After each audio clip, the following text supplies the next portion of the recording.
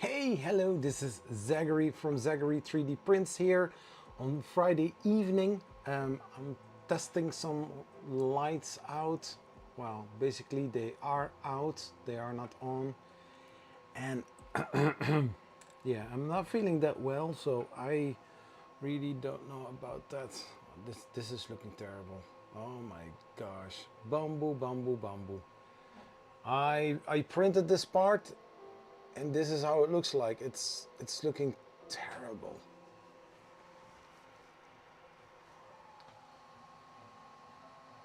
Whereas the Cutie Tech is printing all parts very beautiful and nicely, the bamboo seems to have no intentions to, work properly. So yeah, I'm printing parts for the Positron, as also the title suggests. I am going to rebuild the Positron. Does that sound weird? Well, officially I should have got the whole Positron as a kit and I had to assemble it myself.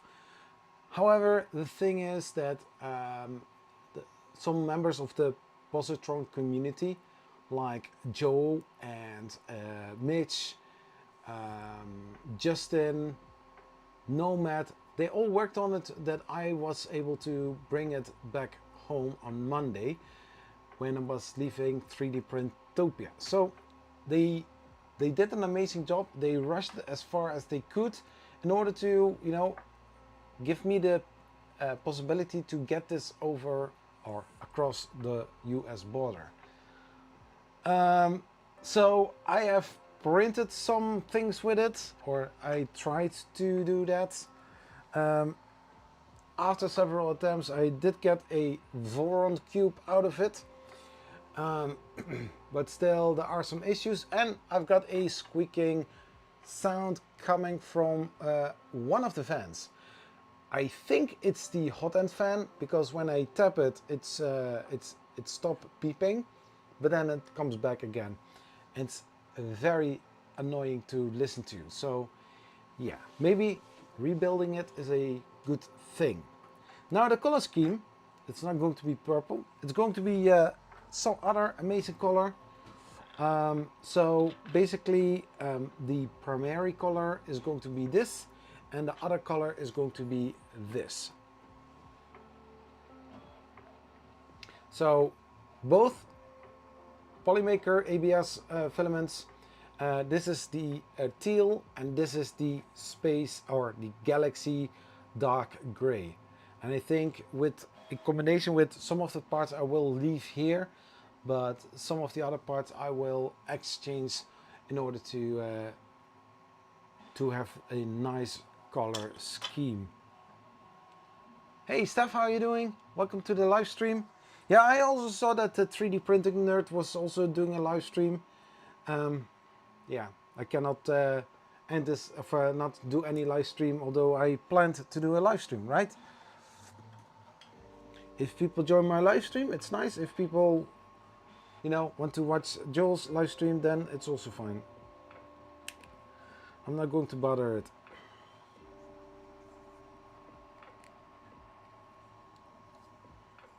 So I am looking here to how this looks like. It's looking not really that beautiful.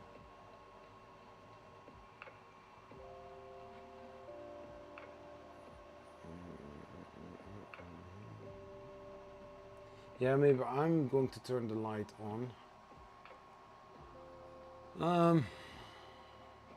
Yeah, the first few parts did look nice, but the later ones are looking not that nice anymore.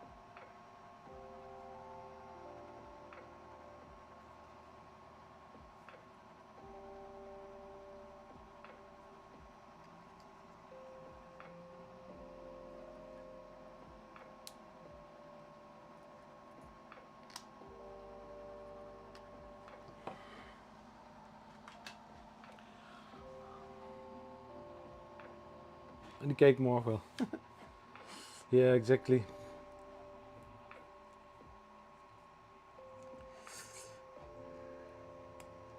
Yeah, something with magic goo and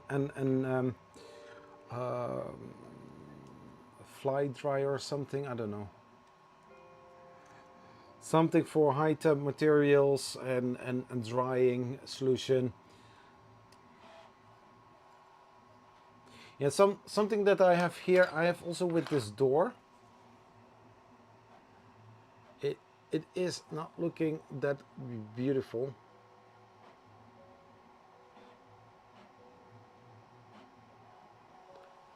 Everything else is looking beautiful, but I think I'm going to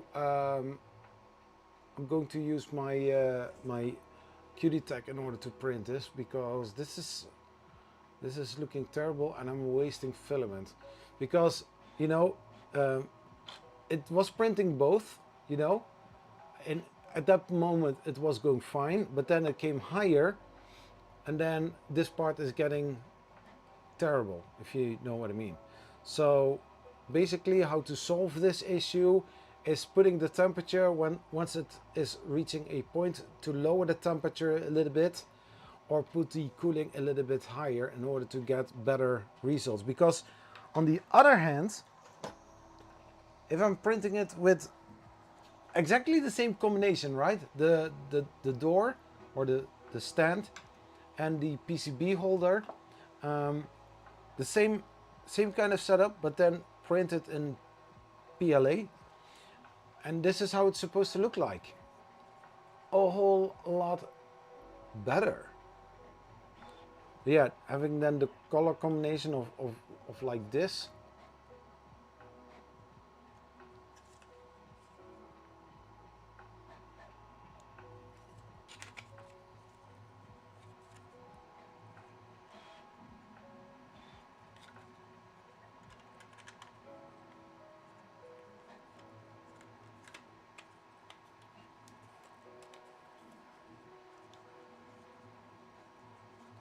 So this is the general idea.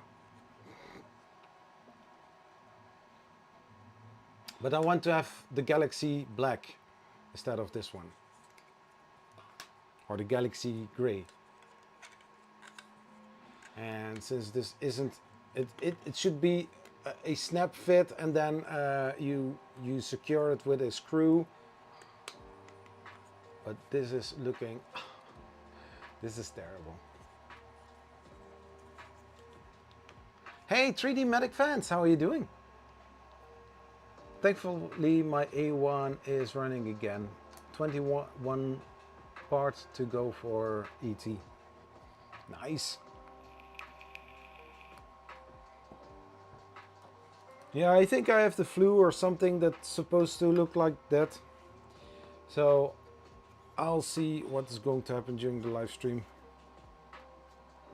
So I'm going to run the print again, but then lowering the temperature a little bit, or putting the fan a little bit up, and then see what is going to happen, because this is ugly. This is melted because the temperature is getting too hot and giving some issues, because the other parts are looking nice. I also have printed this part. I have printed, yeah, I don't want to say multiple parts of it. After the stream, I have printed the whole set of the latch and the stuff that I needed, and now the belt is better, and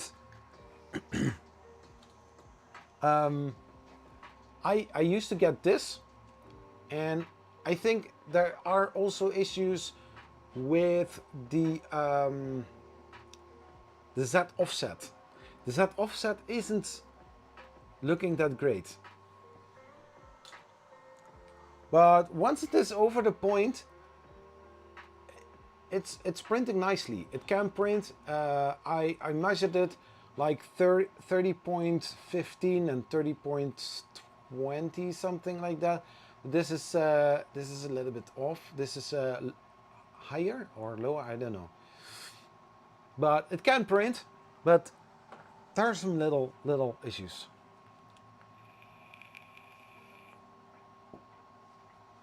And on the Ender 3V3 Plus, I printed this. Since I'm going to work with various different screws, I'm going to place them here in order that I am going to take them out. I'm not going to disassemble the whole thing, but only for the parts where I need to change the printed parts with the color that I want. I have a general idea which kind of colors that are going to be changed, but basically all blue parts are going to be exchanged for the teal color, and some of the black parts are going to be changed for the Galaxy dark gray. So all fasteners, all screws, all rings are going in here, and we are going to see how that is going to turn out. I don't know how far that I'm going to come today, but I'm not planning to keep everything just laying here, because I need to also use the workbench for videos and other stuff, you know? That makes total sense, I guess. Tunkai, hi!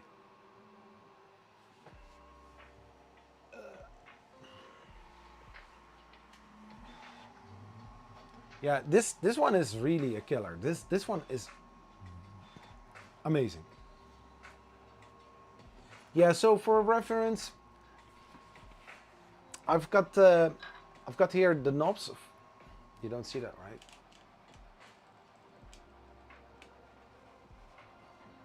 So on this side, I've got those holders for the glass bed. I have printed them in these colors, and I think the combination, oh my gosh, the combination with the black aluminum together with this and then the dark gray, I think it's looking beautiful. Also, I think like this here.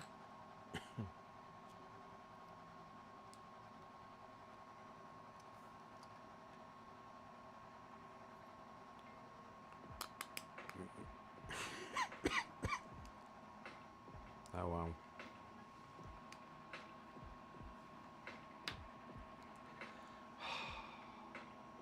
Two different machines, two different tolerances. Oh my gosh.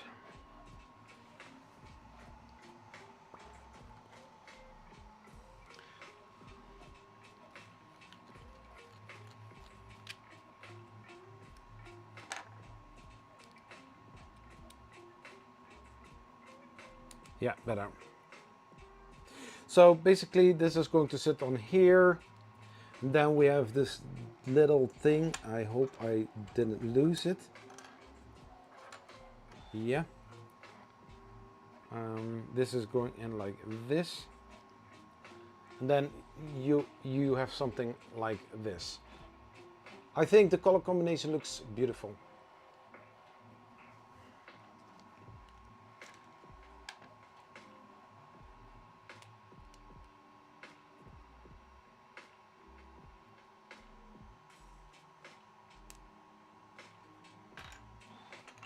And everything feels very nice and smooth coming from the QD X+3. When it comes to ABS printing, without thinking too long and too hard about it, I'm usually using the QD X+3. Amazing, beautiful machine for ABS parts. You might ask, yeah, but Zach, why ABS? Well, a lot of parts here on the Positron are getting really hot. For example, since this glass plate for the Z-axis needs to be held up, the motor needs to be energized. Where when you, especially when you are using a bed slinger, hey, if the motor isn't energized, the bed stays at its spot until you touch it, you know?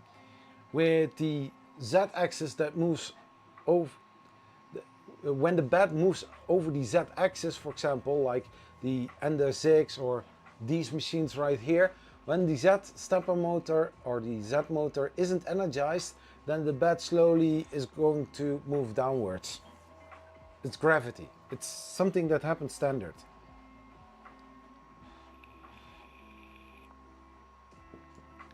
Hi Zach, I will be back. Don't short stream. No. I try not to. But I mean, like, if we are looking to this here,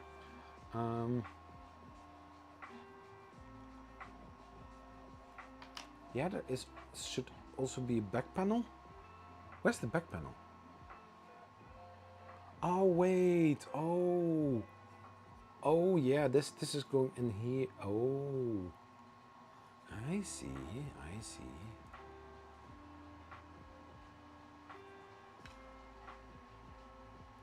So if this sits like this, and I feel the heatsink sitting there, and this is supposed to be sitting like this.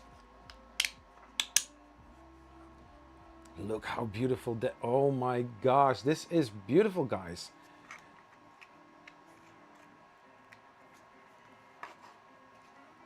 Yeah, maybe I can use this as a temporary solution. I mean, LDO, yeah, basically this kit is LDO. It also starts up with the LDO logo, but this looks beautiful, right? I love it.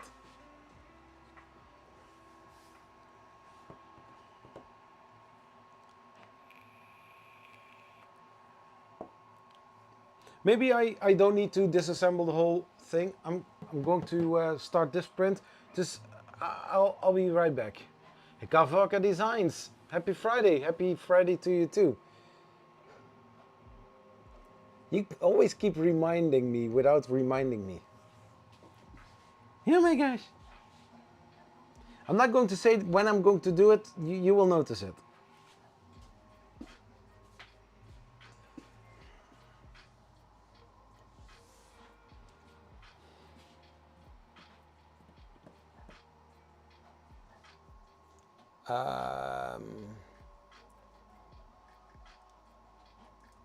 ABS.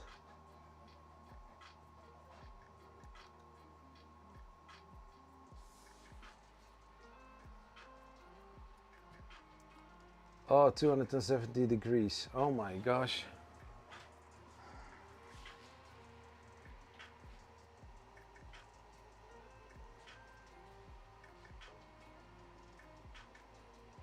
The Cutie Tech, which temperature that are they using? Filament settings. Yeah, I'm going to change that.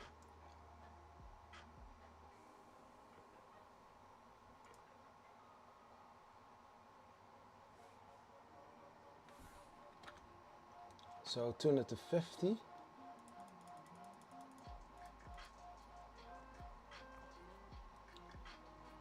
And this 260.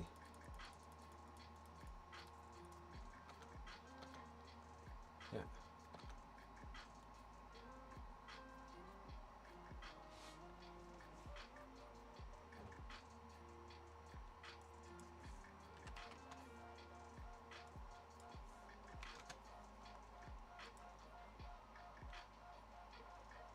Yeah.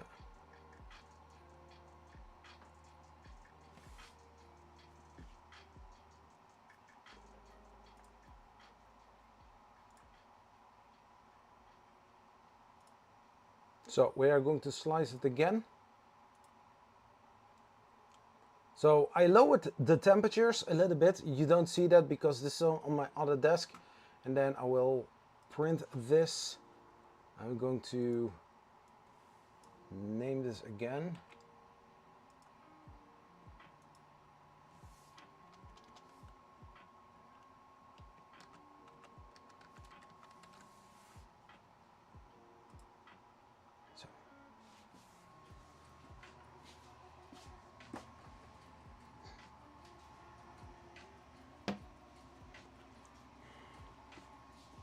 For some reasons, the Wi-Fi isn't as strong as I think it would be.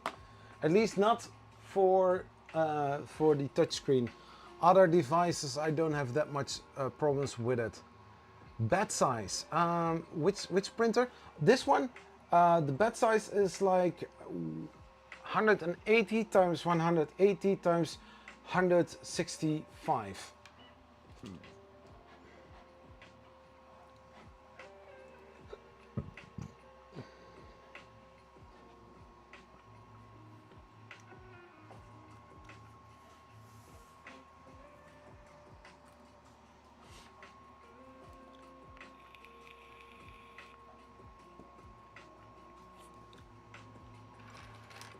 Yeah, so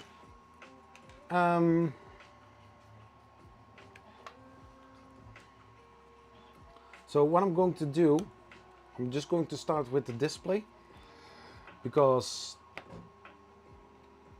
for most I've got the parts for it.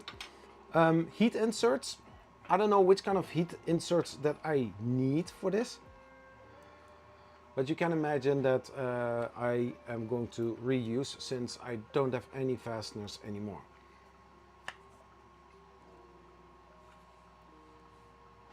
Yeah, so this looks beautiful, but yeah.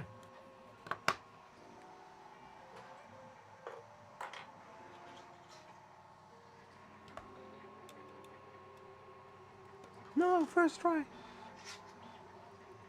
Nope, too big.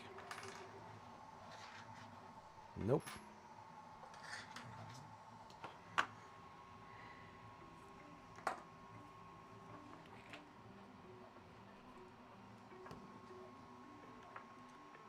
Oh, serious? Even smaller than that?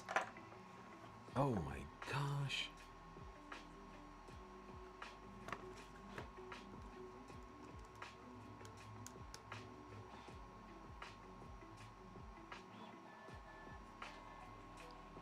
Metal shelving isn't helping the Wi-Fi. Depending on the router, tune the megahertz from 40 till 20, better range, or at range extender for cheap. Oh well, the thing is, I've got a hotspot here, just across the workbench.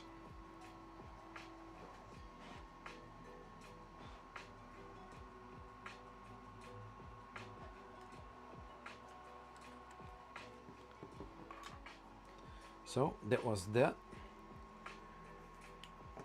Those two screws and those two.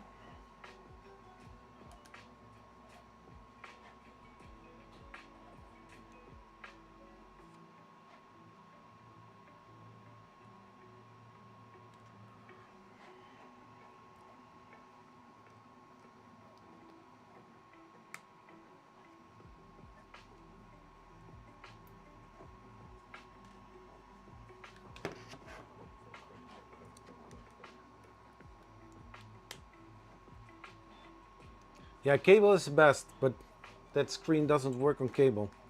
It is cable. It is wired with USB to the to get power for it on the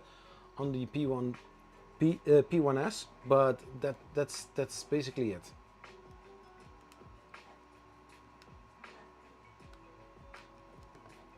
Because my MacBook Pro is connected with wire. The QD Tech is connected with wire. Those printers on the other side, the Prusa corner, none of those printers are attached to power or to internet. And then my desktop is also connected together with the PlayStation. Everything else is still not connected with power or Wi-Fi. So now I don't really know for sure how to get this out, but I guess just like this.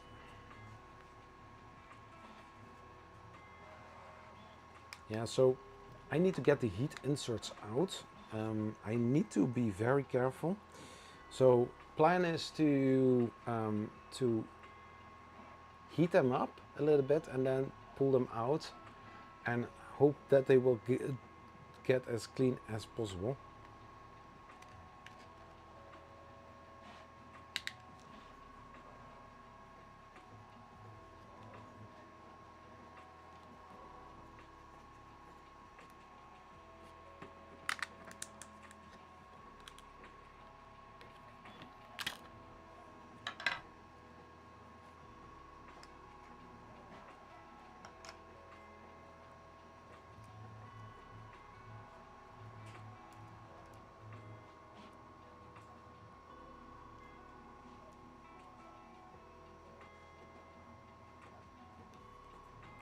So.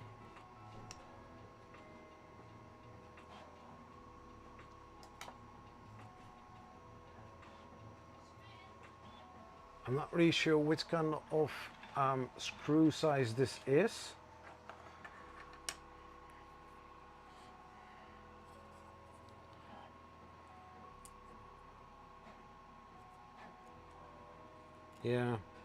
Yeah, so it's 2.5.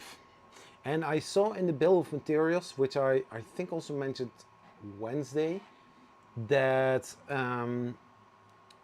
that I have in that I'm supposed to have in the bill of materials, but they are most used 60 of M2.5 heat inserts, and I do have for the M3, but not for the M2.5.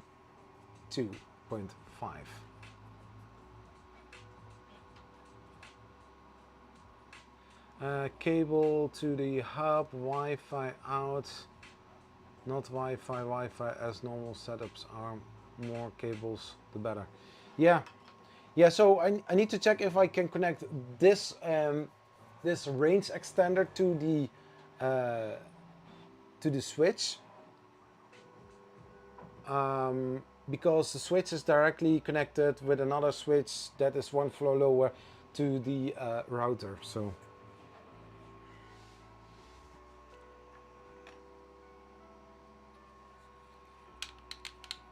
So first getting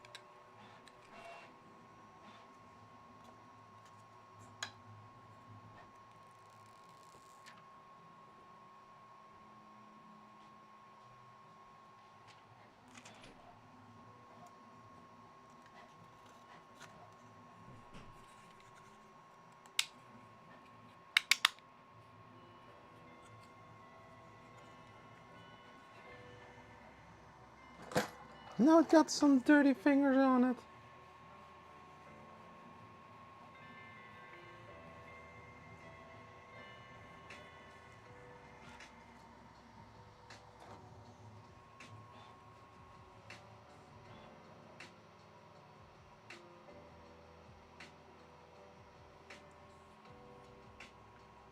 Look, that is the deco from TP-Link. Do you admin your router settings? Yes. Check for firmware updates. Did it last week. Simple reboot once. Yeah. Hey, non-stick.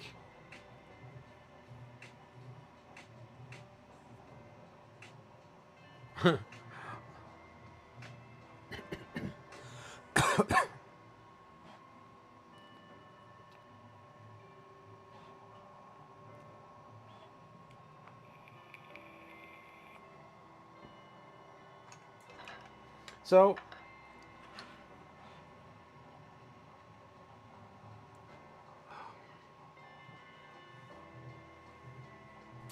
yeah.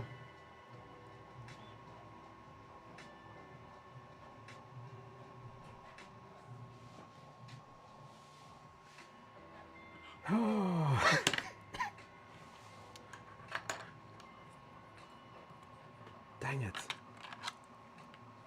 The problem is that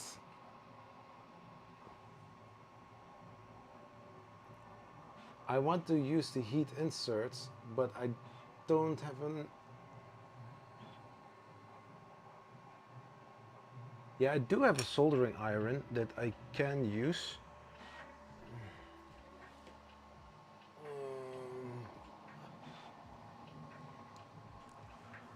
Oh my gosh.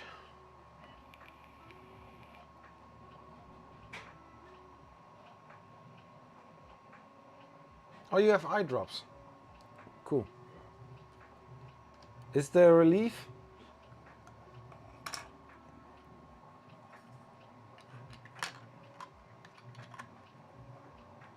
Yeah. So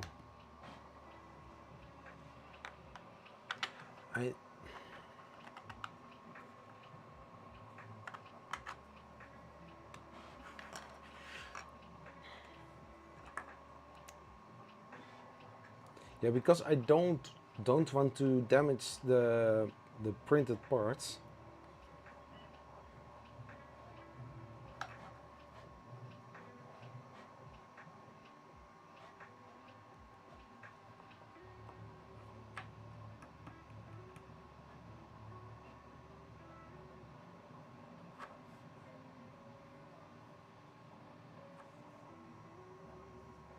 So maybe cutting this open and then take the heat insert out, but I need to, you know, put it back into this one.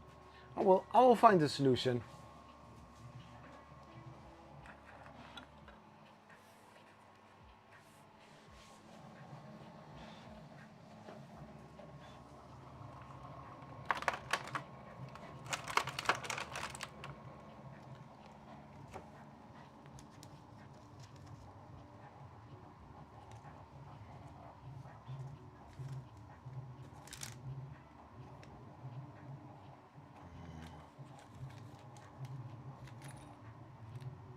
Fuck.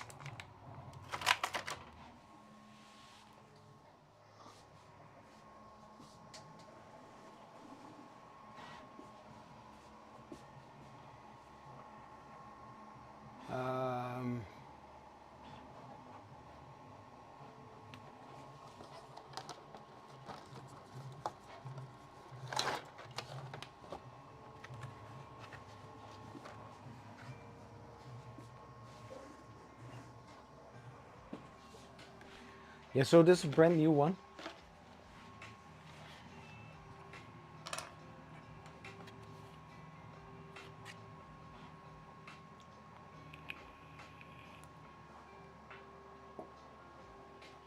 I need to cut it open.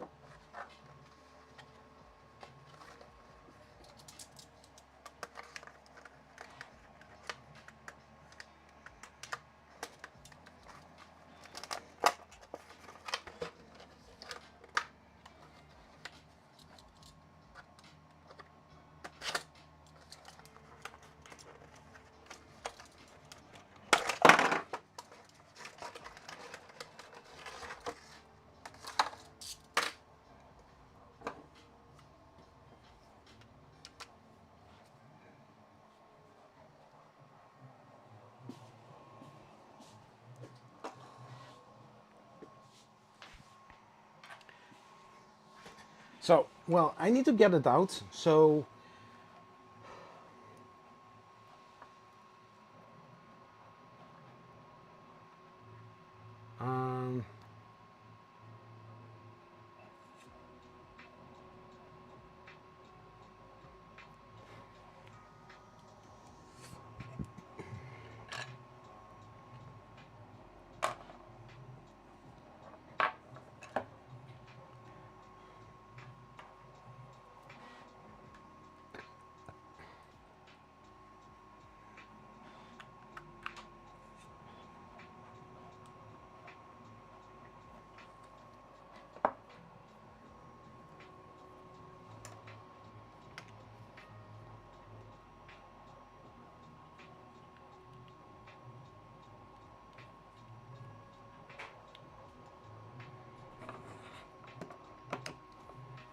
So, in the meantime, I'm going to break this open, try to get the heat inserts out, because plastic and metal don't fuse. So there must be a way to get them out, right?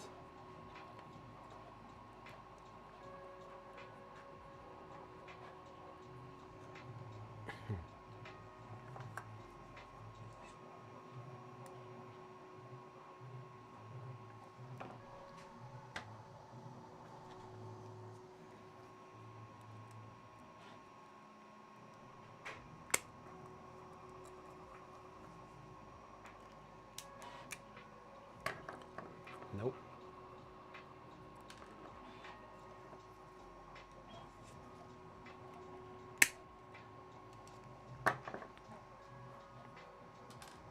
Let's see which kind of...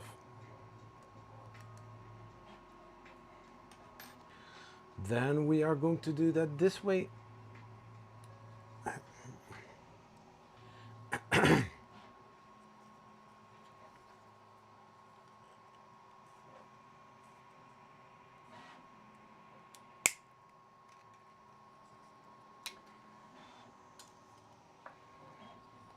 Sorry, Justin.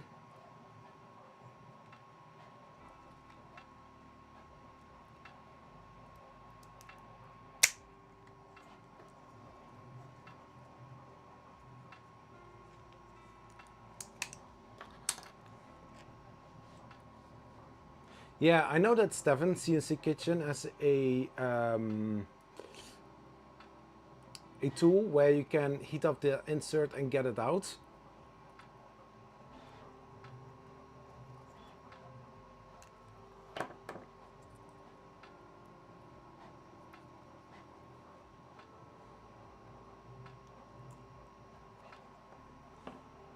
And there was one time, I think 2 years ago, I broke one of these trying to get trying to cut ABS with it.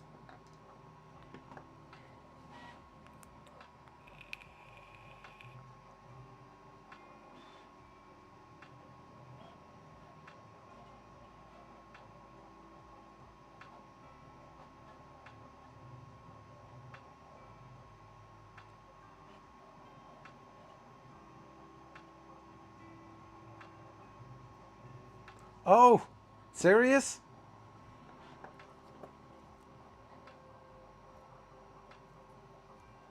Yeah, so now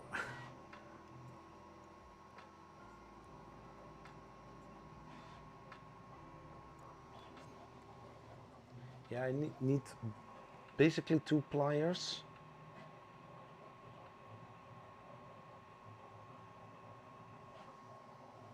Yeah, basically if you have some tool that you can screw in, heat up, and then gently try to pull it out.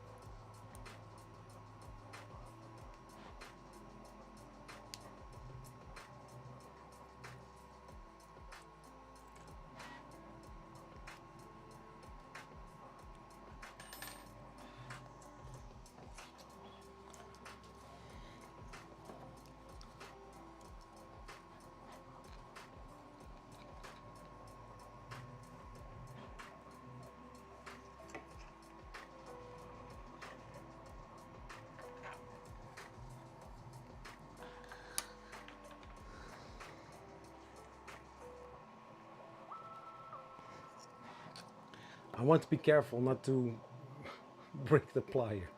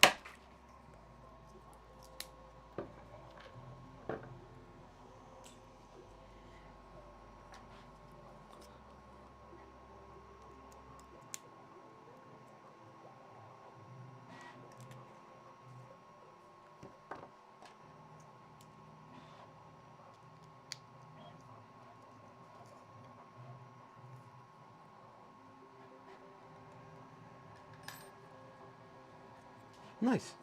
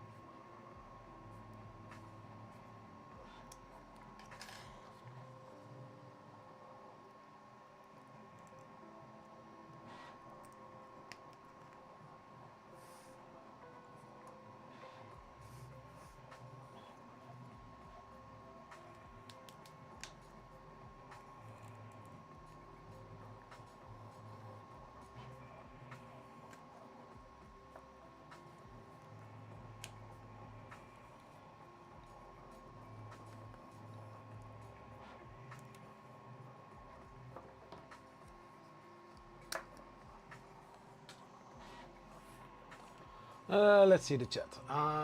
Quite the burn mark on the floor to prove it. Oh my gosh. I find a great day working from home. Weather it was beautiful. Yeah, weather was perfect. But Zach, what did you do? Well, I had a day off. I didn't have to work. And so what did I do? Not much. Because I was feeling sick, ill, terrible. So, got my first heat inserts out. Perfect.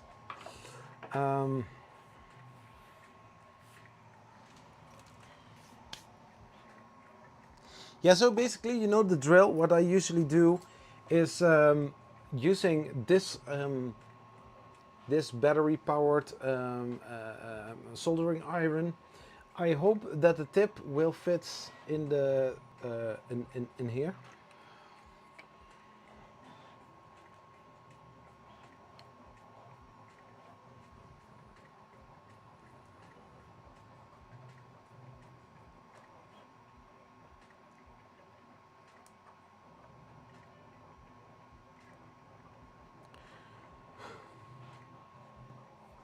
Yeah, let's make it beautiful. Are we watching Zach, the human pallet maker?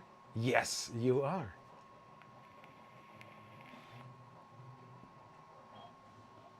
Or maybe you are.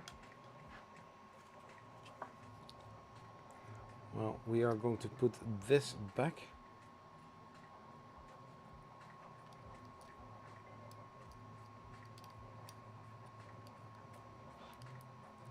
So that looks so pretty.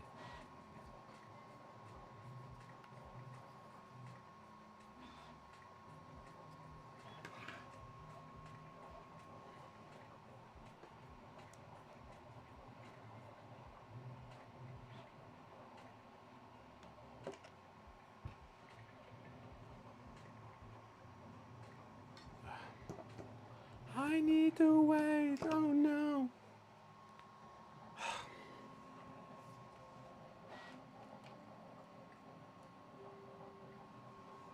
Yeah, so I really don't like that. I need to wait. Yeah, it's a very nice, beautiful USB powered soldering iron. It's from the Action, no? Action, whatever. I did use mine for a long time already. But the funny part is, I bought a week later. I bought the second one with the intention to send it to somebody in England, but never got to it in order to do that. So yeah, and this one I can still buy nowadays. They are still selling it.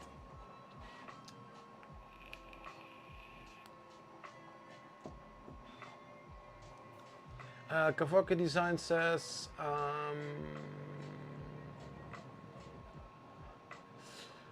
I have a 150 watt welding iron, 220 volts for 15 euro on eBay, AV up to 500 watts. Glows like a flaming candle. That sounds great.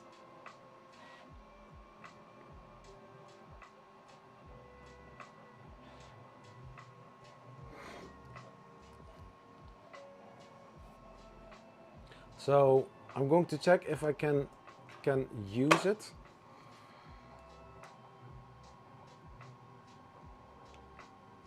So the light is getting red.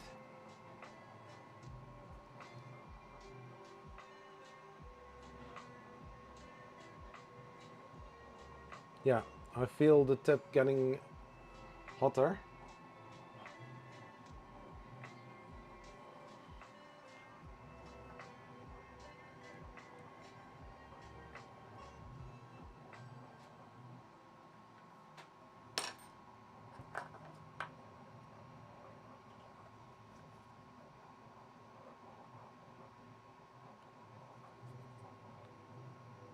Yeah, perfect. For heat inserts, this soldering iron is perfect. It has a light, it has a V-shaped tip.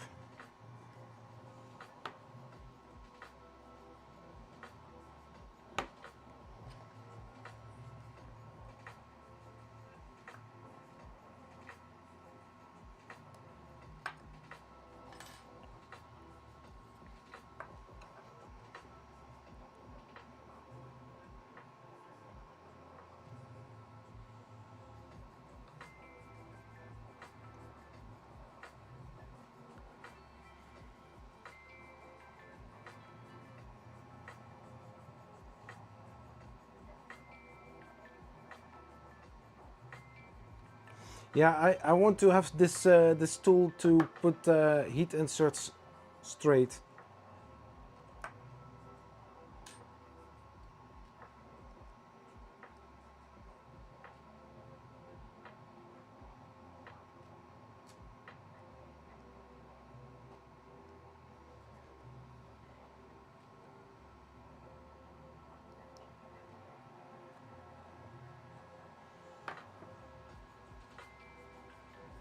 Nice. Then we switch it off, put it back in the stand, and then let it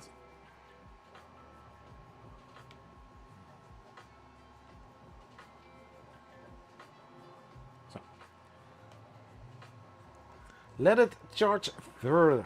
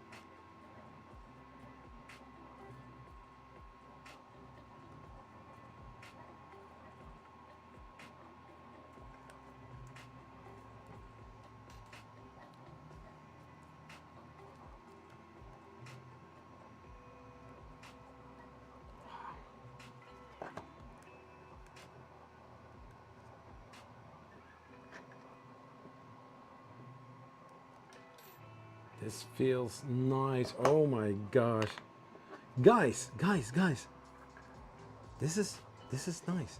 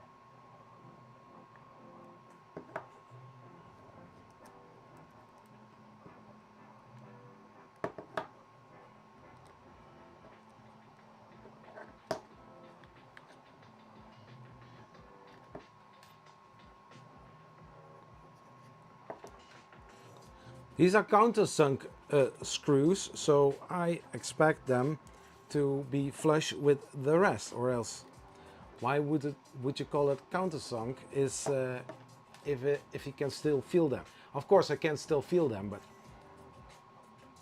check this out.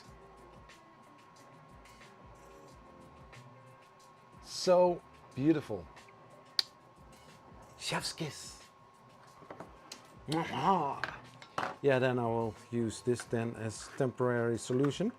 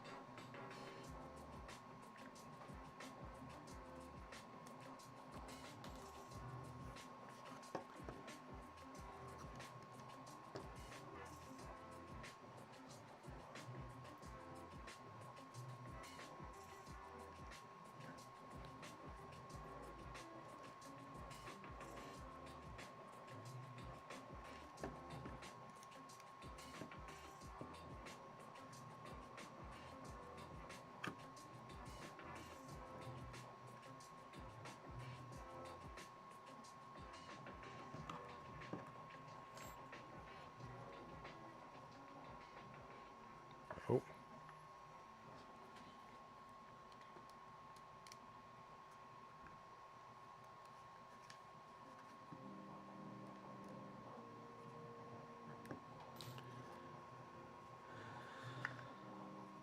Wow.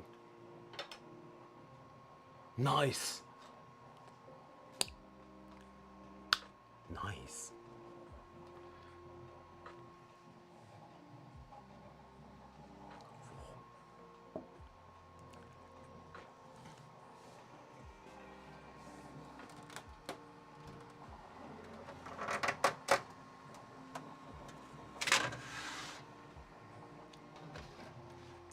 So when plates like PETG ABS are hot, I tend to take them out like a few minutes after the print is finished. I will leave them on the table, and that way the plate is getting cold very quickly.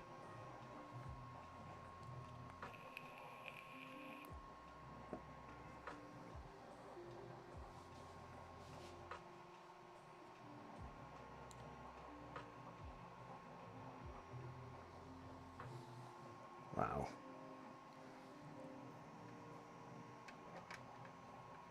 Yeah, there is a little bend.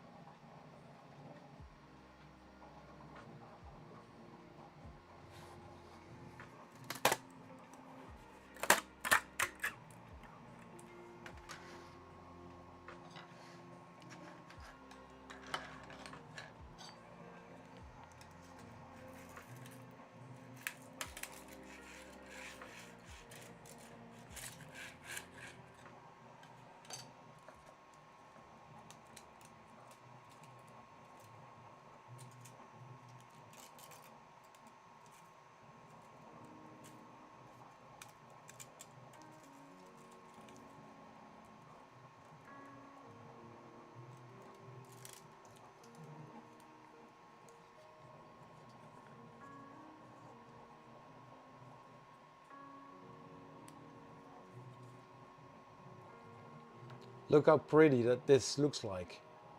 Just gorgeous. Oh my gosh.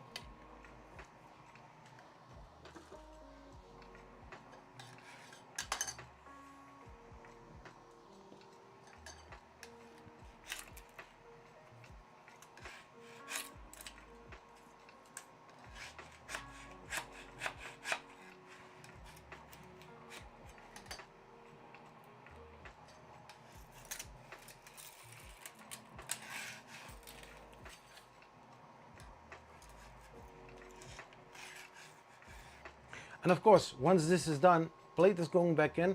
I'm heading to the desktop and going to slice the next parts. And that way I can get very quickly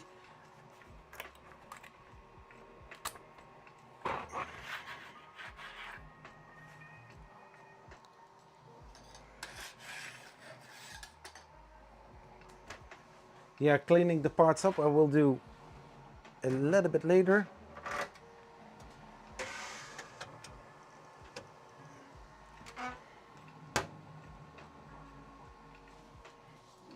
I will be right back.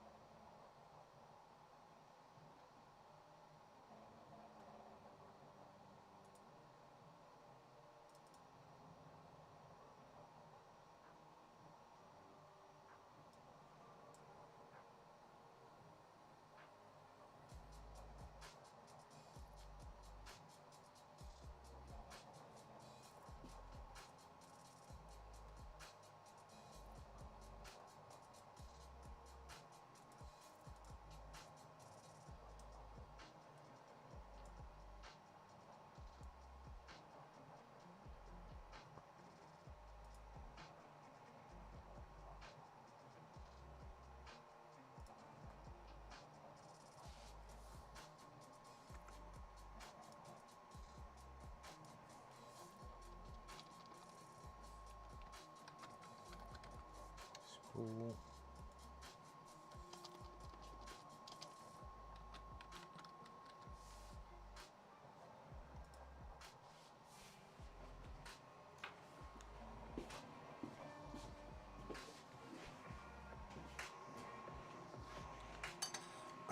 In the meantime, what is chat doing?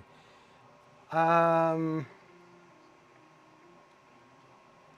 we watching Zach the Human Palette? No. Oh, nobody said something? Mm-hmm.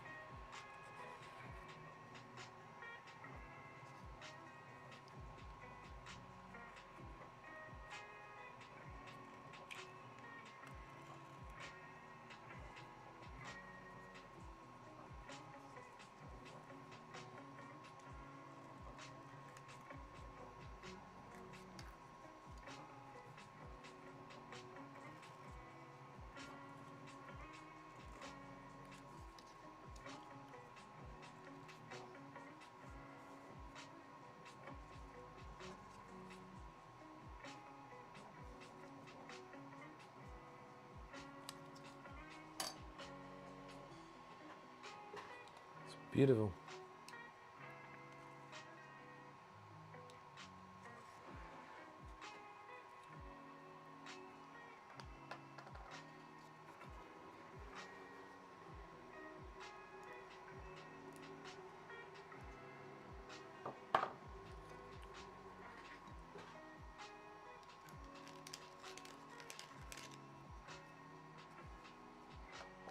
Nice.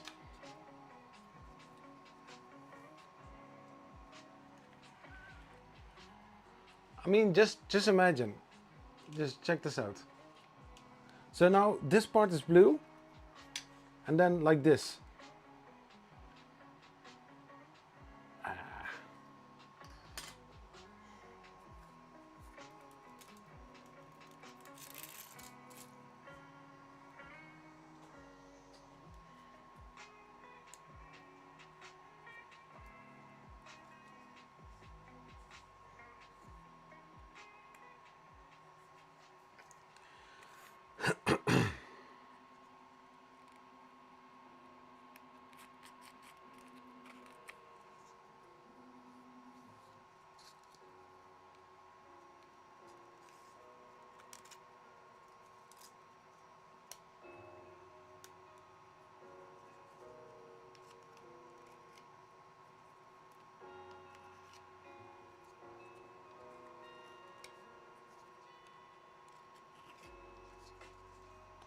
Just a tiny edge, not really cutting anything.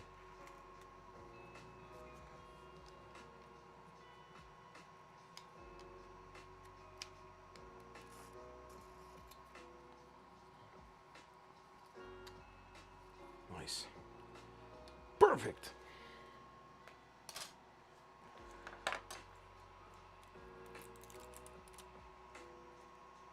Horen zien is weg, jongen. Hoor niks, zie niks. Ruik niks. Zeg niks.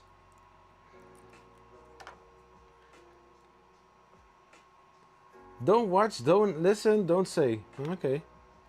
Okay.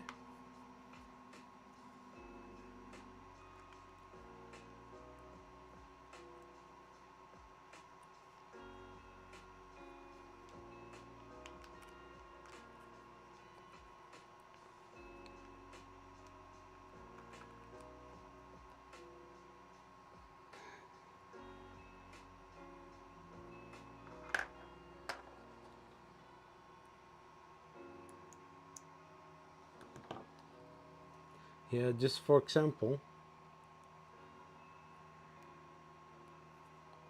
we have this side here. You will see a little bit later.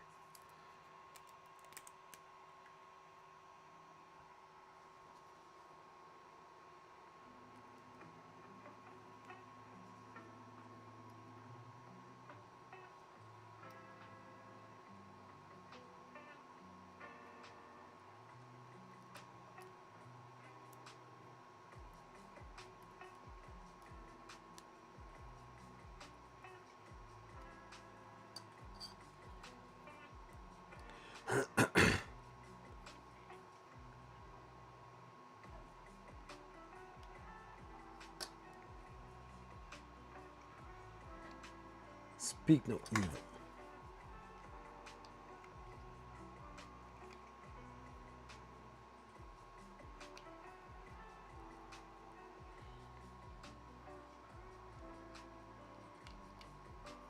So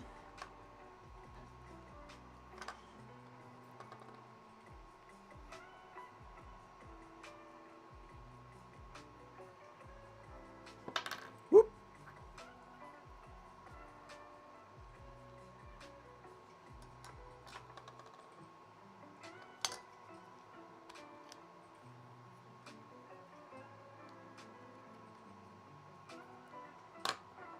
So here are two little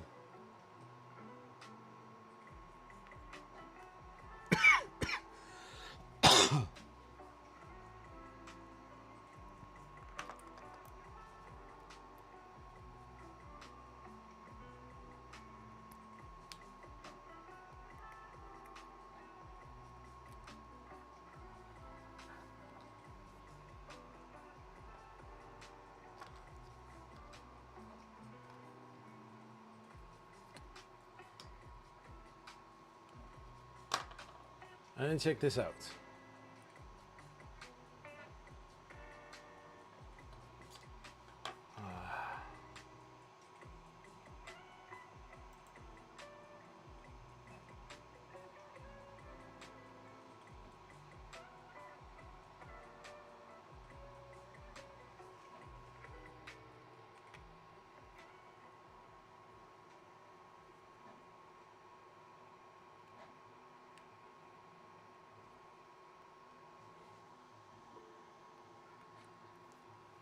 Yeah, today I work from home.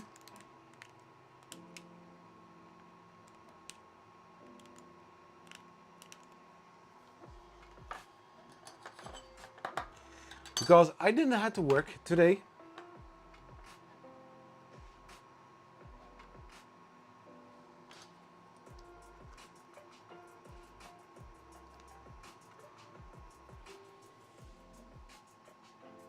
Ah.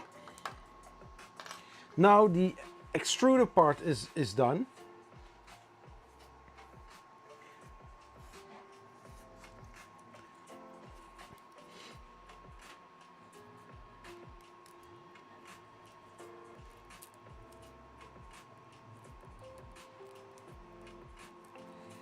Just a second. No, I had the day off because they are working on the warehousing system to change for something else. So yeah, we cannot do anything with our warehouse management system. So today was a mandatory day off, which I didn't mind at all because the weather was nice, warm, and I was sick. So another part.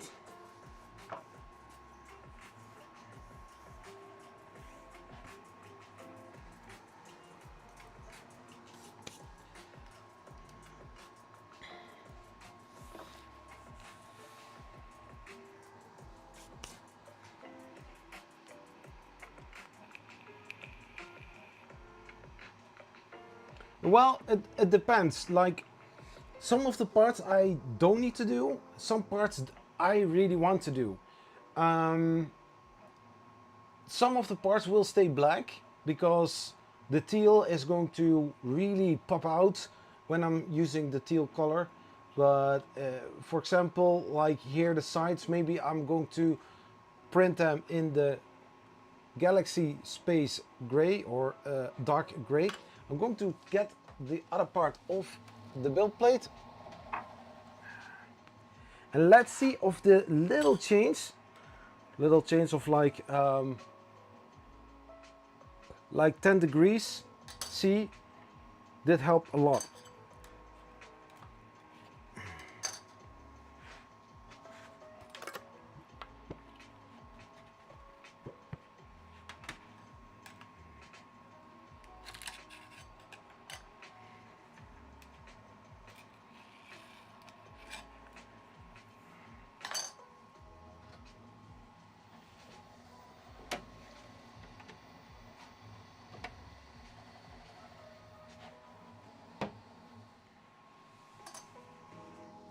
So let's see if this part turned out way better than the other one.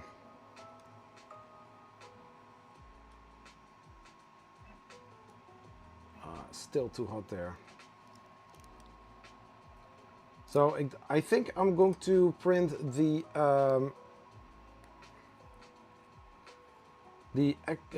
primary colors also on that one, because I'm not in the mood to try to fine-tune a ABS profile for my Bambu Labs, because I don't want to do that.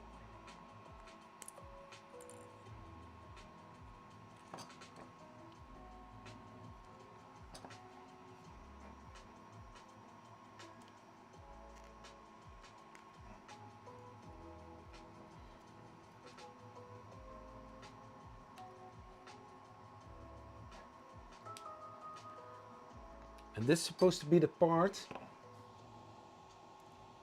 where I will push in the coupler for yeah.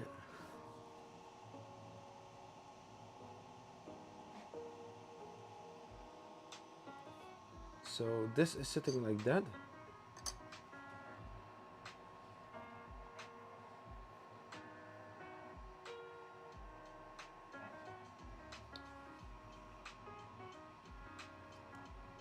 It was a good day to print ABS in the Netherlands. Yeah, my room got like 28 degrees C.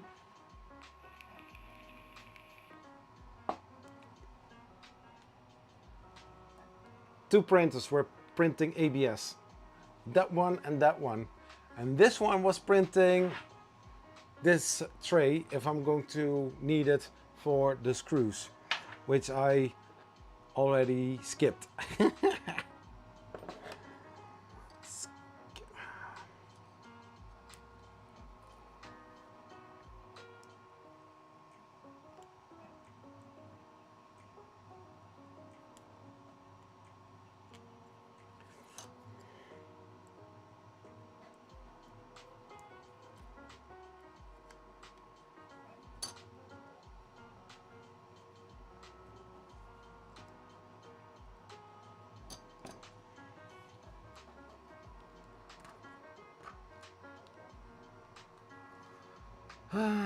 Underwear temperature.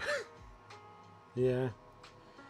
Well, I had also a higher temp body, so I think a little flu.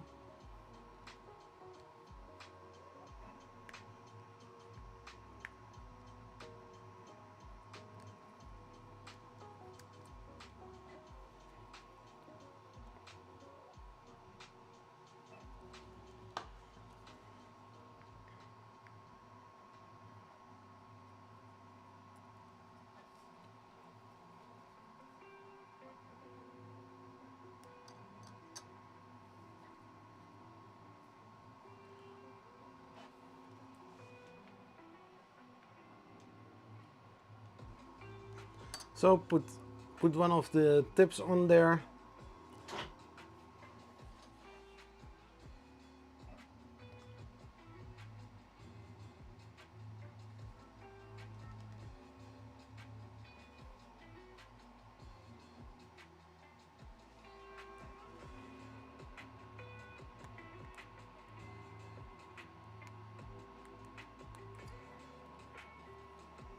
So like that. Here's also one.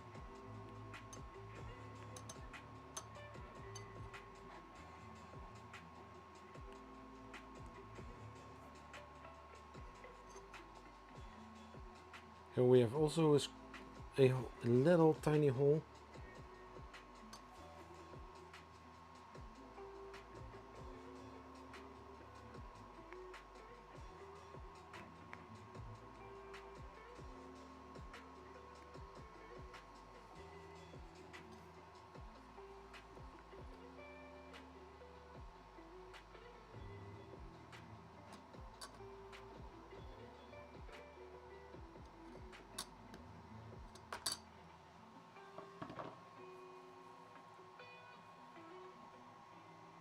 Which printers are my daily drivers? Well, most of the times the ones that I use the most.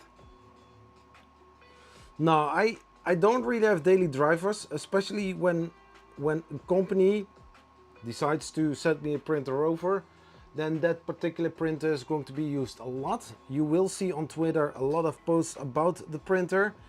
But if you don't see them a lot, then you know that I have run into issues which take a little bit longer time to publish. But my daily drivers, I'm using Creality V3+. I use quite a lot. The Super Racer I've used several times. When it comes to ABS printing, I'm using the QD without thinking about it, because that one nails ABS pretty well. The Bambu Labs, I do use it, but not all the time. the Creality K1 is being used a lot, and further the other printers on the other side, I rarely touch them.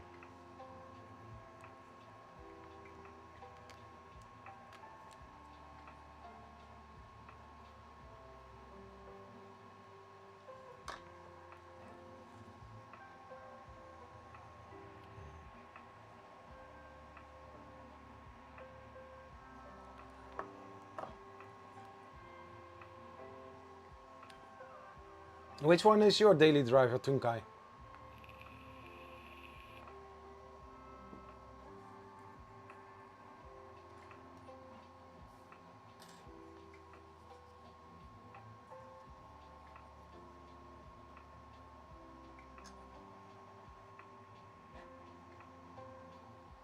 Yeah, I need to... I know that there are holes here for the Z end stop, but it's a little bit fused.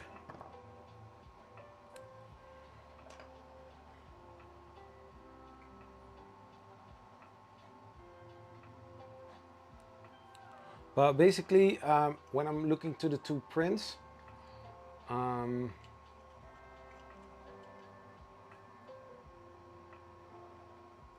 because this really seems like this was cut off.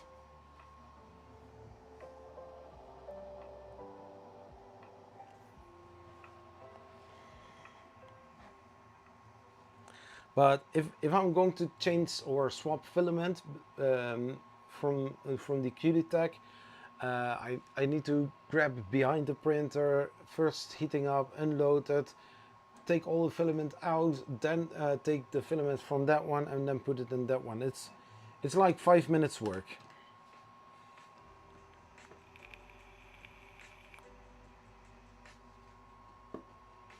So the Ender 3 Pro for Pad G and the Ender 3 V2 for ABS. Ah, sounds legit, sounds good. Yeah, so the soldering iron is completely heated up, so that's nice. I don't understand why this isn't longer.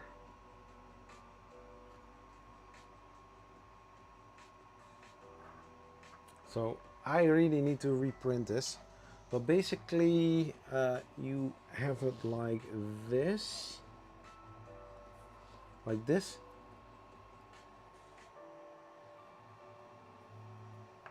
and then we have here a part, and I think this one as well.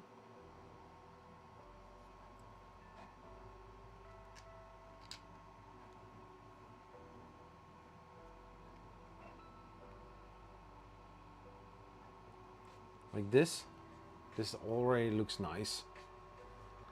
The original Snapmaker Mini is my favorite little one. Rarely use the A350 doing Renos. The Snapmaker Mini? Which one is that? Those work also on Clipper, and I just send it, and I don't have to look at first layers. Work 99.99% of the time. Yeah, I mean, like,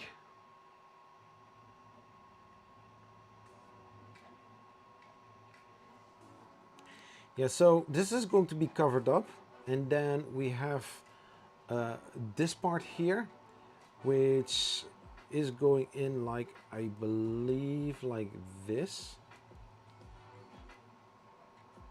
and then this comes on top of this all.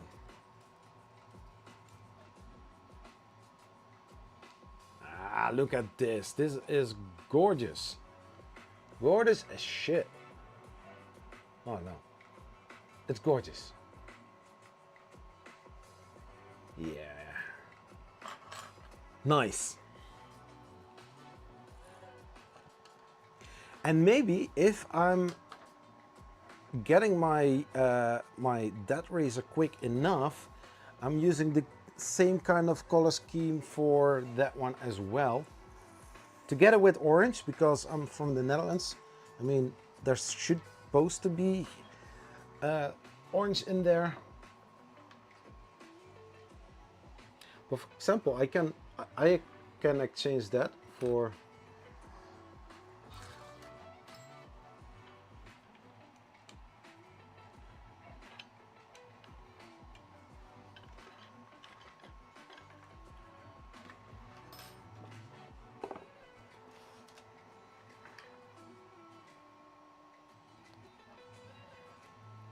yeah, so I've got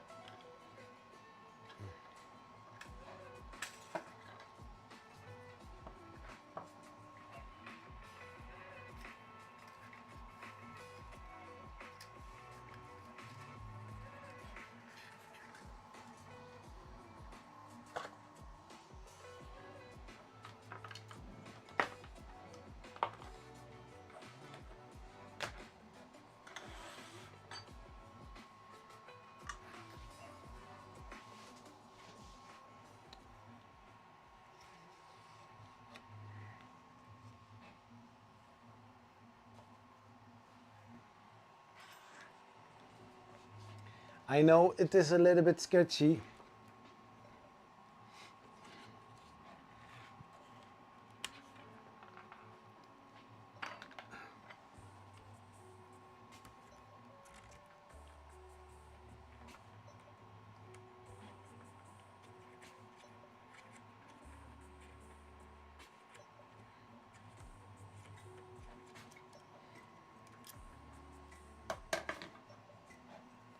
So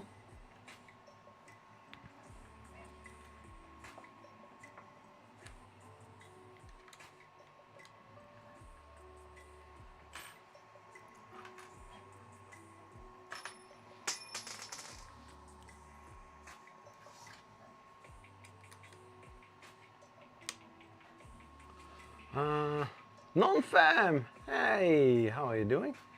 Rails are sealed, so no dust, no balls. Oh, yeah, the color is popping. I mean, it's so gorgeous.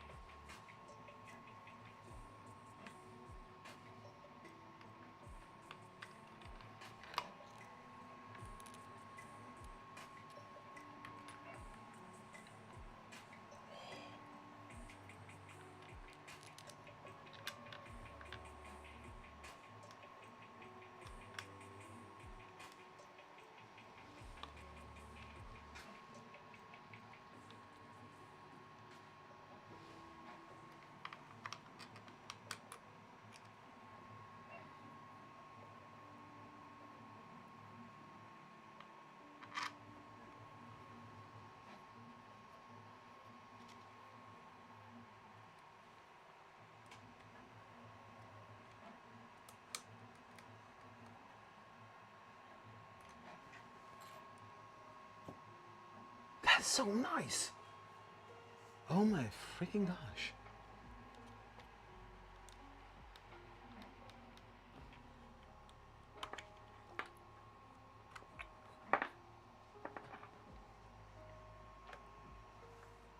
There's also a reason why I do that.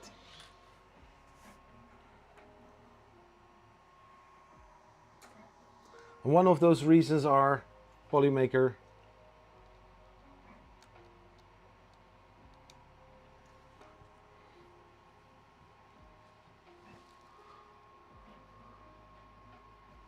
It's for my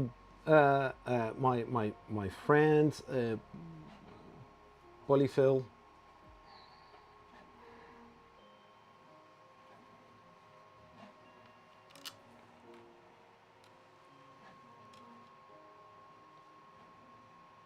Crave any image up to 90mm.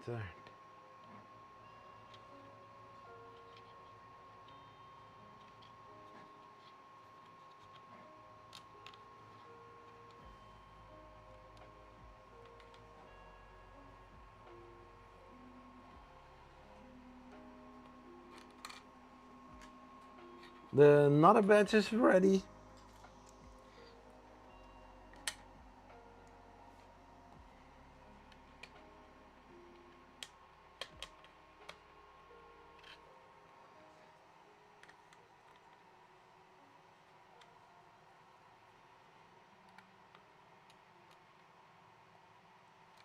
I see something.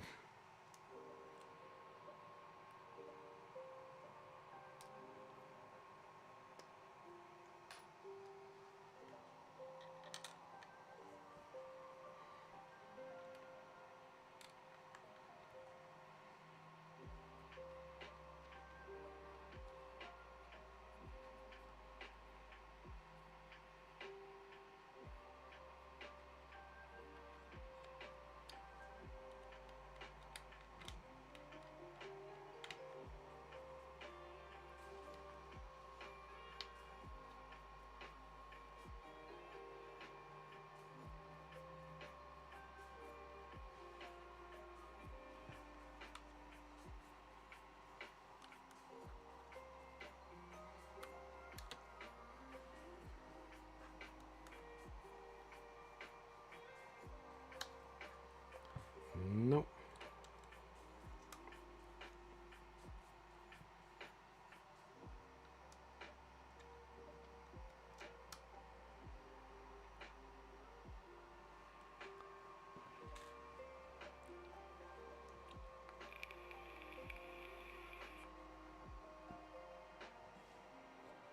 So this one goes in here, I believe.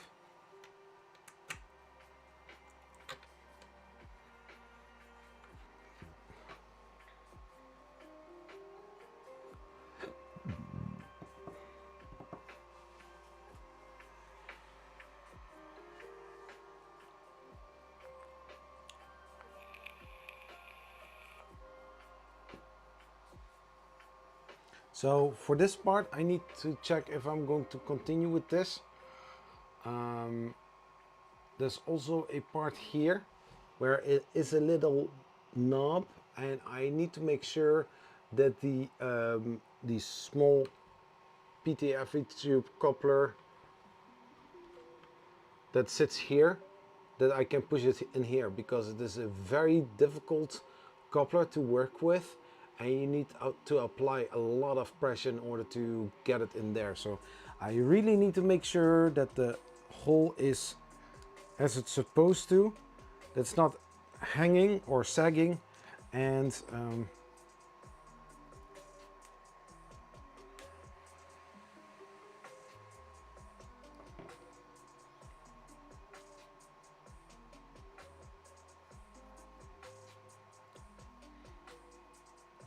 but further, it's not too terrible.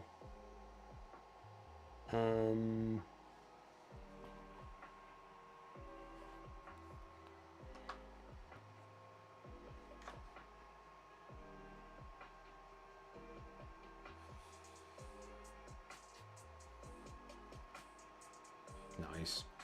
I really like the way it looks like this.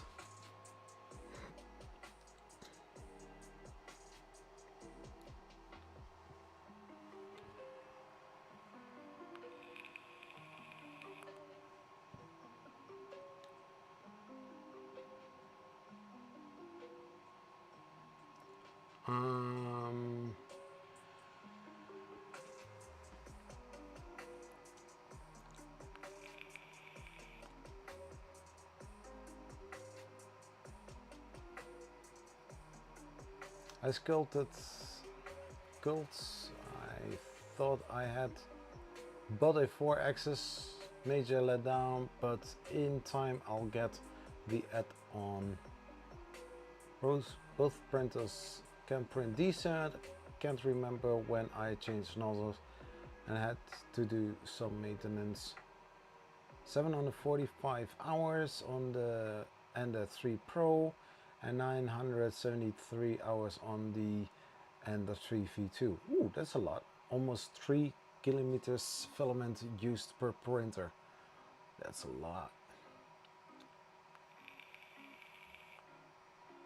Ah, ruby tips. Yeah. Those are nice.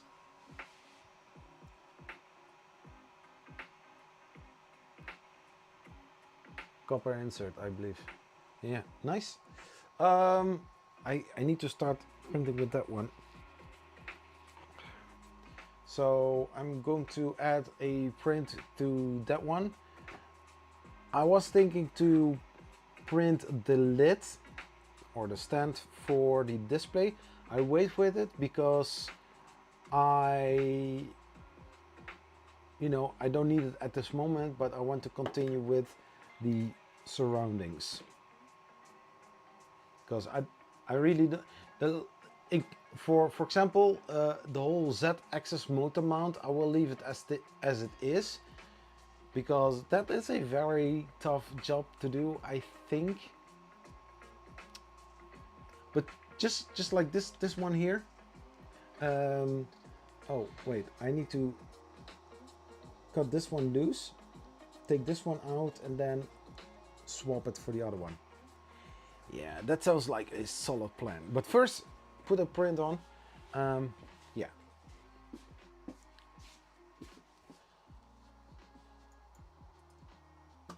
And so my head is basically everywhere.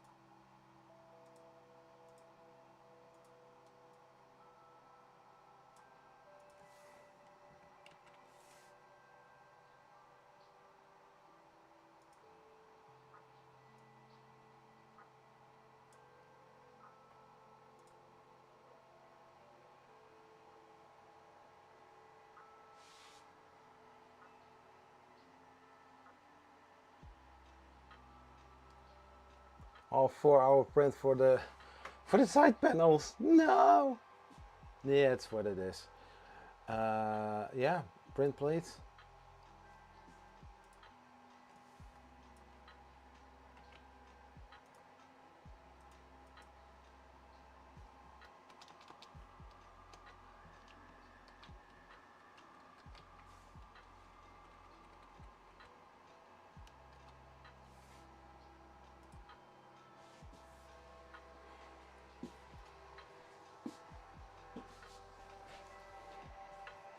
So in 3 hours the panels will be ready. Yeah, linear rails always wins. But they, like, you don't need to think about the linear rods or like V-slot rollers. With linear rails, you have to make sure to buy the right size, the right kit in order to get it to work, or else you have a shitty system. Parts when finished?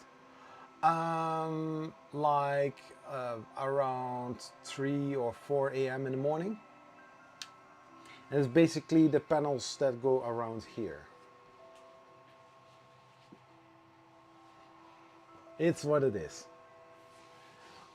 So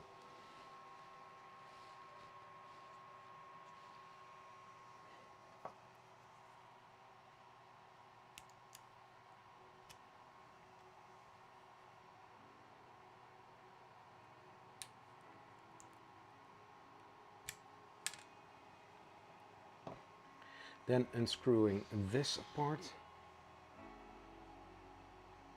So here tension is on there. Yeah. So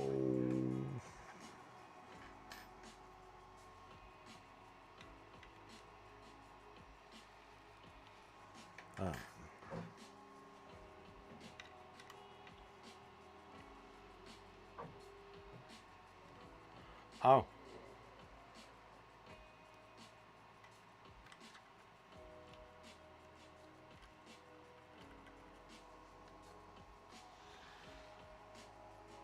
The heat insert story. Yeah, I can do that.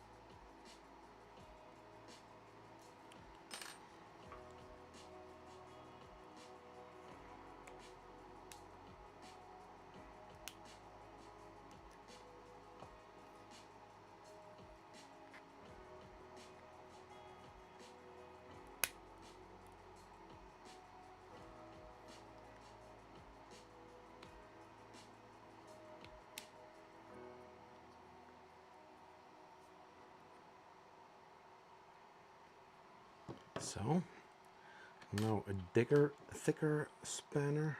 No, this one. No, too thick. Then we need to try to use this one.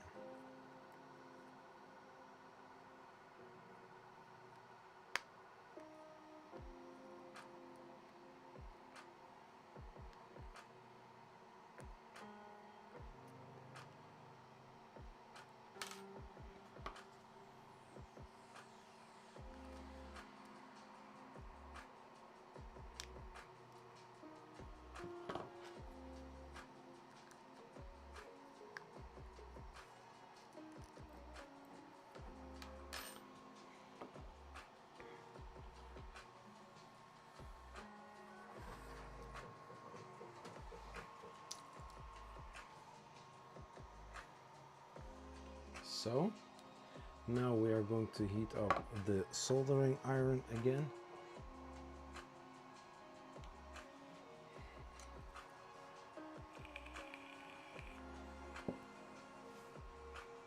For sure, I was spending so much time in upgrading the printers almost daily. I just settled when they both could print reliable. Now with Clipper, just send a print, check camera, and pick up my parts when finished. Yeah, basically, yeah. 0.01 millimeter prints, same with my SM350. Smooth as butter. That's what we want, huh?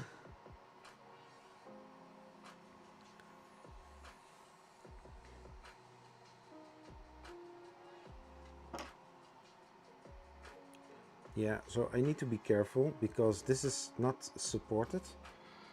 And I don't want to have it that it is flipping over.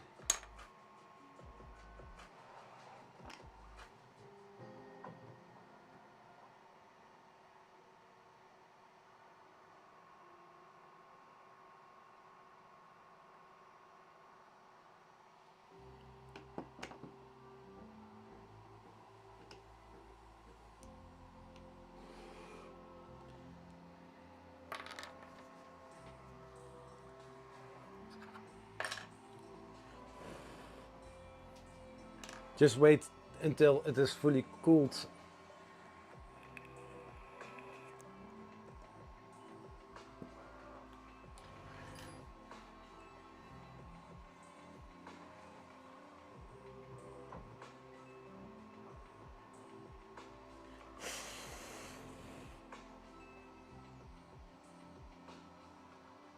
And so basically what you're doing is going to put it behind it and then screw it in.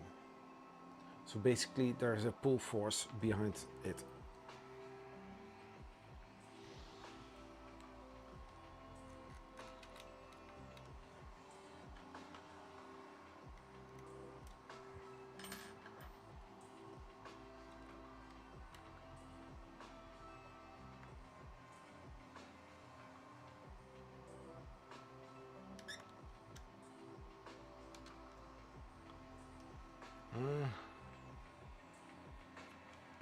Damn, butter printer, when? I don't know.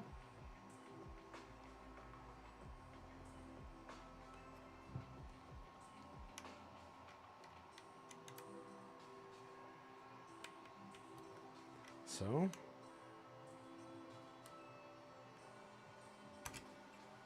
Oh my gosh, I'm so stupid. Oh freaking gosh.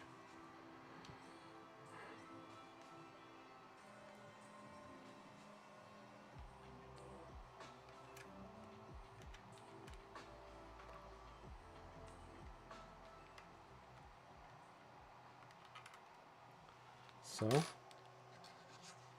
this one out and this one in.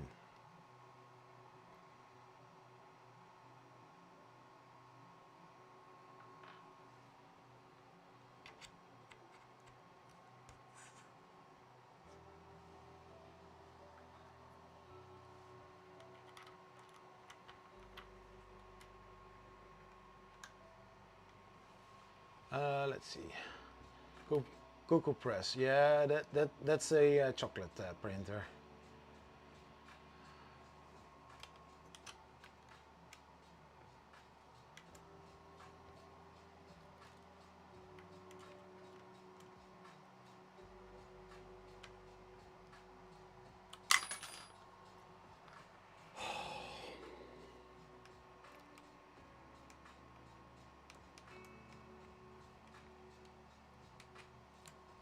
Nice.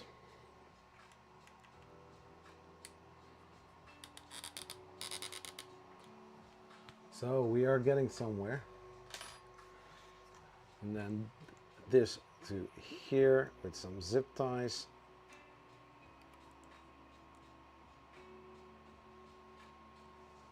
Then, where are the zip ties? Where are the zip ties?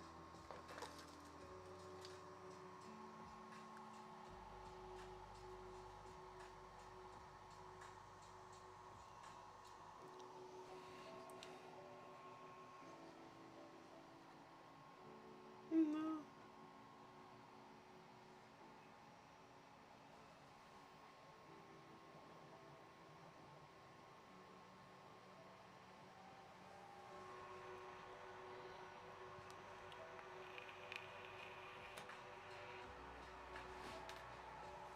Let's see. Why I buy it powered. Not same great taste, but better feeling. Oh yeah. So you still refill them? Which topic are we on? We are on the Cocoa Press, a chocolate 3D printer. Well, you were talking about it, not I.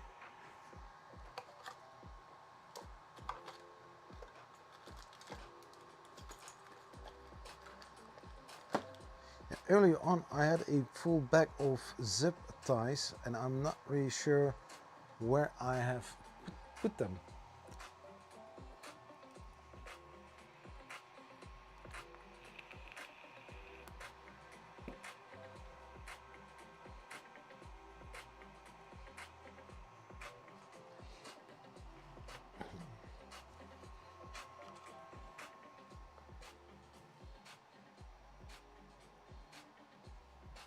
I'm not really sure what to think about what I'm seeing now.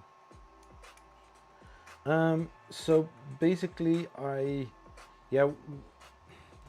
the thing is, if I'm going to start with these things, I am disassembling a huge part of it, so I'm not really sure if I'm going to do that in this live stream. But this is already looking nice.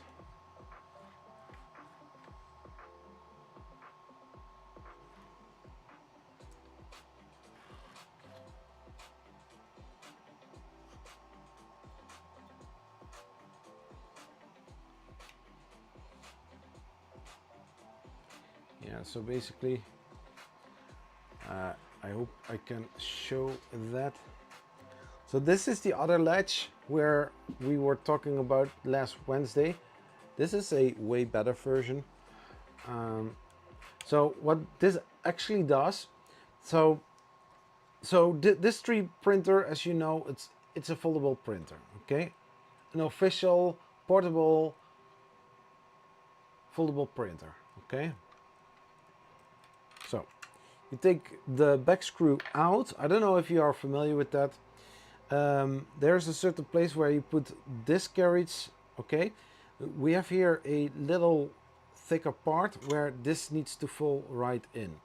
So when you're going to bend it forward, you need to pull it a little bit backwards, and then you're going to do that. But in order to do that, first tension from this part.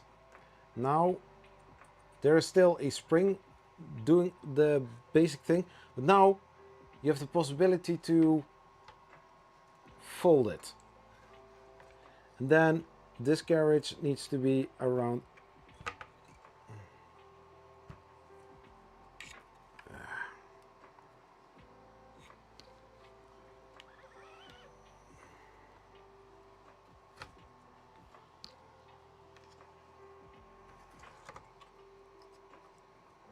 A bit.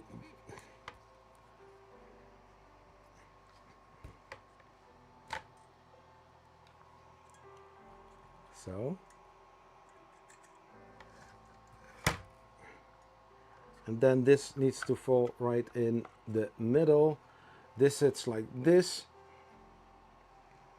And this is how it folds.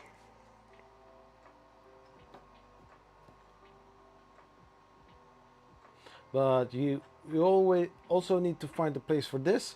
This goes on like that, and then this is going to be screwed in together with this one or with the other one. I don't know. I think it was this one. No, I think the other one. And this one goes right there.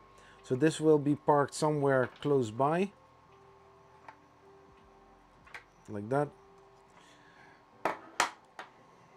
And then you have one compact printer that you can carry everywhere, which is cool. And then if you want to use it, you pull this backwards. Because of the pressure on the belt, it's pulling already backwards. You put the thumb screw in there, and every single time you tighten it strongly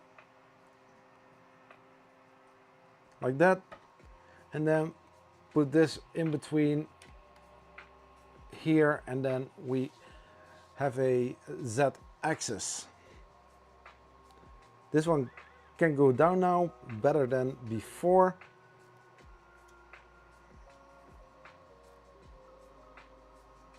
This goes like that, and this moves whatever the Z axis is doing.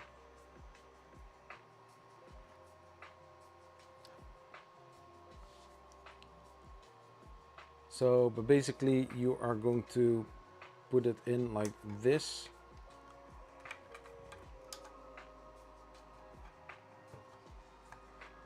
Like that, and for some reason this supposed to lock into here, keeping everything nice and simple, just like this.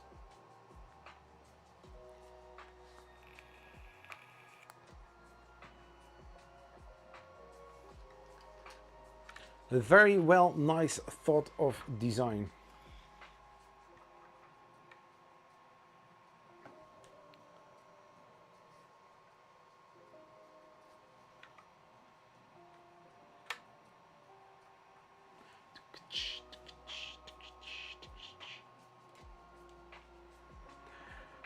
Let's see, 10 people watching, 9 likes. If you like this video or stream, thank you so much.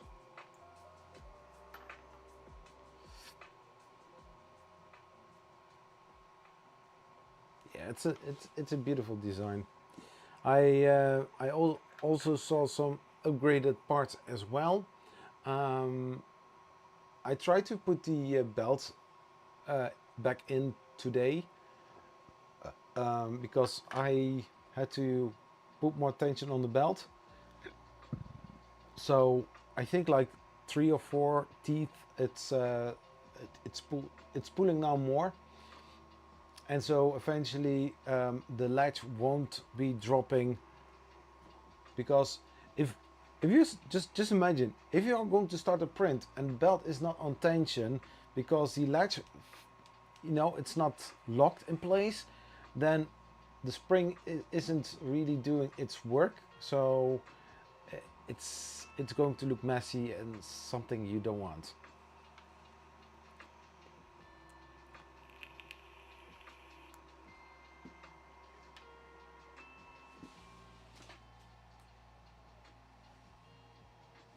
Yeah, so that looks cool. Yeah, so I've got here another part. This one goes there. It's looking nice. Maybe, because I've got a little screw hole in here, but maybe I can see if I can change that. I could do that. Yeah, so basically the whole positron printer, as you can see here on the back, everything is thick metal, like really thick, like I think 6 millimeters or maybe 8 even.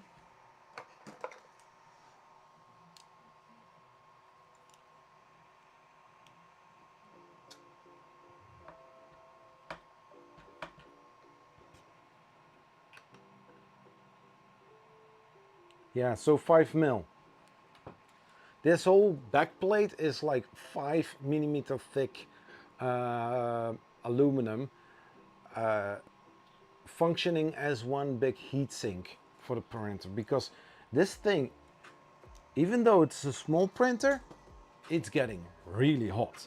And the motors like this one here for the Z drive, that one needs to hold up the glass plate all the time. So that one is all the time energized. I felt it several times and I felt how hot that the stepper motor was. But just face it, it's energized. So there's constantly current running through the stepper motor in order to keep it up. The extruder, once it gets on a certain temperature, I think it when the print is finished, it's not going to be energized. So it's, you know, it's what it is. It's loose, disabled. So I will take those two out and see if I can take this part.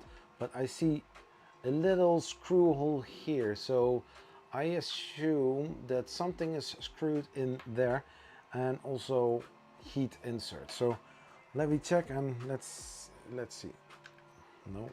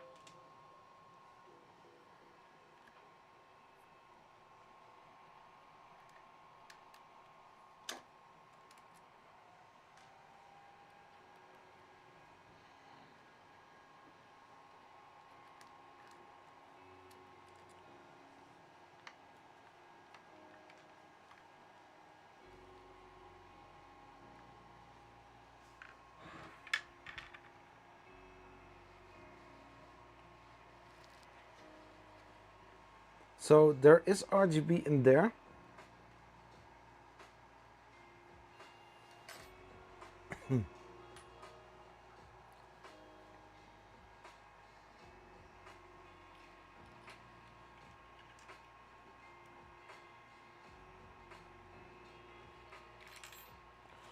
Oh my gosh.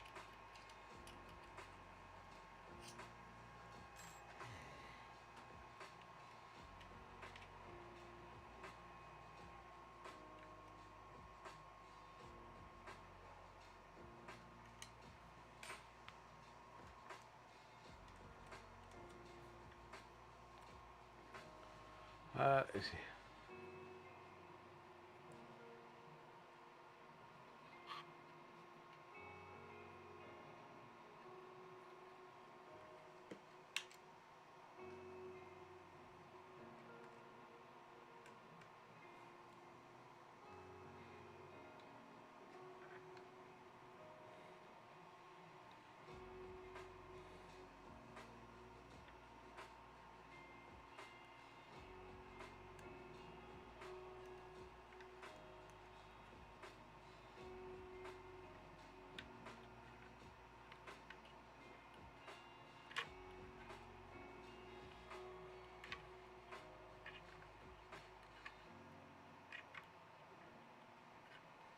This is going to be fun.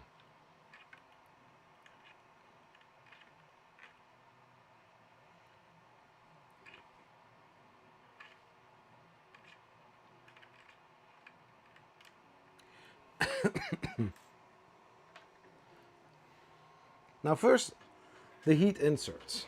Well, those seems not to be that any of an issue anymore.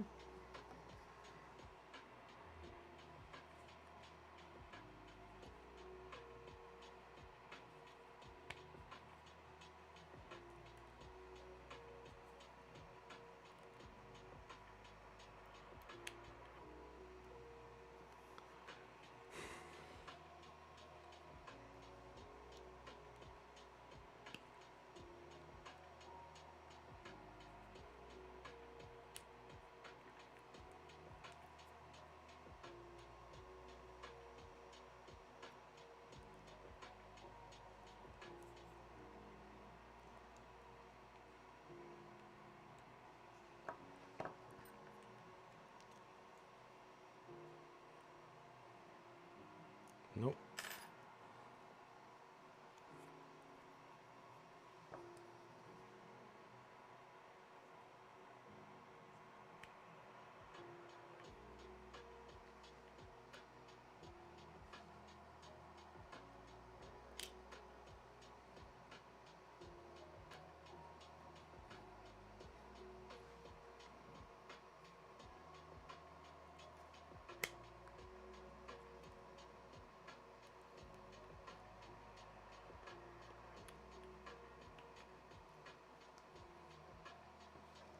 So let's try it again.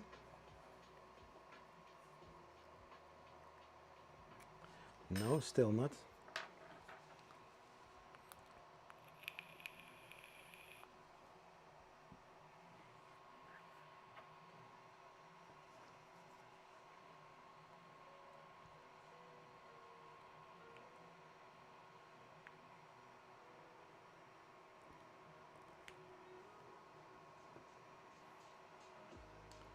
Did it?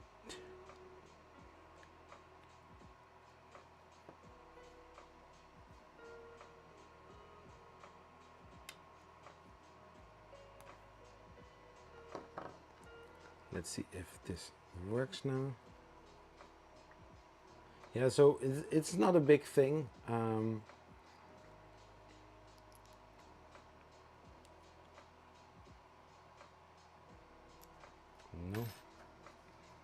still too much.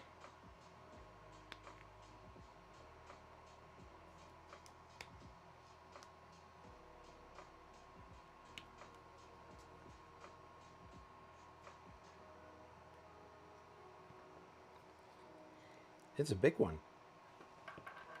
It's a big one. Big, big, big, big.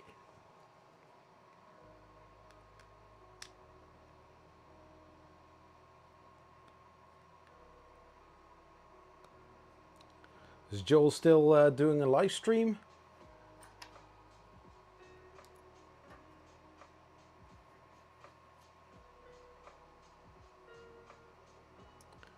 Wow.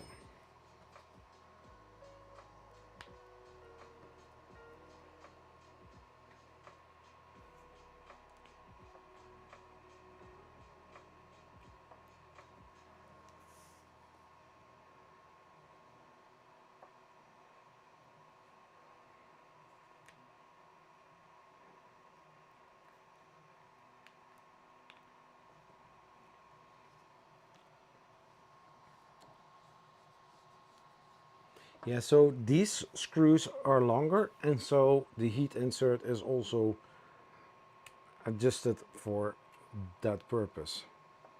I think I will get it out now.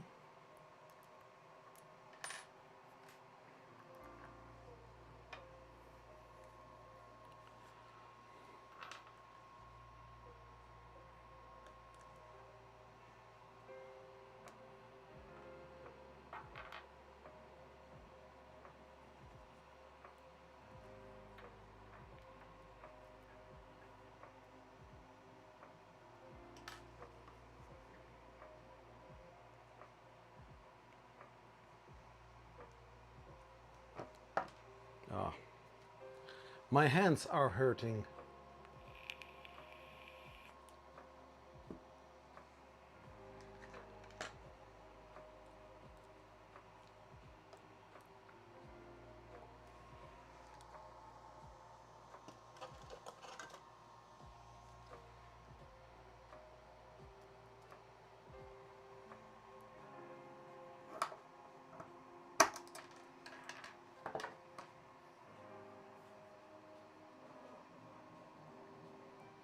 Yeah, so I need to check for the plastic that's in there, because those heat inserts are also, you know, taking some filament in there as well.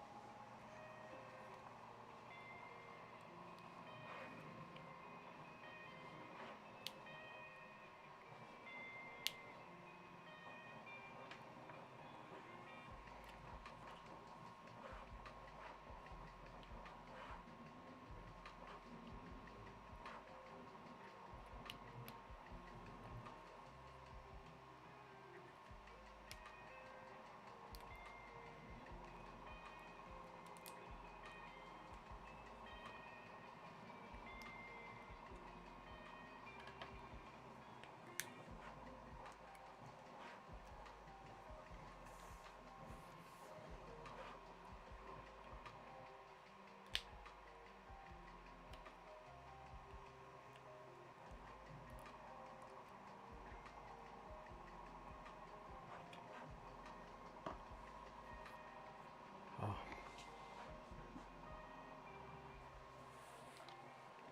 Hey, tripod! You are not done yet? Time to get an electric screwdriver. I might have one, but it's always not strong enough. You know, the one that we got from Creality?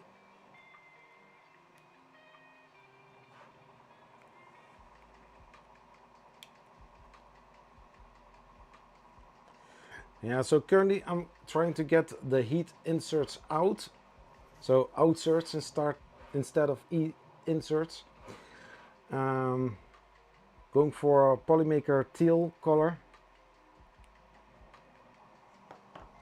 Is this one loose? No, not yet. But tripod, how are you doing, sir? Good to see you, man.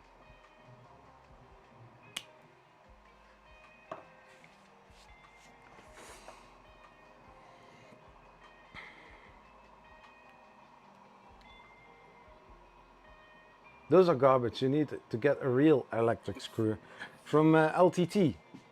Let me guess.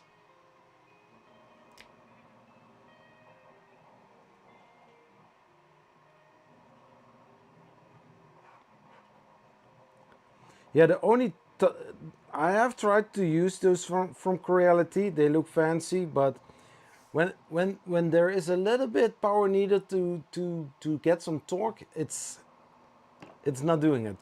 I wonder if they have tested it in the same Creality lab as their printers. Probably not, or maybe they did, but then I doubt the quality of the. I won't say anything.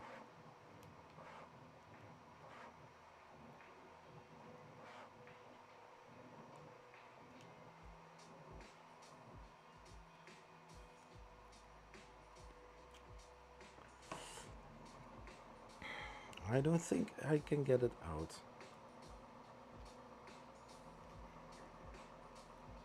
Yeah, that's what I thought. No.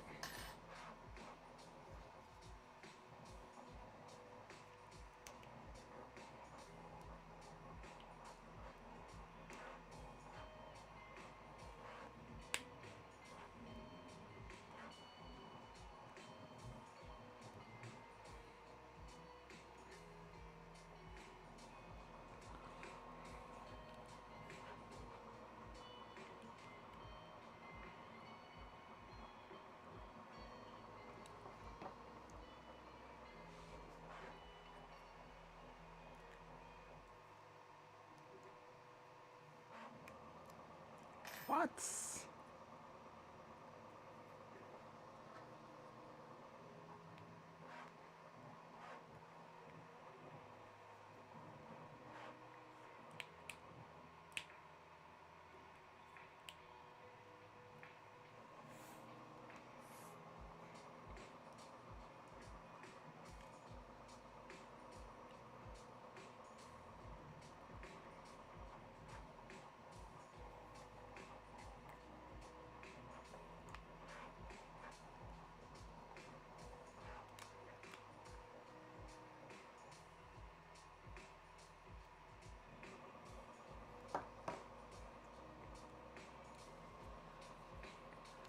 N20 motor and print the body. One version in higher rated, more torque. Oh.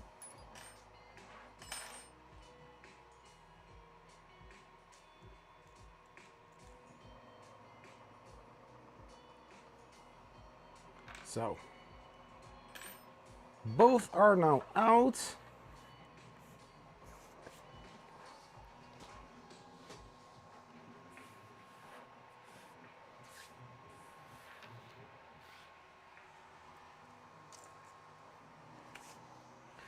I have a little small container where I can put all the trash in.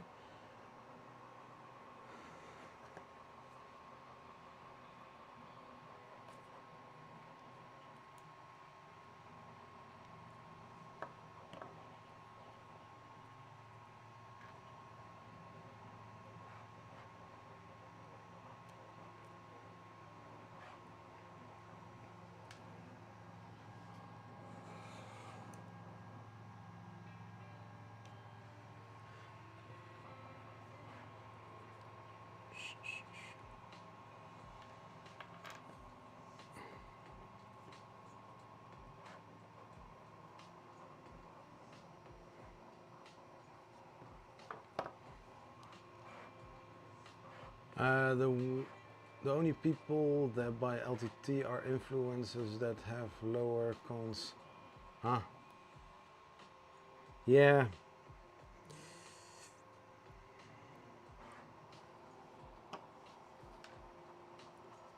Oh my gosh.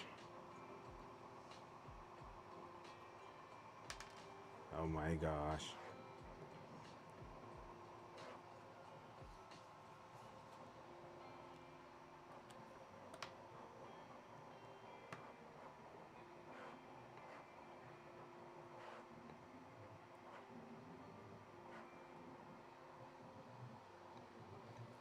Yeah. I also see some blue, so I really hope that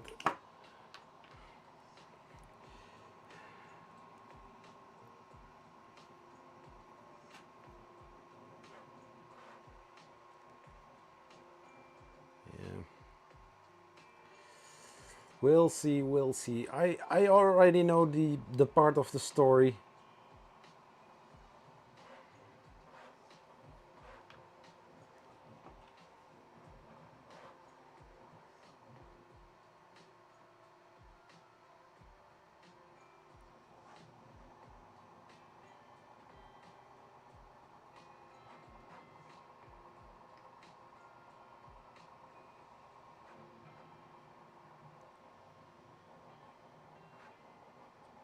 So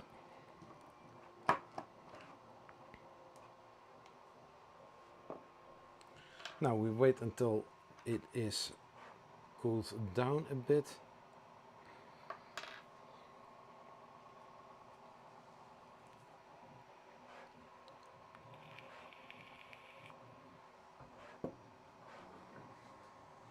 No, the one from Reality, I tried it sometimes, but the only good thing about it is the light.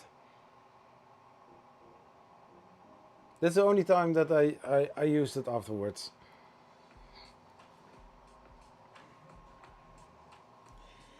Now I need to get this installed back.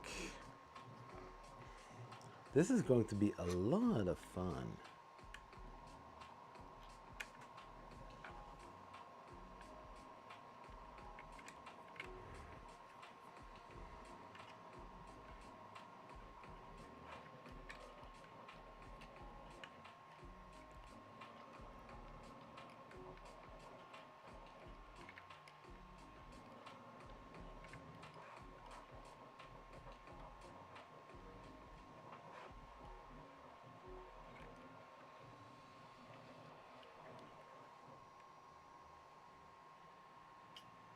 Ooh.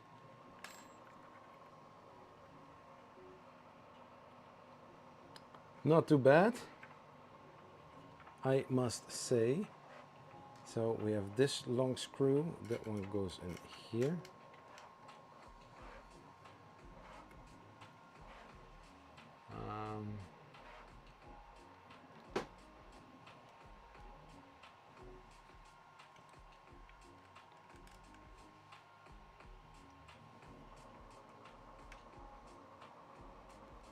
So now we are going to put it on the back side.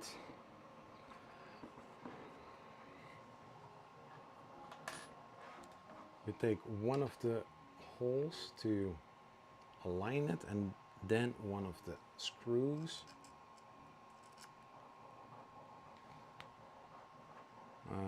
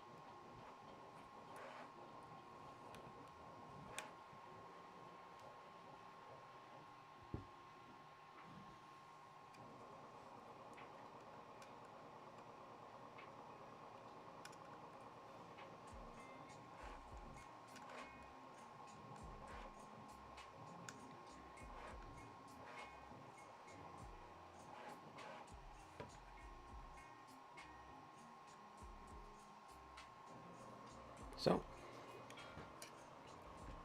yeah, that looks nice.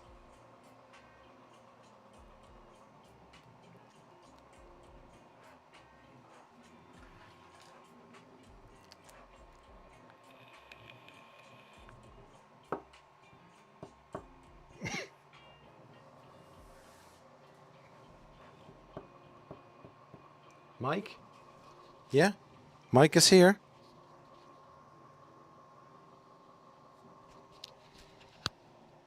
Battery life. I just, you know, I charged them right before the live stream started. Both are completely full. So yeah, you still have audio when it is correctly.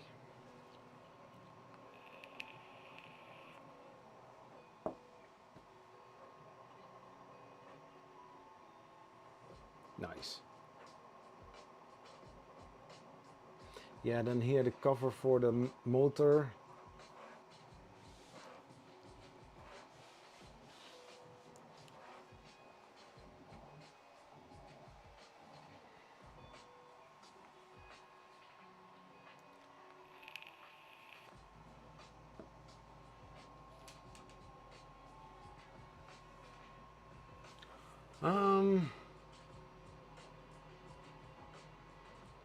I'm getting a 3.5 version for my cam. Ooh.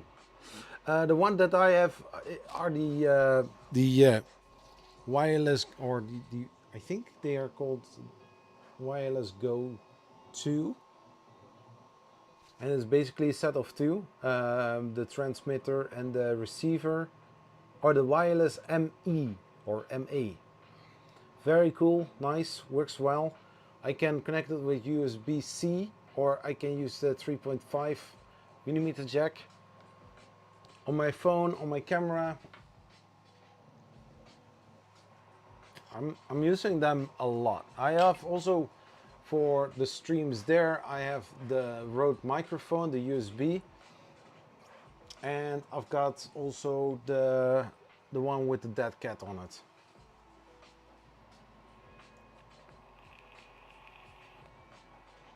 Basically a sort of shotgun mic.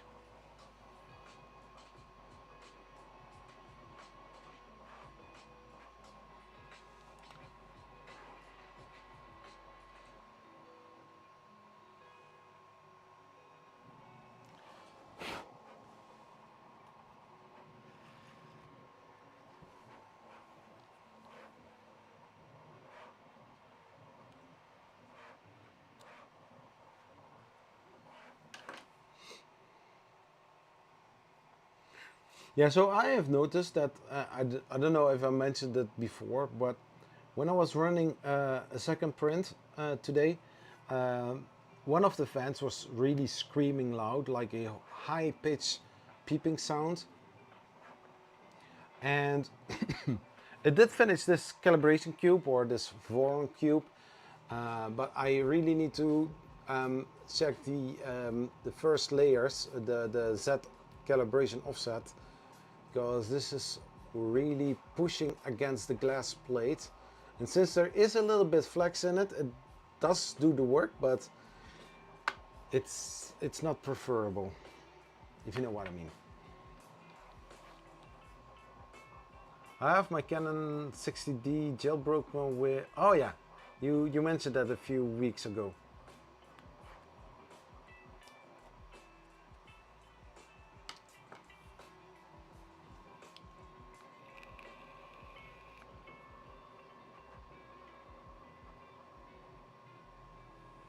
Yeah.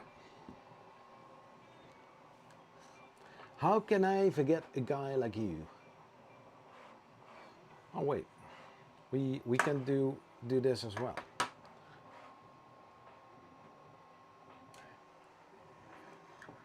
So that means if I'm going to turn this knob out, then I need to re-level the bed.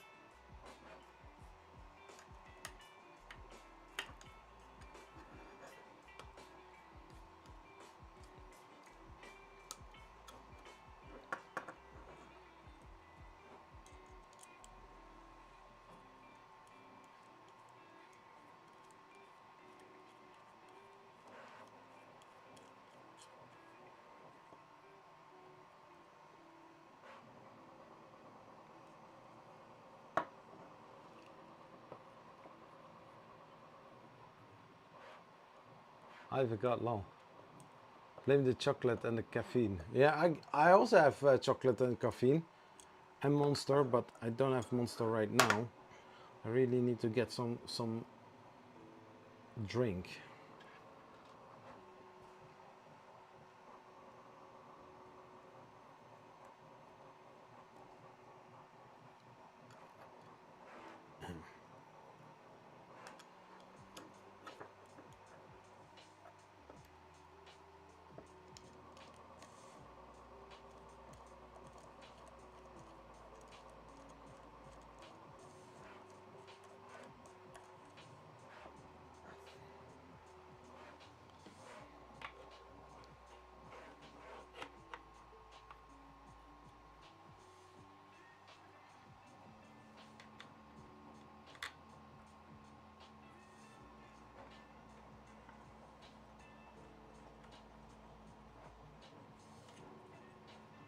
Yeah.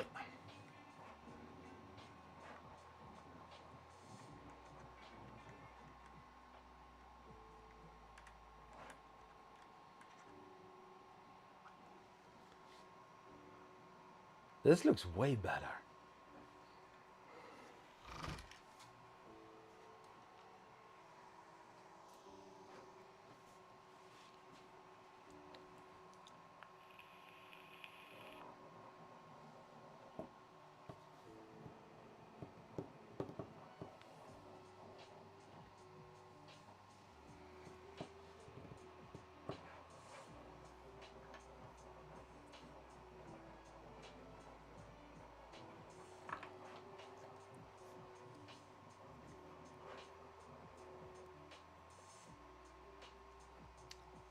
Let's do that side as well. Yeah, exactly. It's looking pretty.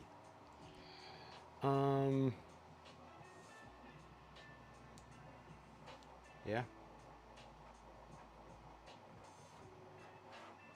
So I need to take the top off again. No. Oh well.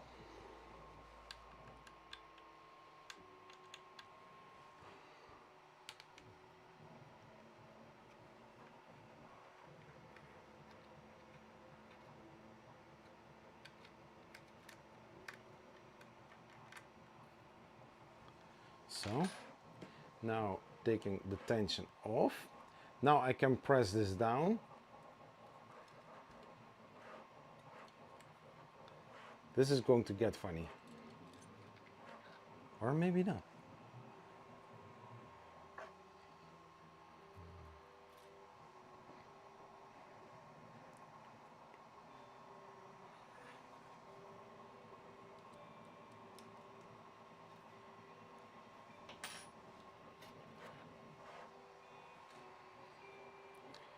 So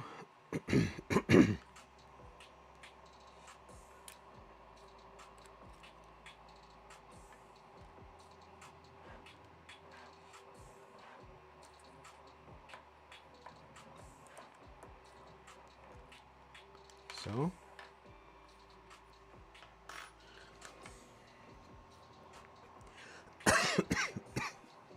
first we are going to change this.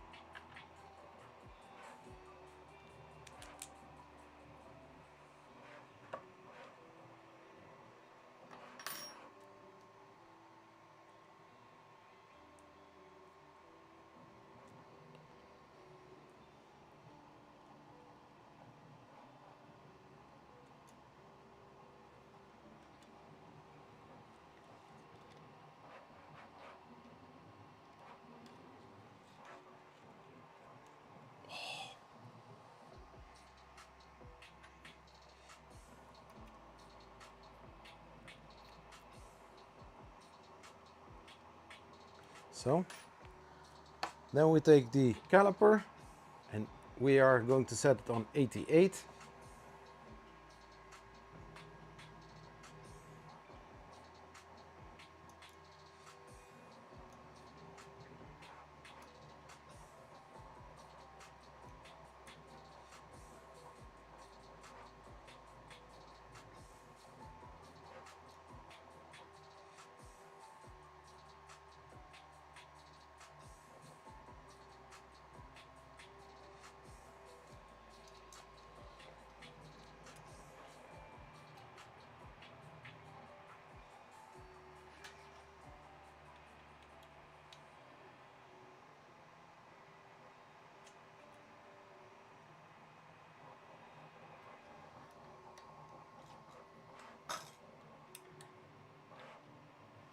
Of course, once it is installed, I'm going to put more tension on it.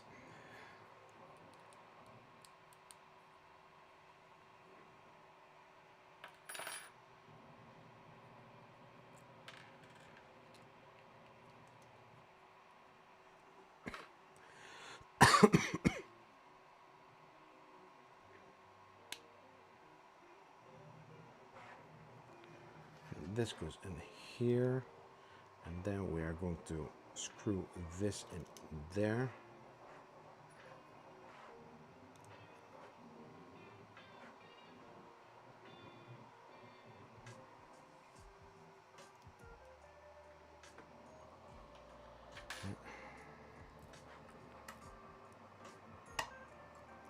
So, first ball in there, and I want to check first before I'm going to put all the things back if the ball is really sitting nicely. Then the spring goes in,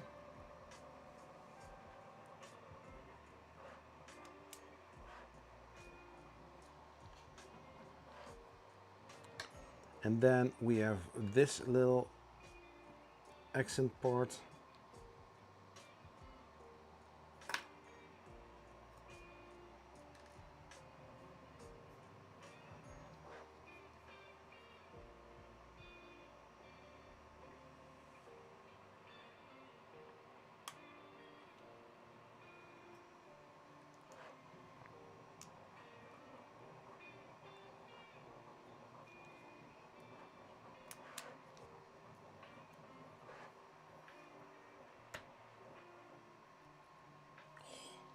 Check this out, check how beautiful. And you see that there is a little bit of the ball bearing visible.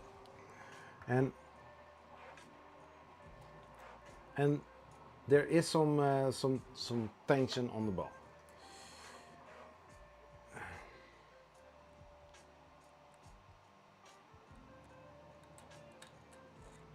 Then that goes in. Then we are going to add the spring.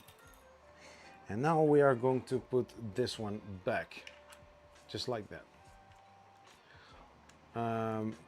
We can take the belt and we are going to apply some pressure.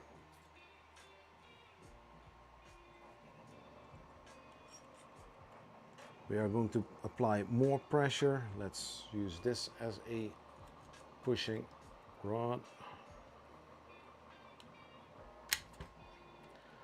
Oh yeah.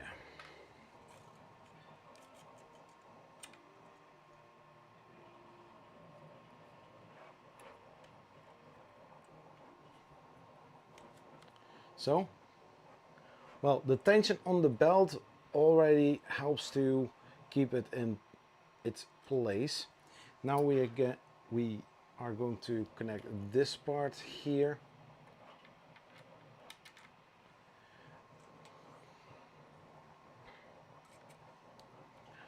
Now we are going to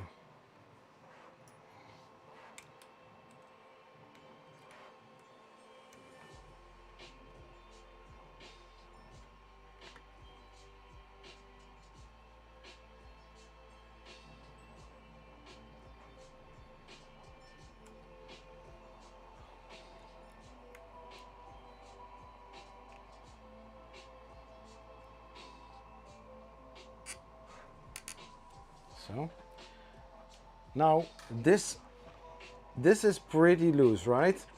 So I want to put some pressure on it. And so what I'm going to do, I'm going to measure where the bolt is till here, if it is still 88, and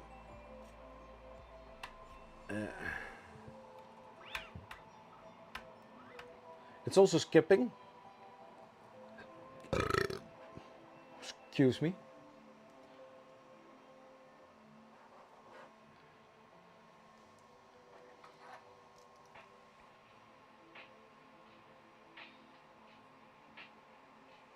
A little bit higher.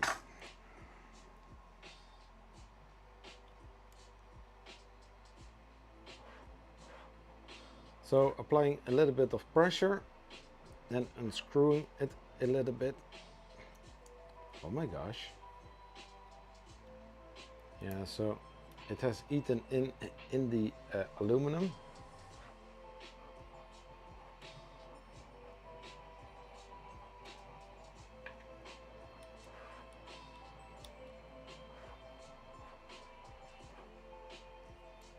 So still a little bit more tension.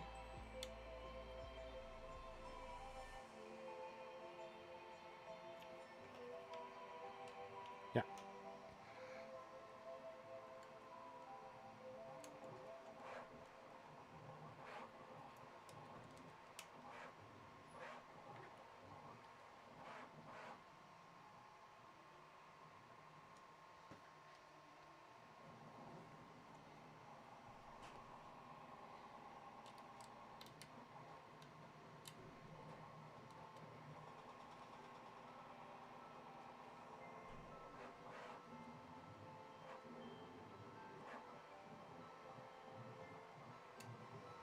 So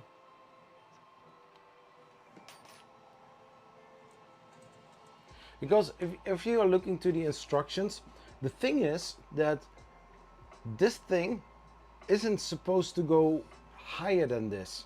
So, and now it's looking perfect.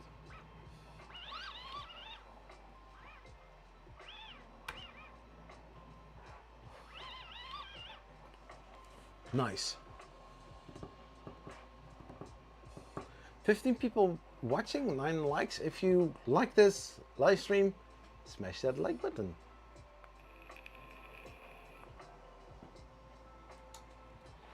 This, oh, wow, this is really, it's getting better and better.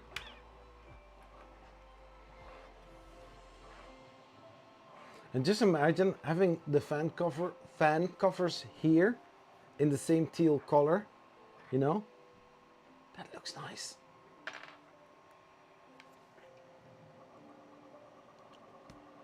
But I need zip ties. I know that I have 2 bags somewhere.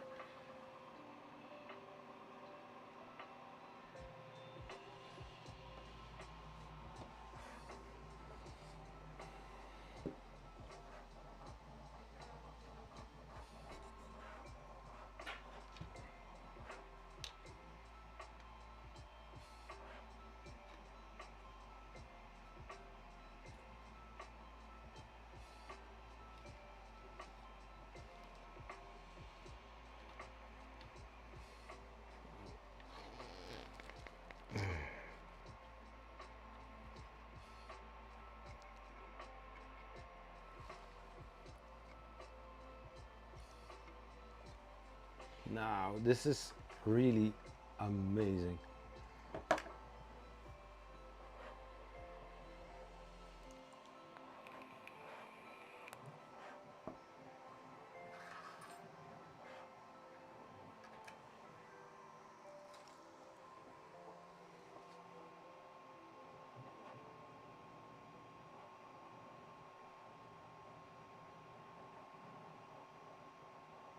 Just only some color changes makes a whole lot of difference, right?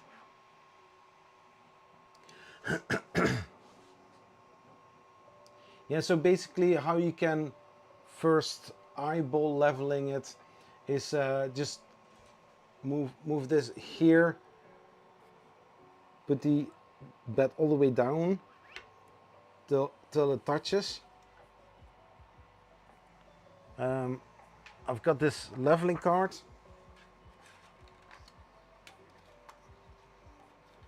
Just like this. And then I'm going to move it to the other place here.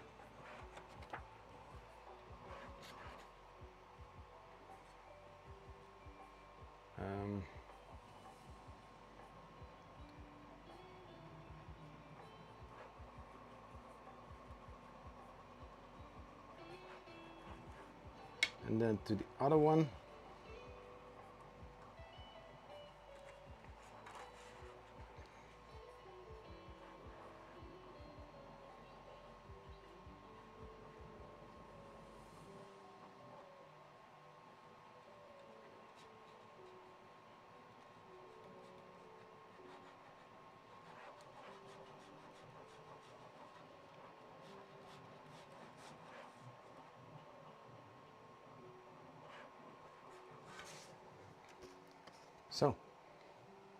and it's globally eyeballing leveled.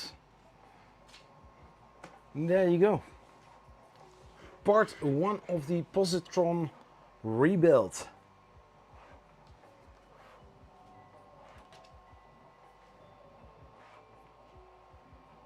Yeah, there are still some things that I really want to do, but at this moment, this is all I can do at the moment, because I really need to have the other body parts in order to start disassembling the parts here, and yeah, maybe it's just 2 parts, maybe in 3 parts live stream, but this is already nice.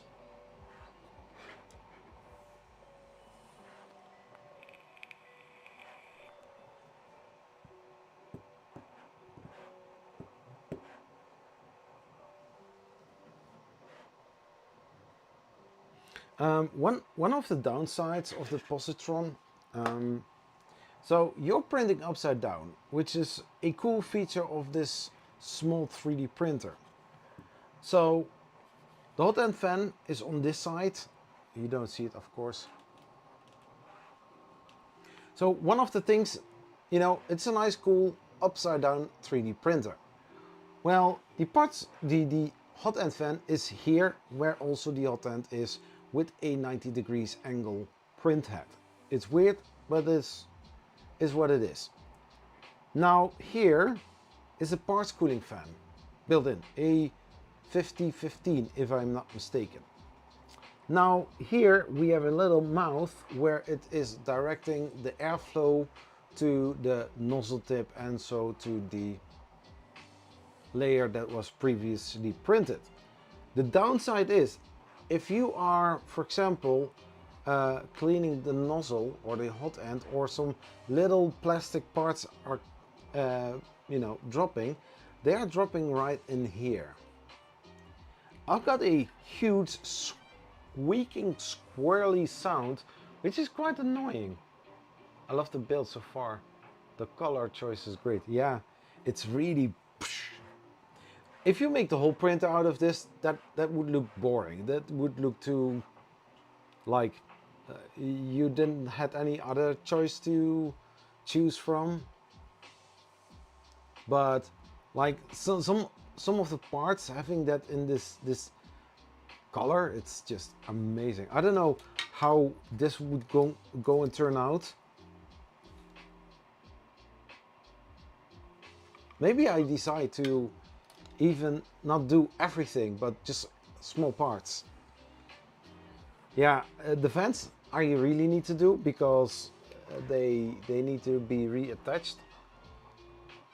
So yeah.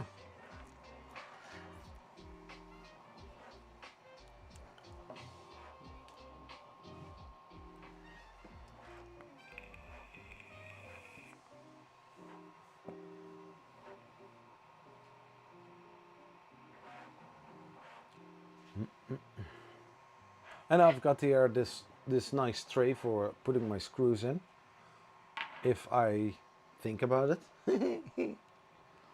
Yeah, basically small parts, and then put them here and do one at a time.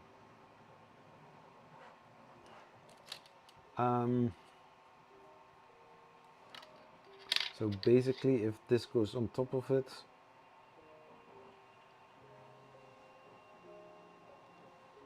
I think that these are also easy to do. And basically, if I take one of those plates out, I need to undo the belts, which would mean that I need to untension the belts.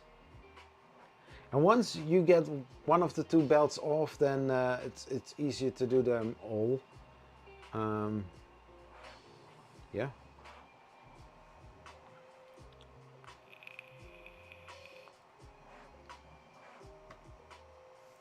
I'm going to get downstairs, getting myself a monster, and in the meantime I'm just letting you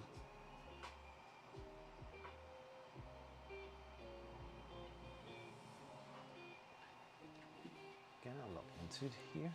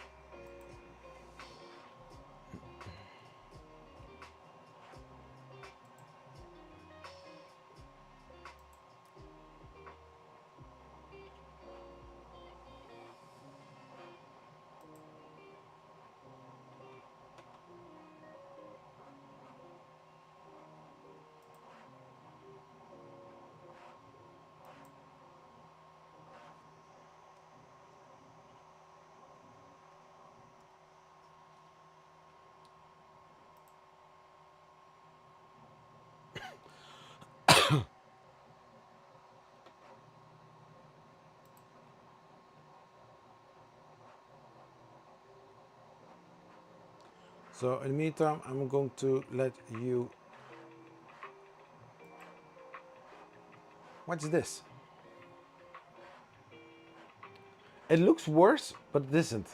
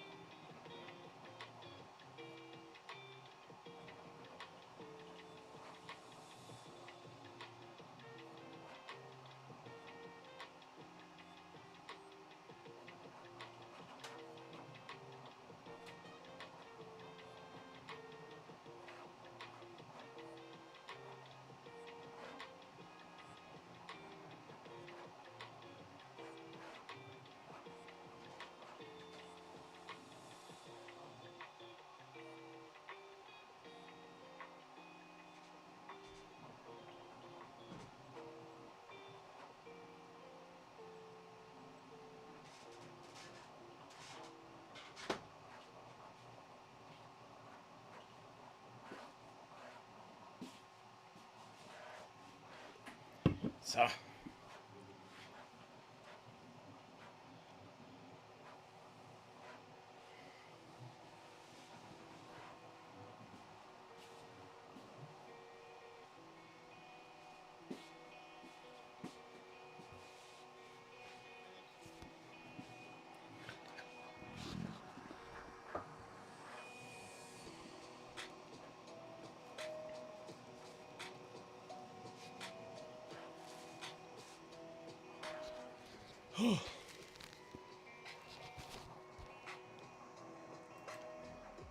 So...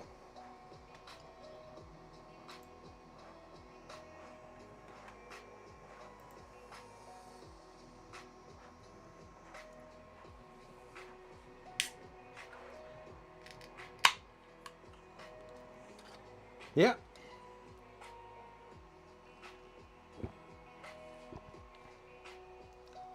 Now, I have those.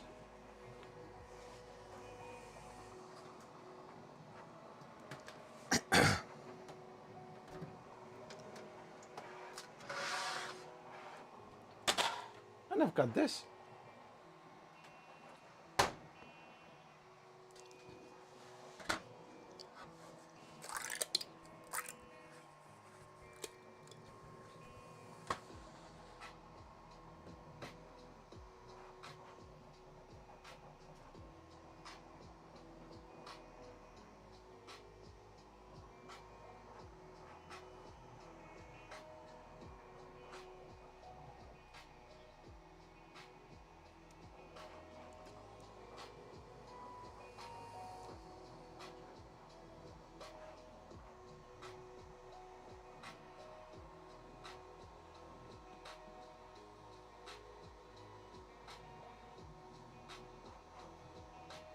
Where's my spatula?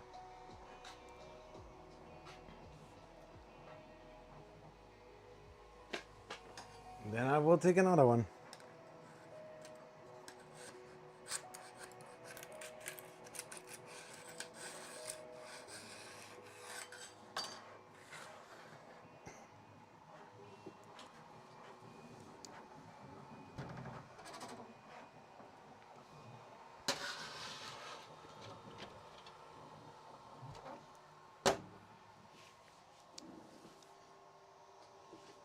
Did you know, by the way, that I am sitting here on this workbench, or not on this workbench, but I'm sitting here quite a lot. I have also a desk, but you know, I can move this chair to my desk to the workbench. It's quite handy.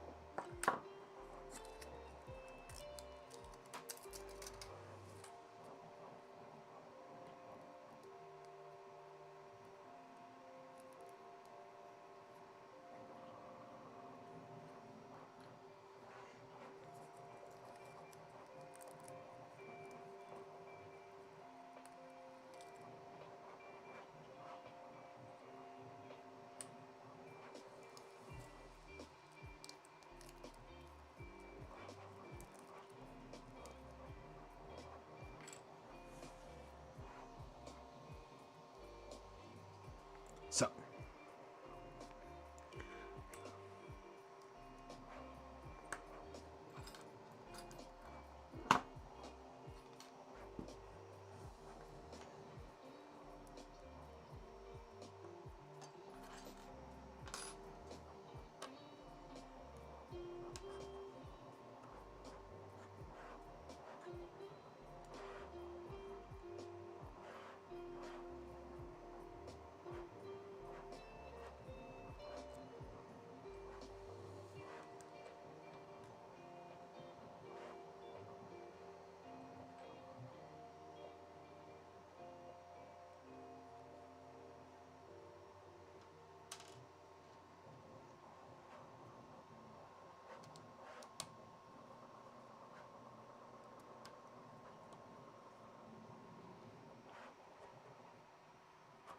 yeah, so basically it's like you know,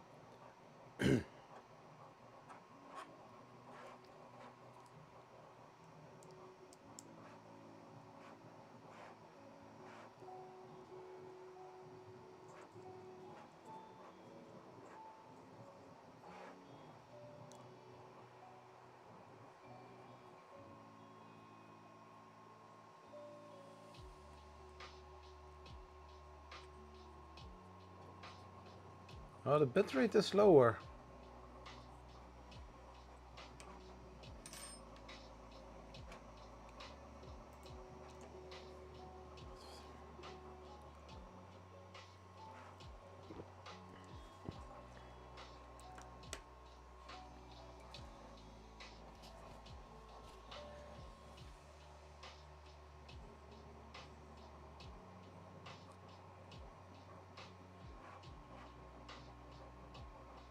Oh yeah.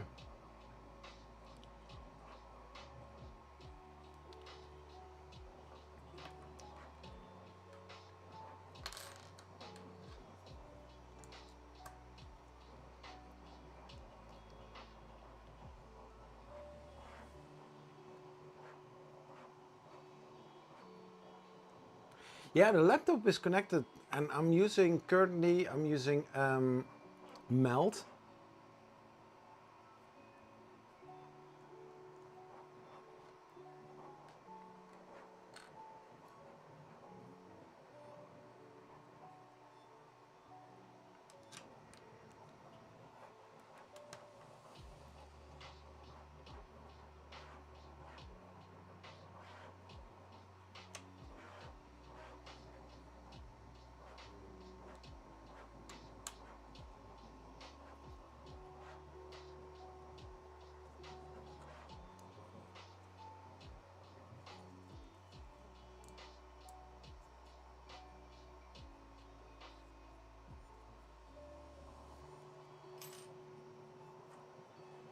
Wow, this really pops like fluorescent, you know, like the Art Deco kind of dystopian future kind of thing. If this was also, you know, like fluorescent material, glow in the dark kind of thing. But I think already said somebody said it.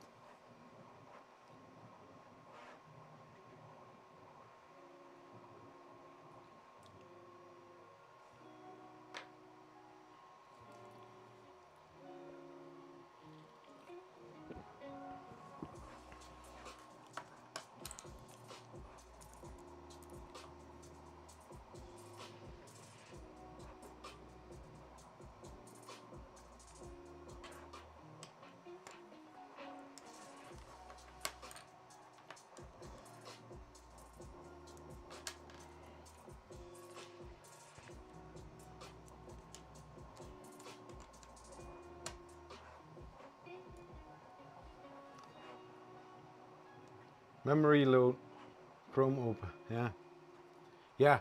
I can also take Windows Explorer.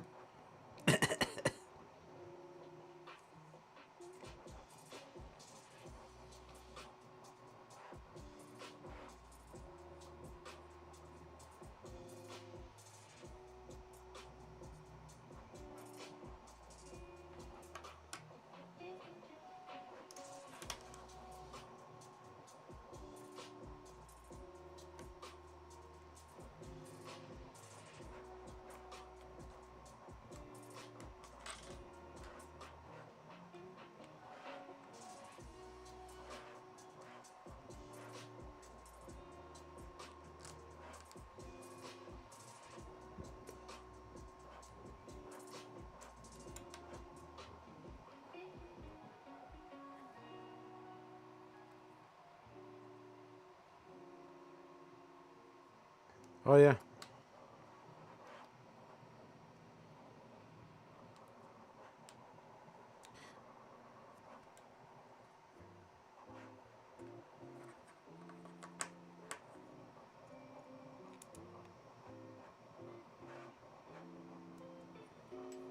Nice. This is looking so pretty.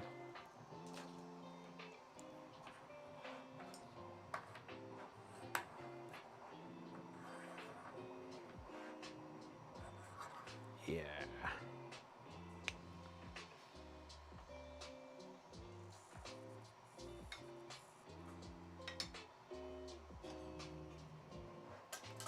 Ah, there's the other one.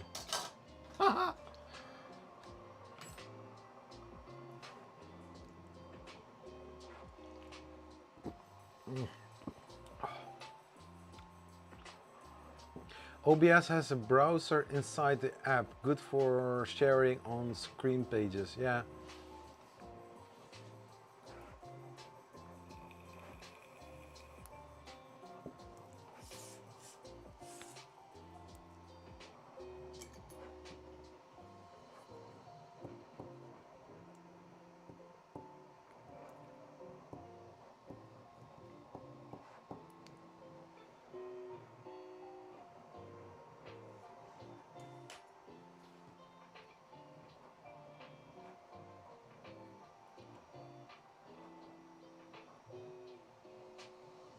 Yeah, I don't know what else I need more for this here.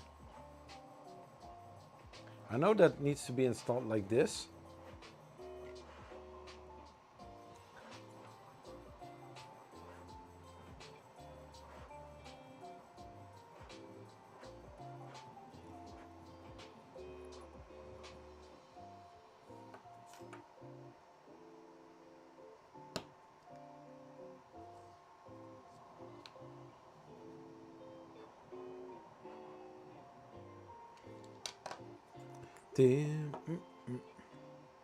Yeah.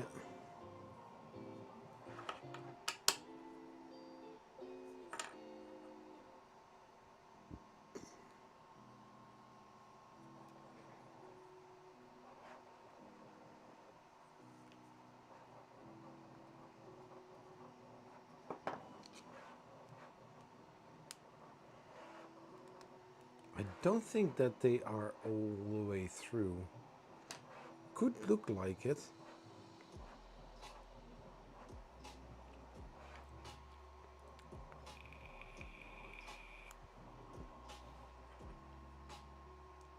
Tunka, I need to going to bed. Wake up early. Thanks for the stream. Bye. Enjoy your weekend. No, thank you too, man.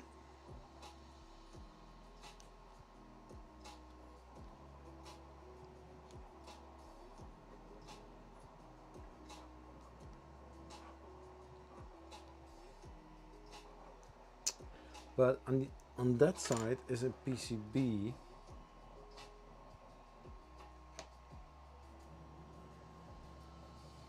So I need to see what else it does.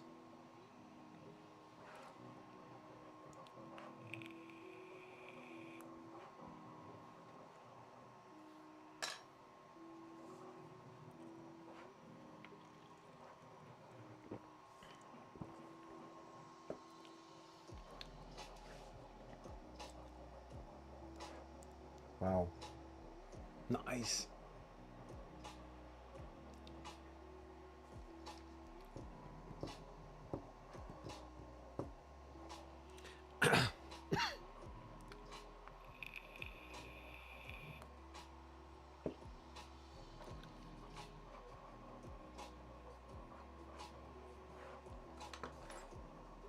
Yeah, I know from from the early days that Chrome used to be a lightweight web browser.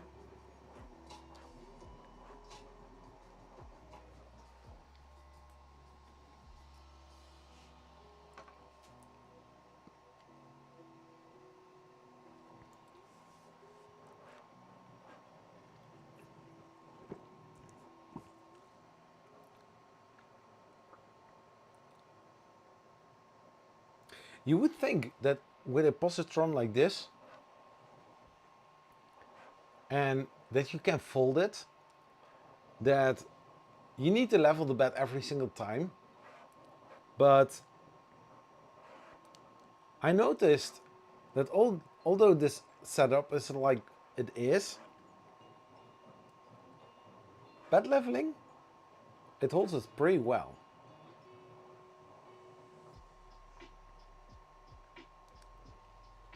You need to make sure that that screw is all the way tight. And I made a little mark here and here on the thumb screws, making sure that I can see in which direction I'm twisting.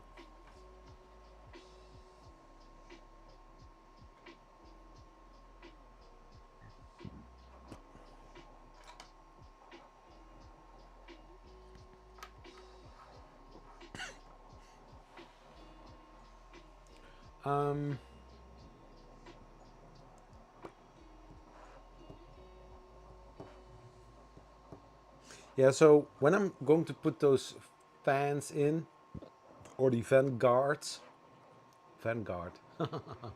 I'm going to use some super glue, and then they are going to be installed.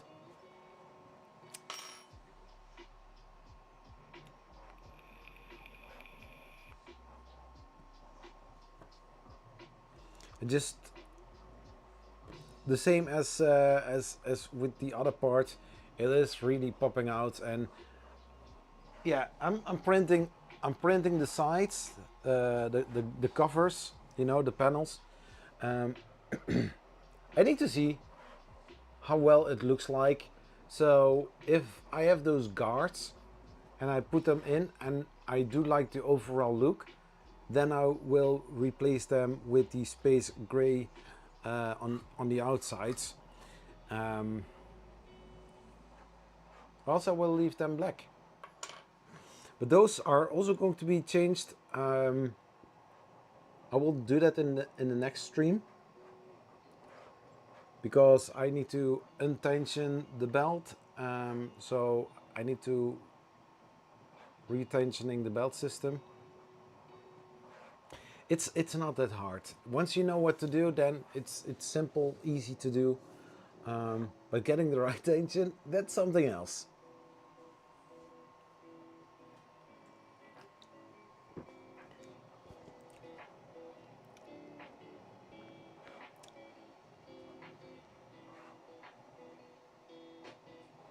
You know what? I'm going to do that.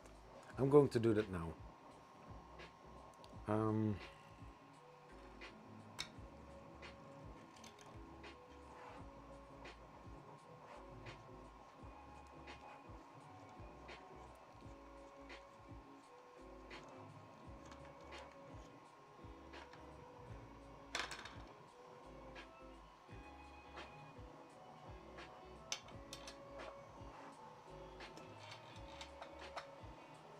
So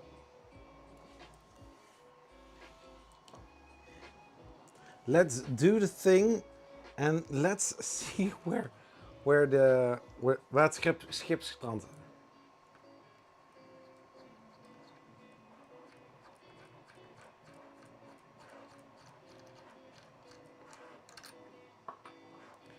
In the meantime, I'm going to put those fan guards on that printer.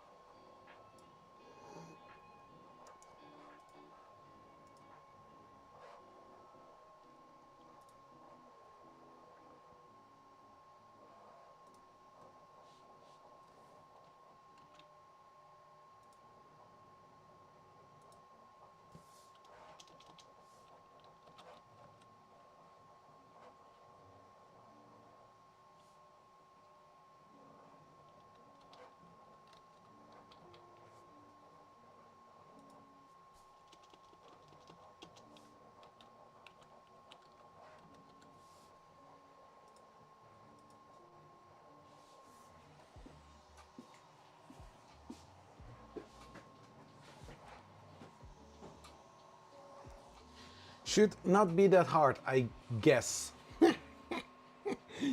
Famous last words, I guess.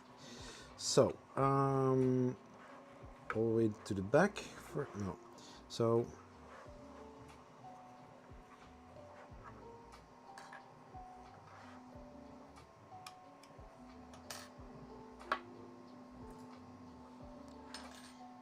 first, untension this part. No, wait. Hold your horses. Hold your horses. Not that fast, Zach. Now I need the smallest.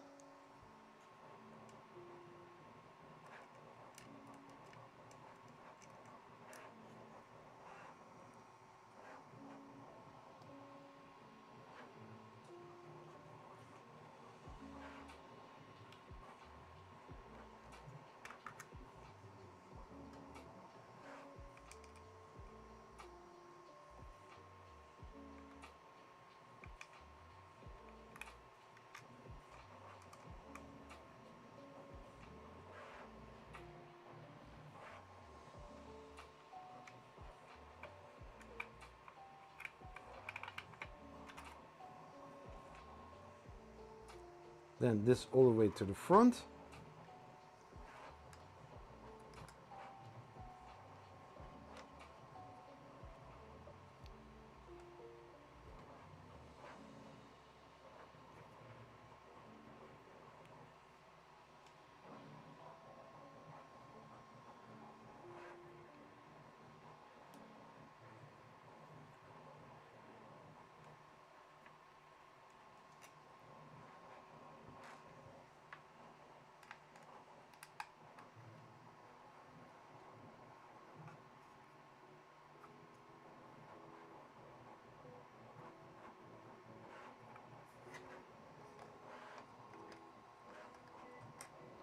So then I can take this panel off.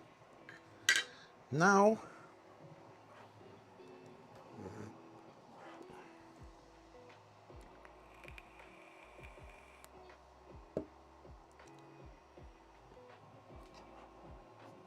so this side, one screw here, got holes there, but only those two are attached.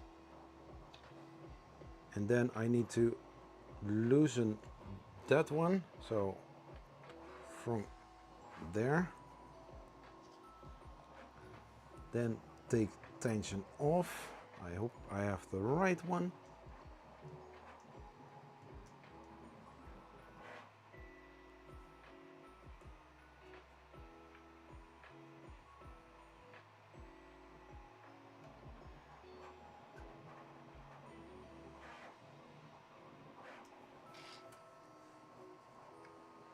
So this goes up again, so tension is off, so I can take one off here, and then everything is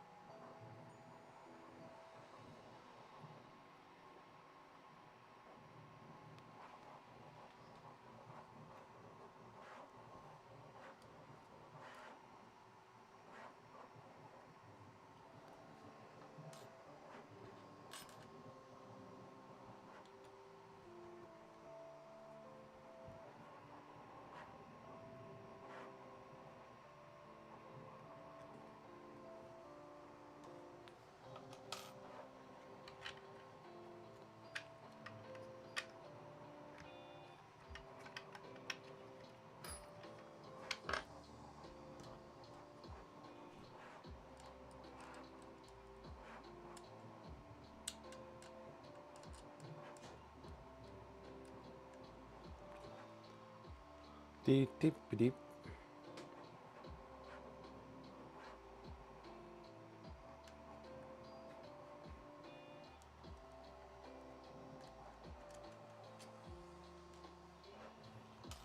So.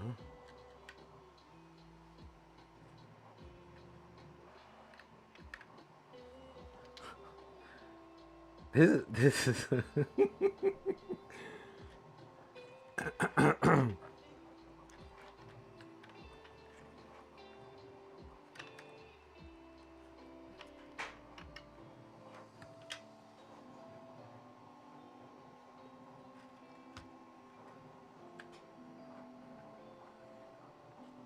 so the whole belt system is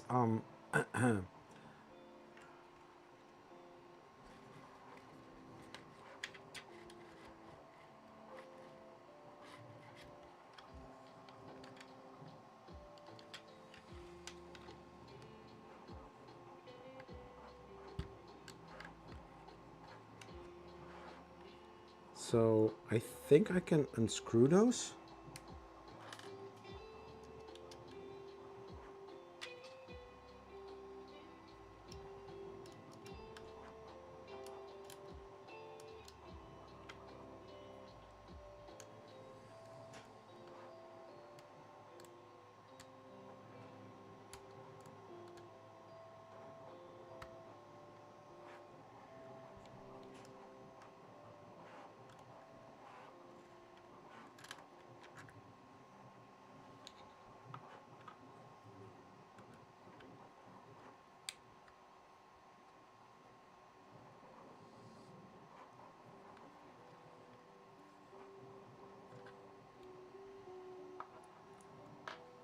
so.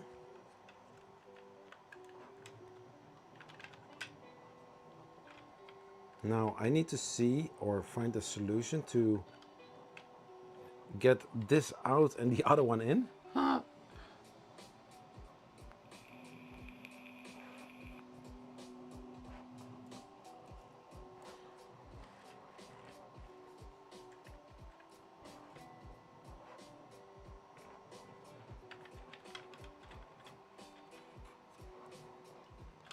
I have no idea how the valve path is going. Mm-hmm. Sure, Zach. We believe you. So, these pulleys are in the way. So, I need to undo them as well.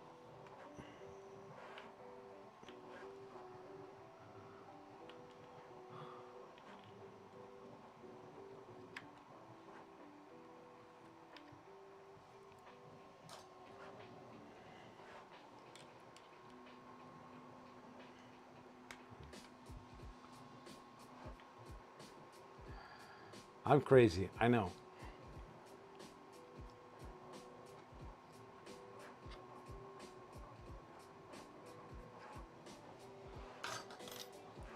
But I think I did crazier stuff in the past.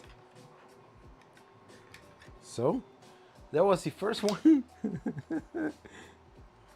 Oh my gosh, this, oh.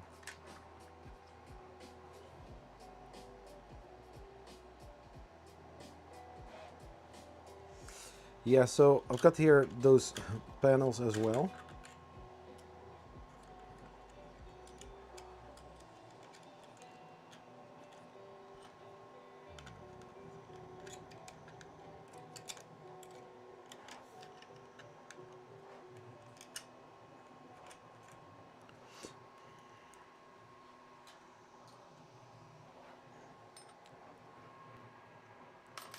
So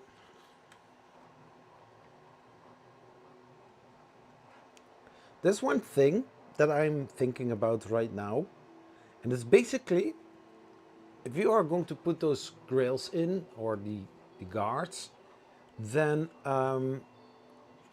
this area is very hard to reach. It's very narrow, and basically try to get it in, right? So first put some super glue on there and then try to shove it right here so that it will fit.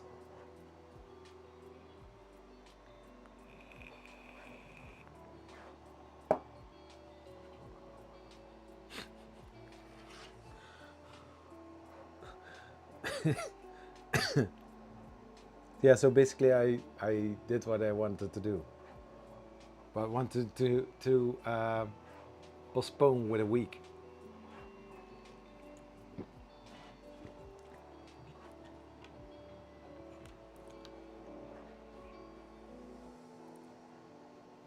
So if I take this out,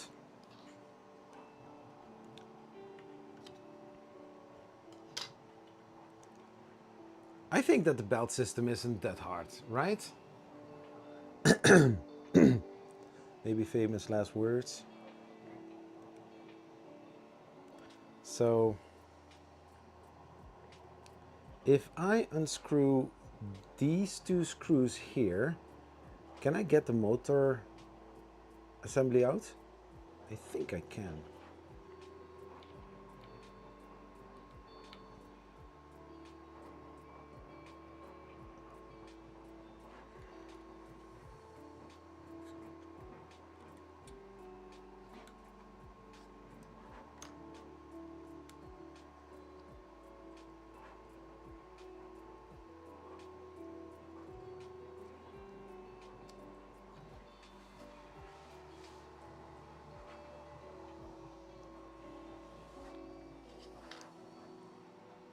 I've got a certain way to work, to organize things, so it will be all fine.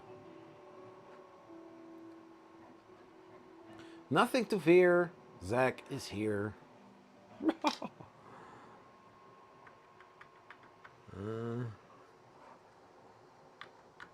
Does that mean that that one is connected to something behind it?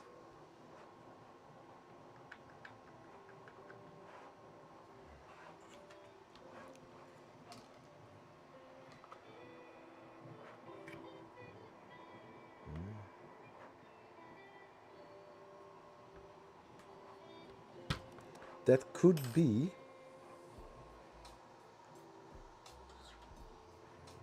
No, too big.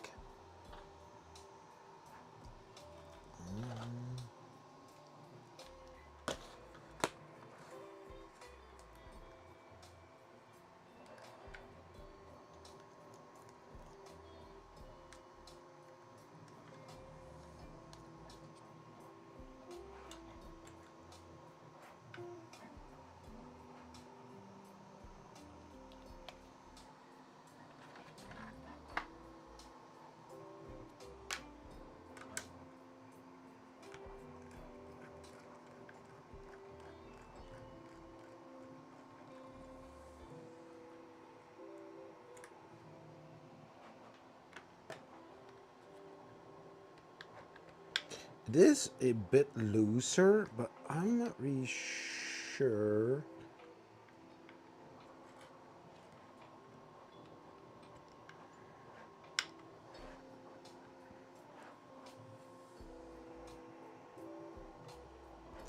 What I also can do is unscrew this part, the bottom screws, and then put those plates in. Or from...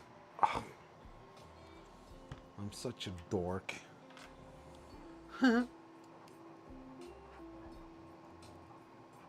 Hi all.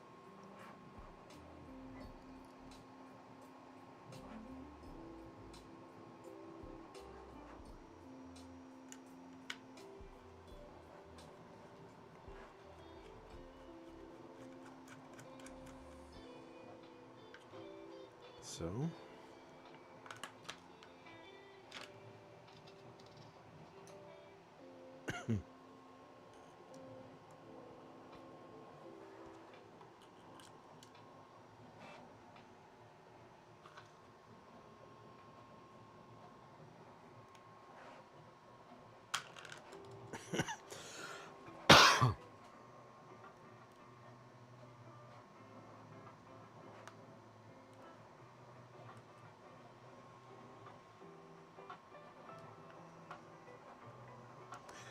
not this one.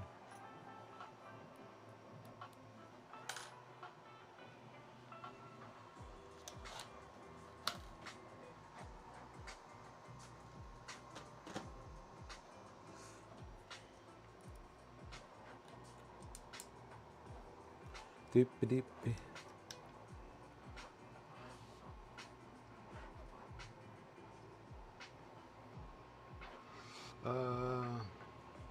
I'm going to need to rewatch the stream if I can. Oh, the belt system is a big to thread through.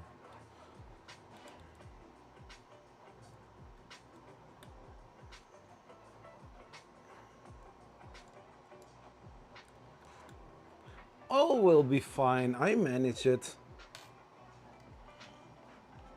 Nothing too hard for Zach. Zach has done that, did that before. So this one, and this one. And then I get this plate out.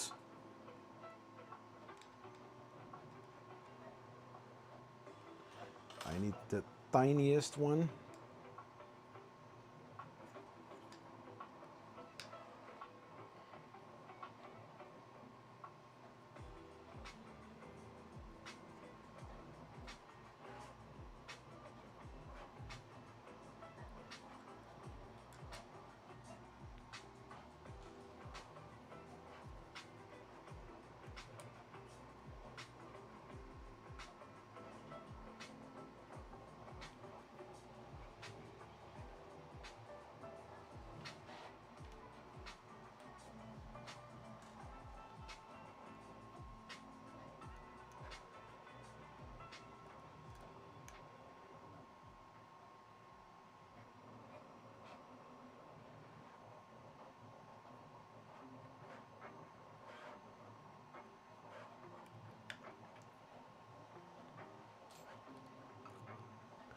so. Then put it back here like that, and then I can put the frames right in here once they are printed. Yeah, makes sense, right? Because those will take some time, and I think the 3 colors would look nice.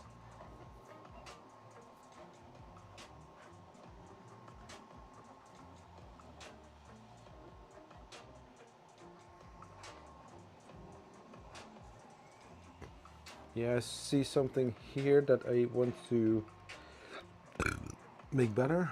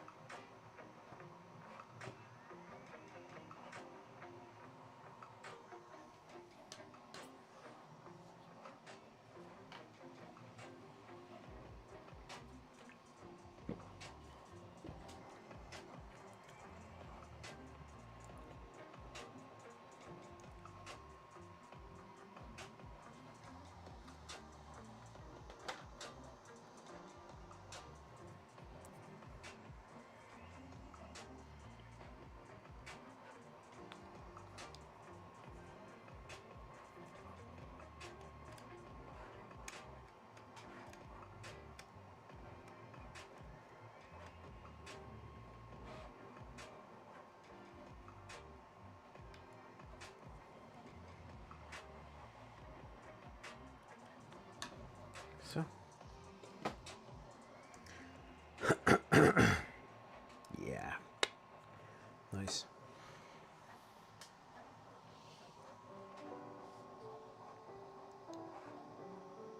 Yeah, I need to wait now.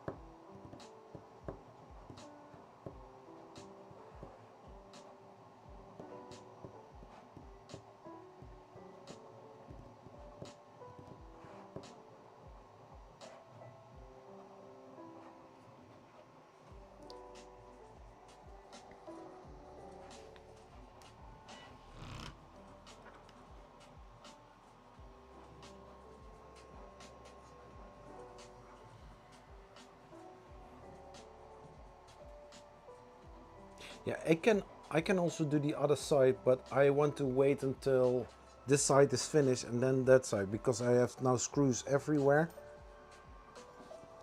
and I want to avoid messing things up.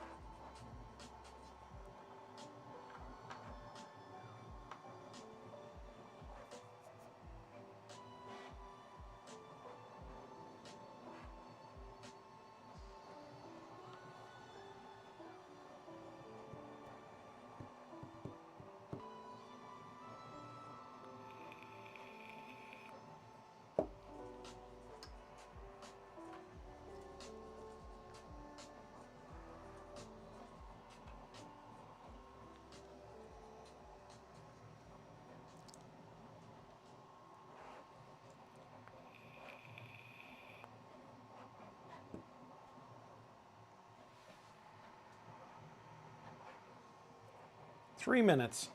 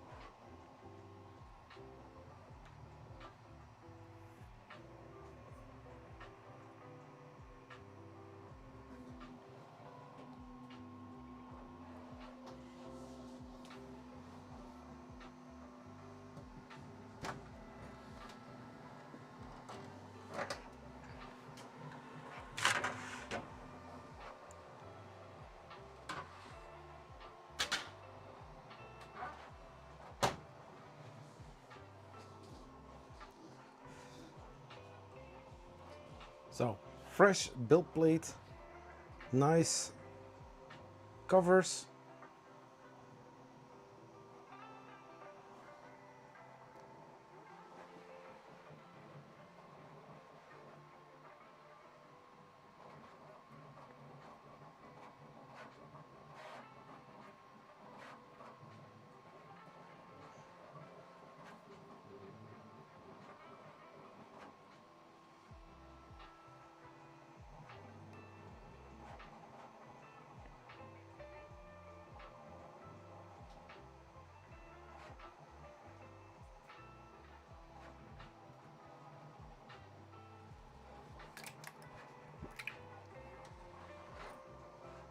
Where's my spatula?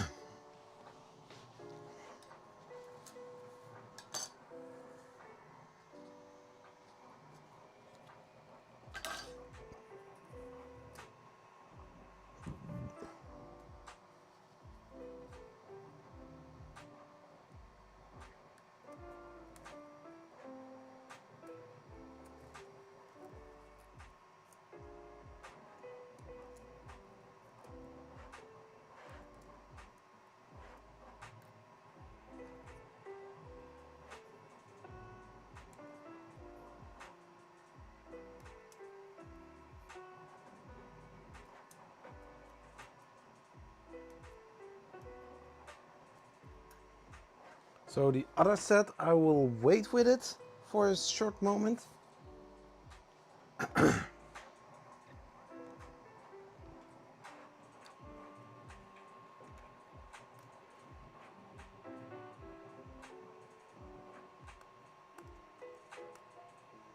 So now comes the part with the glue.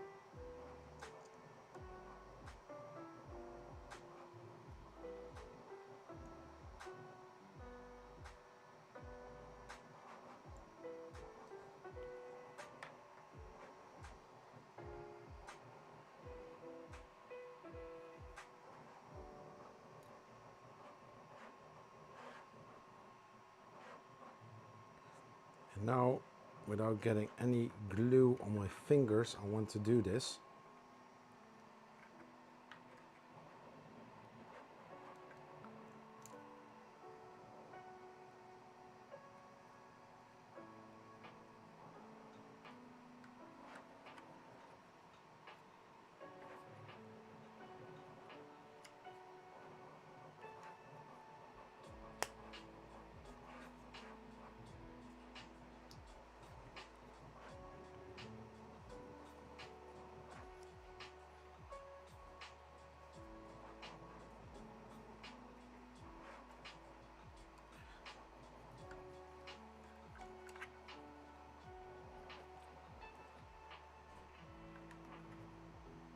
Nice. So now this one the same, and I really need to check how the orientation is, because you don't want to have them in the opposites.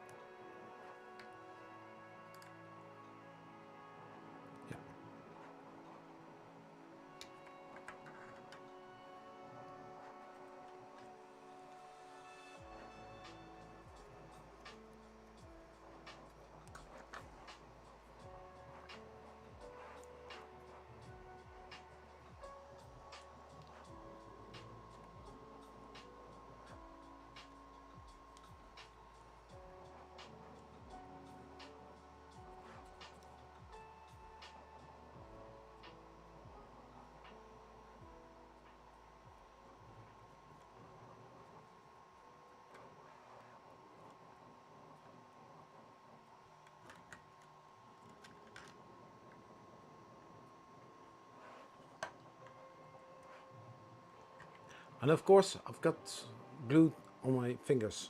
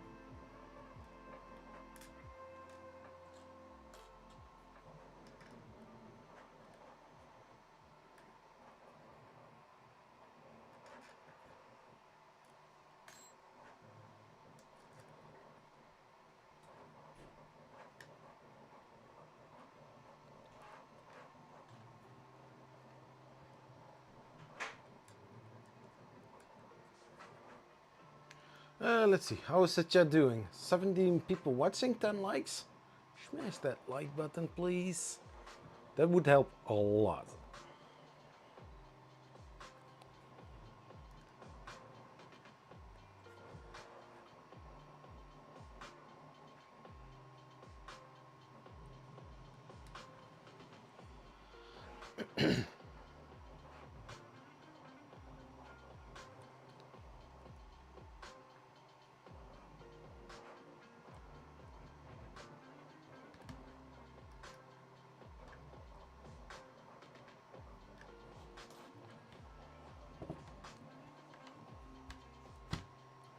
Yeah.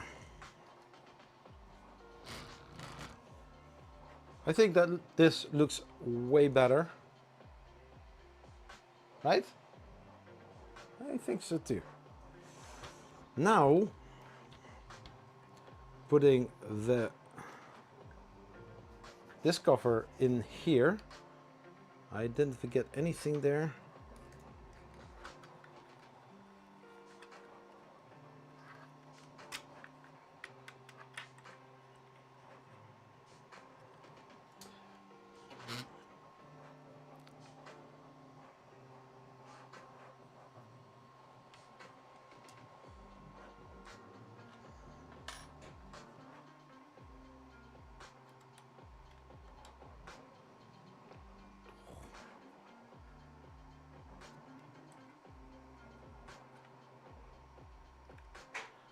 First, make a few runs.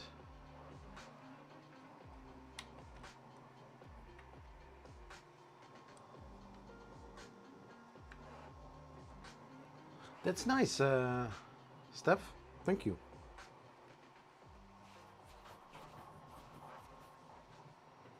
So, now the other one. There I need to...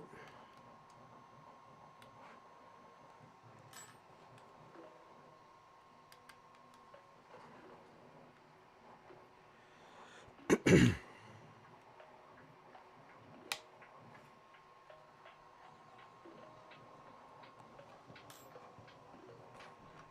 then putting back those pulleys.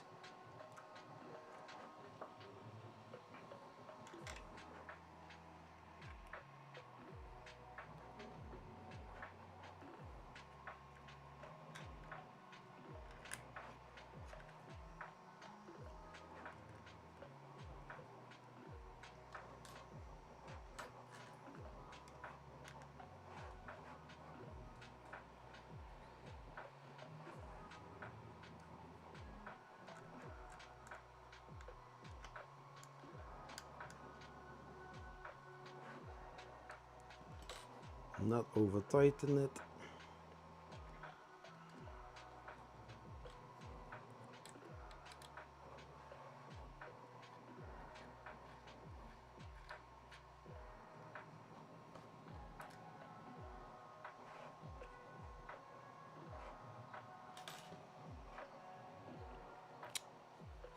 Nice. Then we are going to put this plate back because this part is so far done.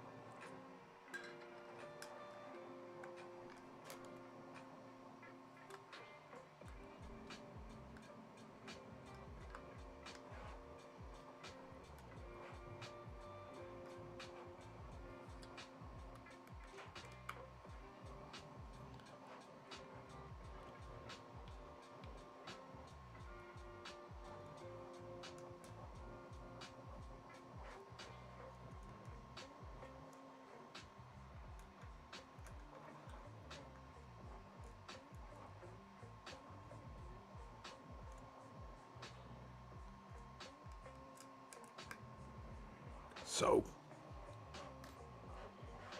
and basically with the belt system, I think it's not that hard. Just like this, and then going over here, and then it's going to do certain things. I think it looks complicated, but it isn't complicated. Know what I mean?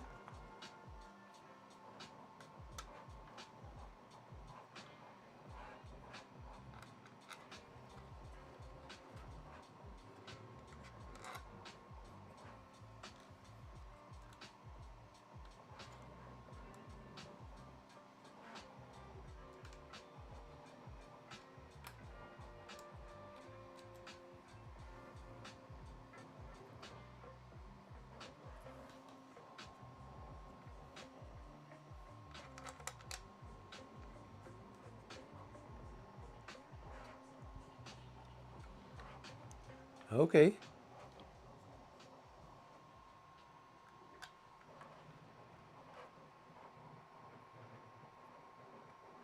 So one screw.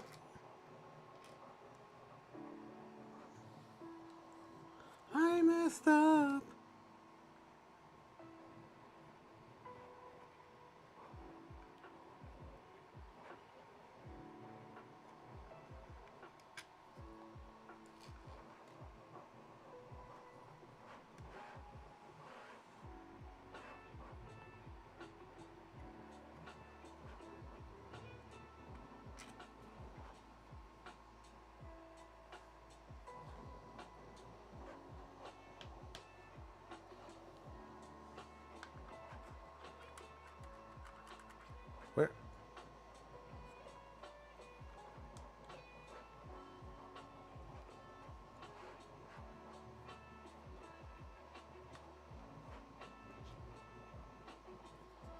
heat insert.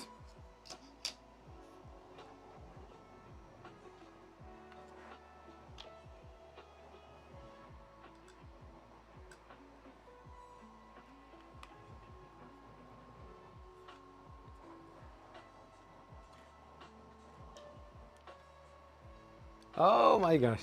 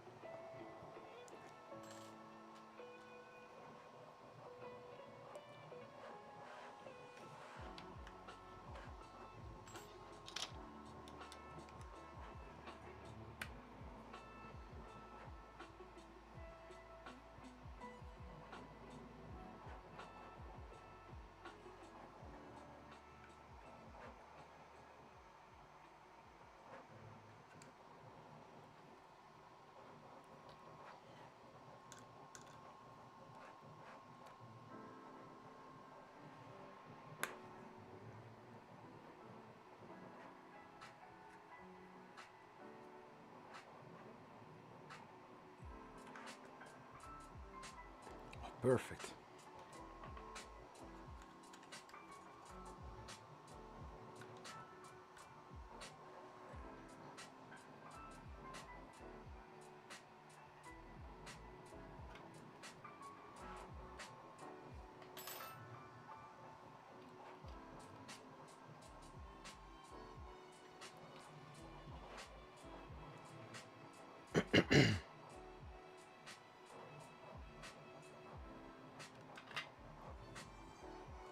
So now we take this part out.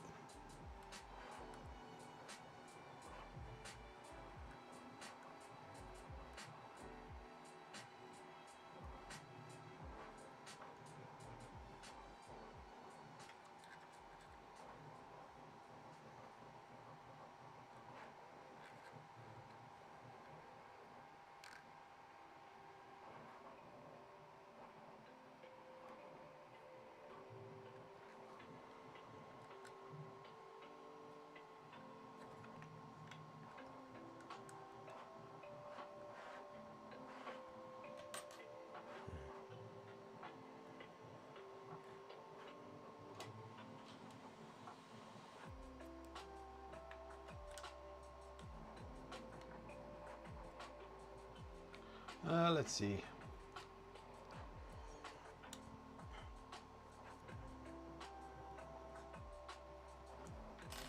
Then the shorter one or the smaller one.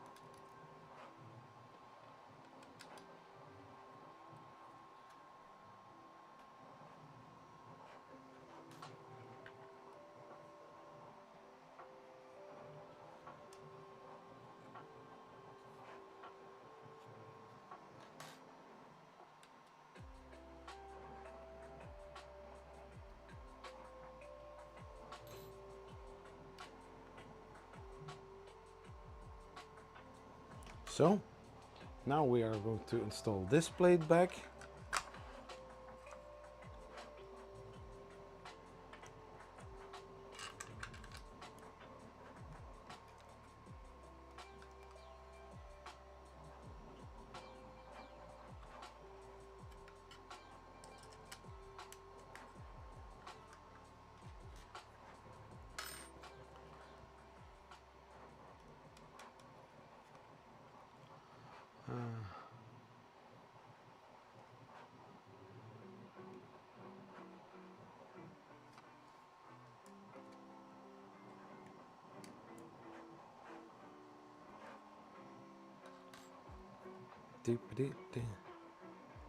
Now first the other screws.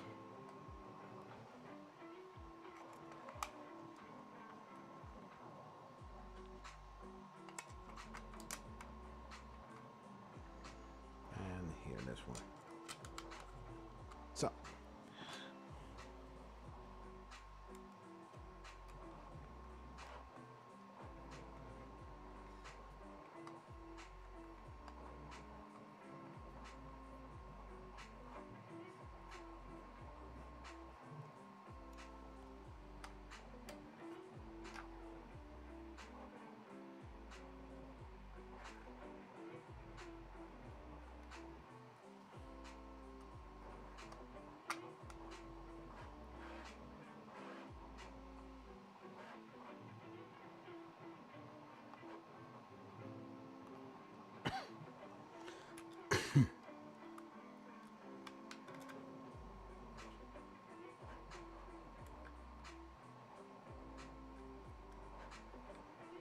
not all the way tight. First I want to have everything nice and clean.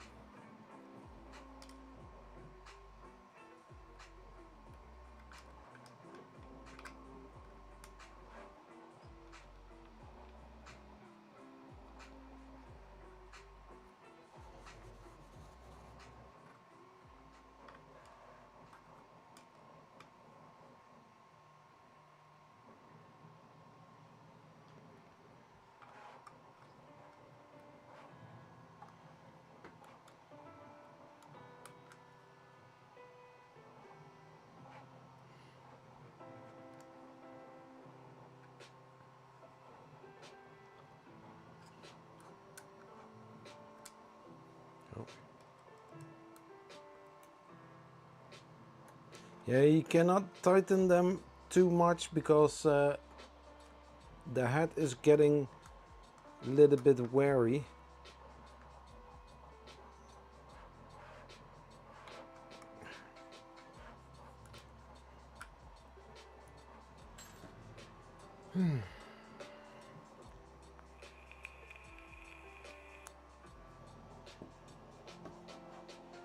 Nice.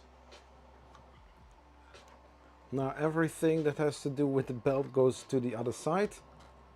Oh, this is... Oh my gosh.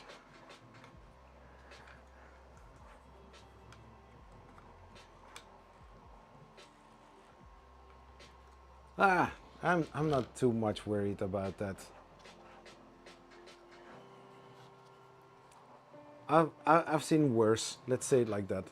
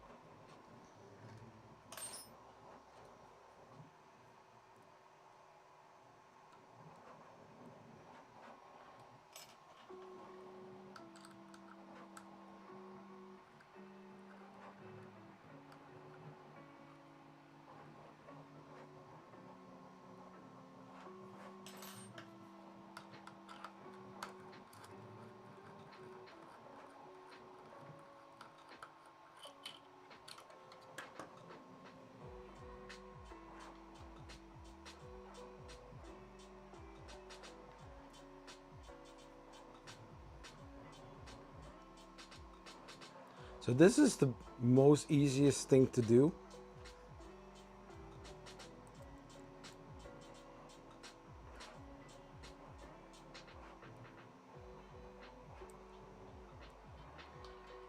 So now the small ones.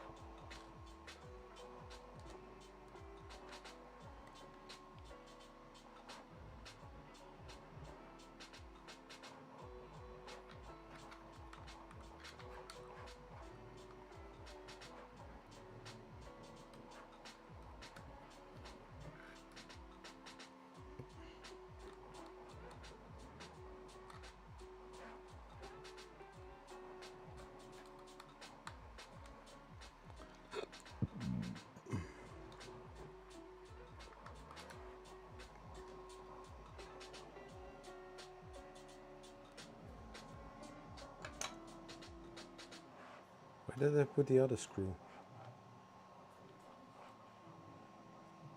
What?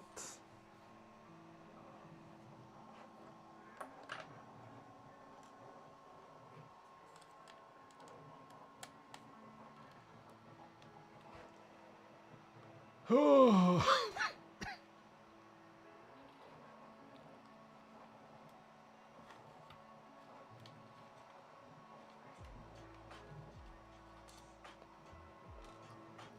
Yeah, so basically all the screws here are the same.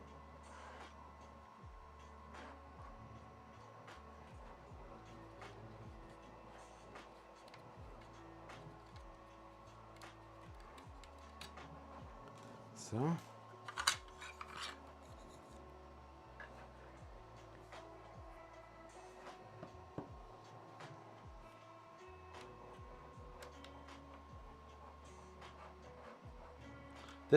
This one wasn't all the way tightened.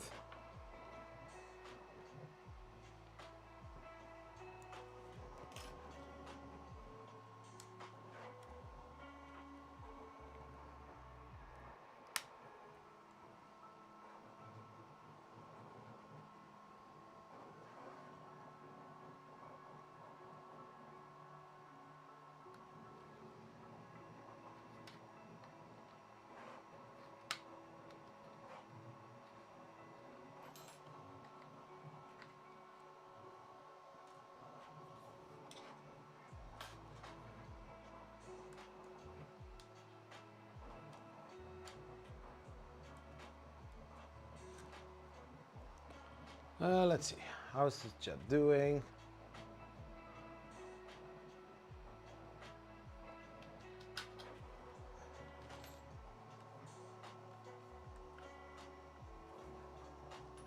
So, now take that one out.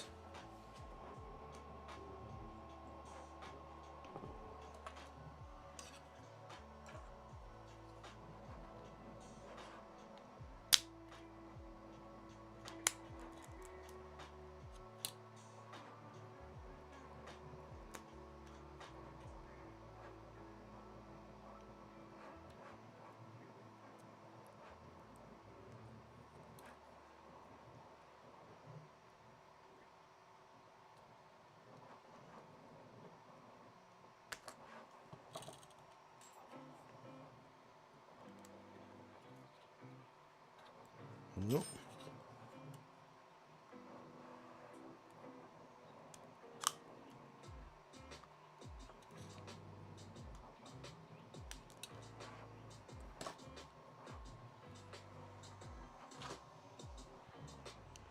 I need to get that off as well.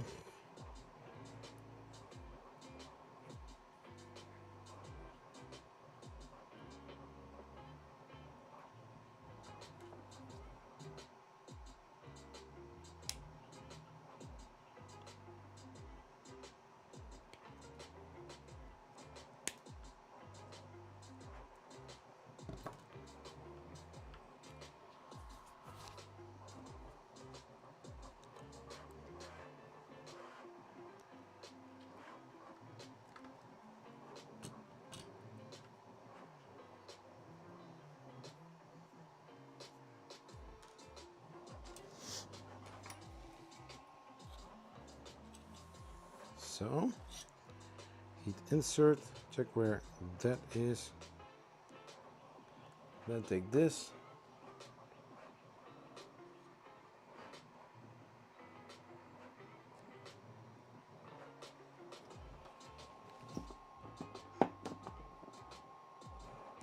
Turn it off.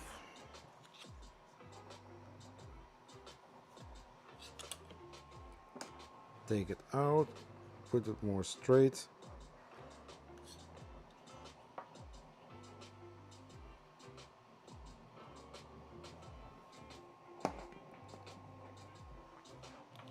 So that is that. Now I need to change those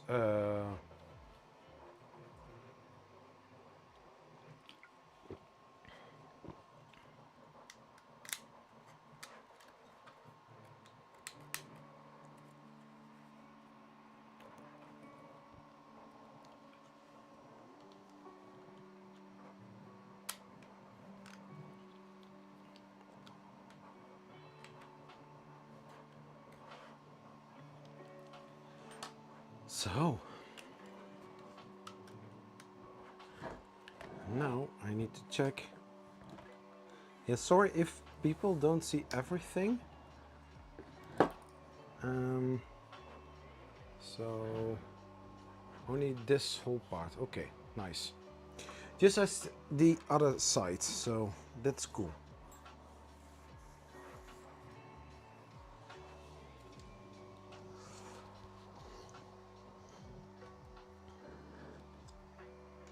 Not too big.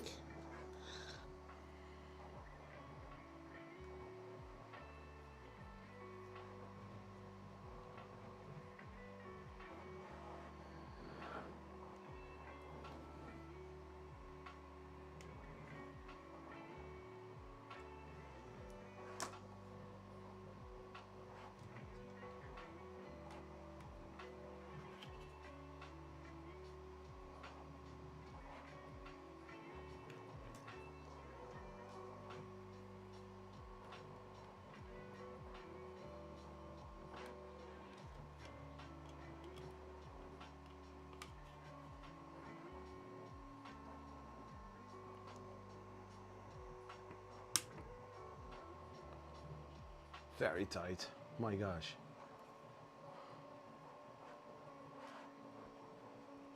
And only here.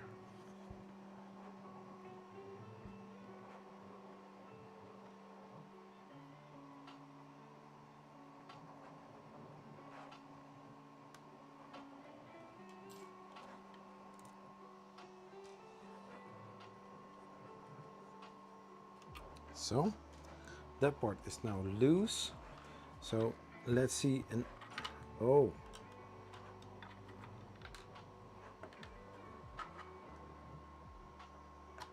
and I can take it out. So nice. Middle one.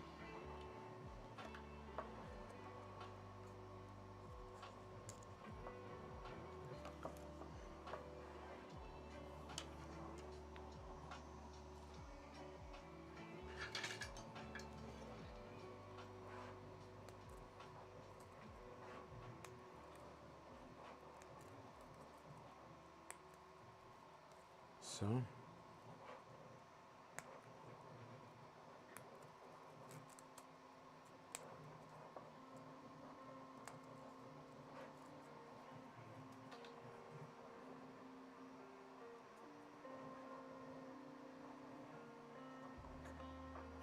let's see. I'm going to install it like that, and then they need to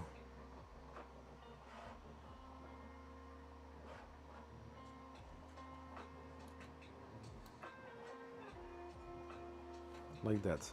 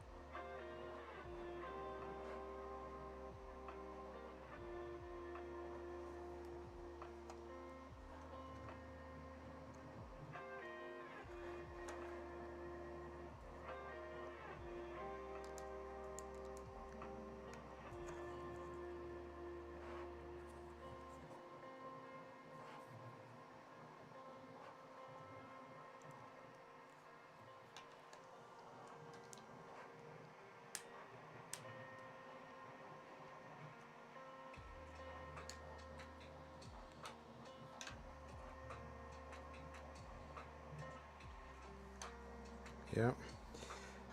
It's not all the way in, so I need to press with something without gluing it. Maybe this.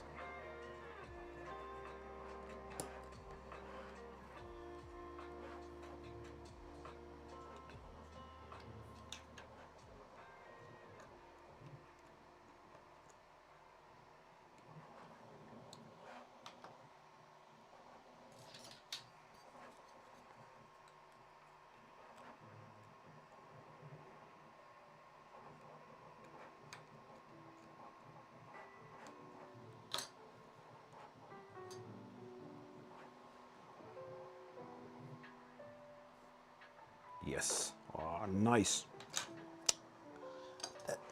That is wonderful.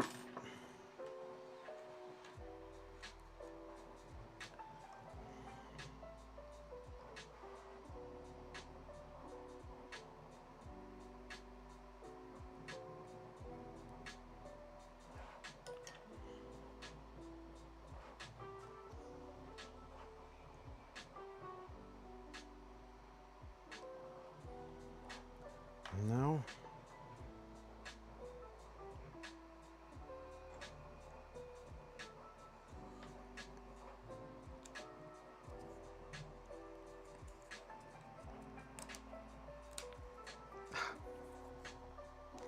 Yeah.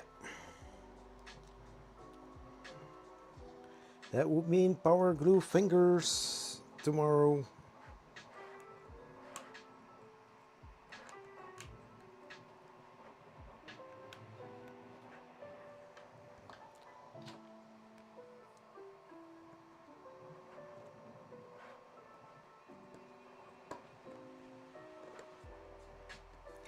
Because every single time when you are trying to lift up the printer, you are grabbing most likely by one of those fan covers or fan guards. So you want to avoid that, because if you press in it, then it is inside.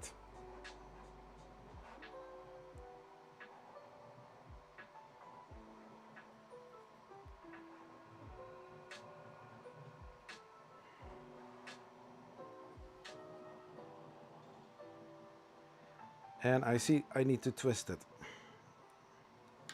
Yeah.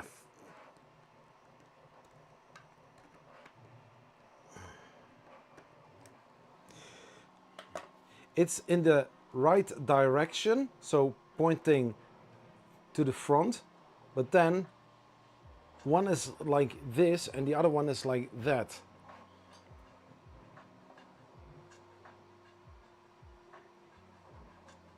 And just like mentioned, this super glue, so yeah. I think I need to reprint some parts.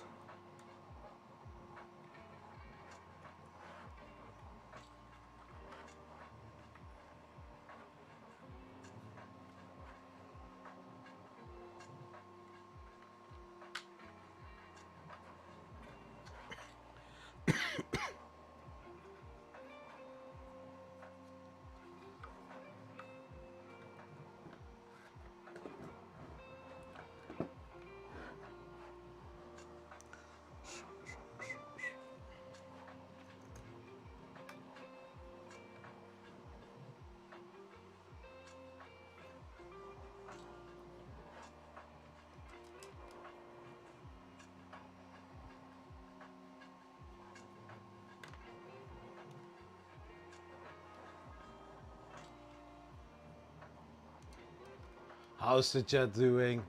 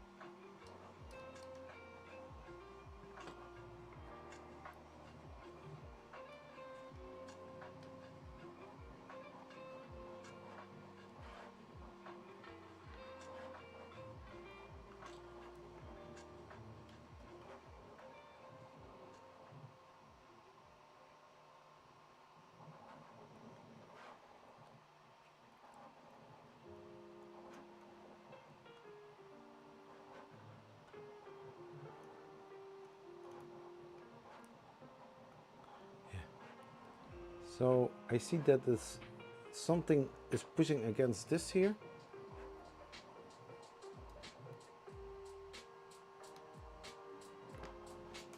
So I'm not really sure what it is.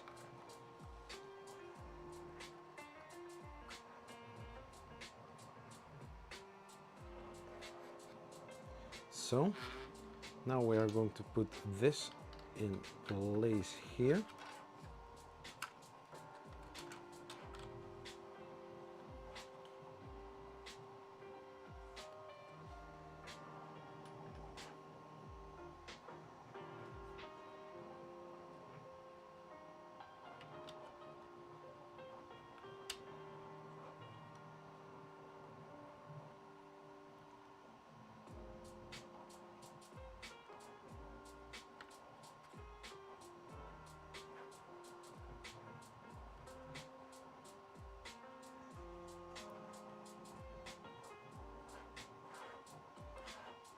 So not all the way tight, because we want to have some room to play.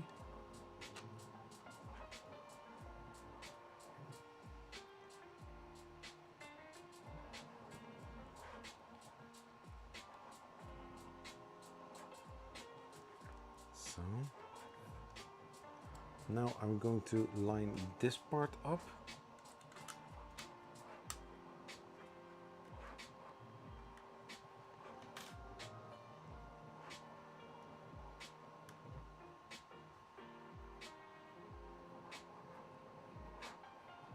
Yeah, so that's great. Now I can,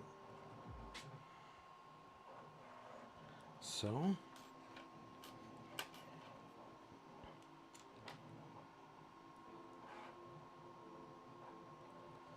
that is that. Now those two,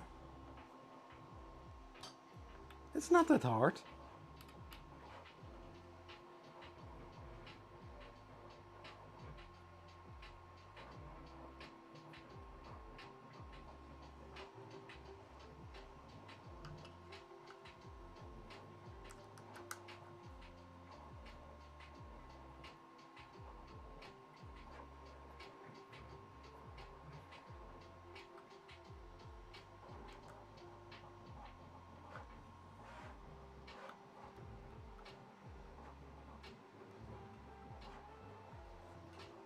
So that is that. Now the plate back.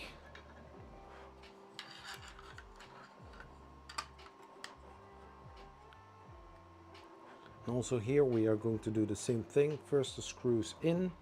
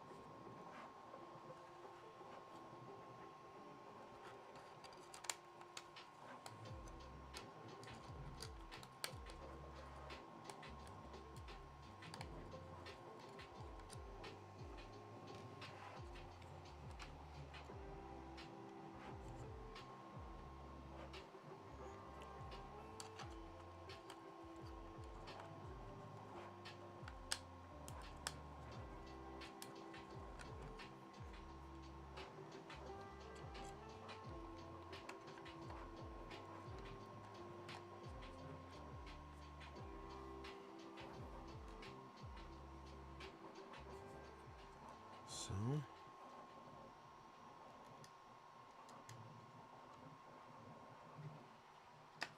nice color, thanks.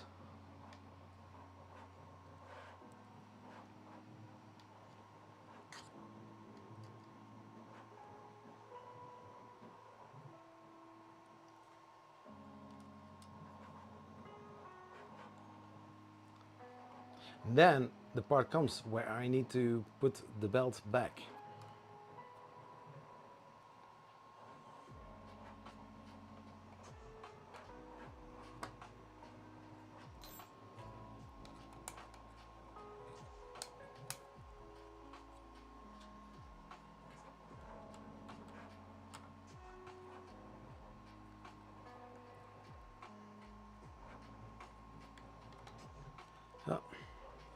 So the heated insert is not fully straight in.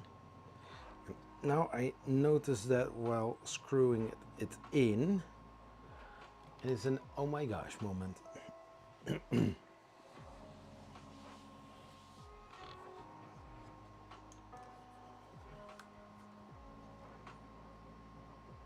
No, it will fit, by the way.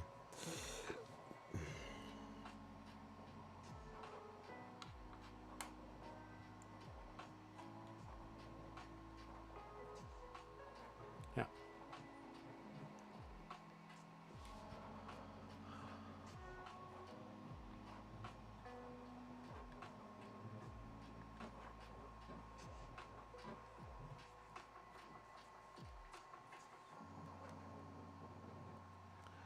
Now that one.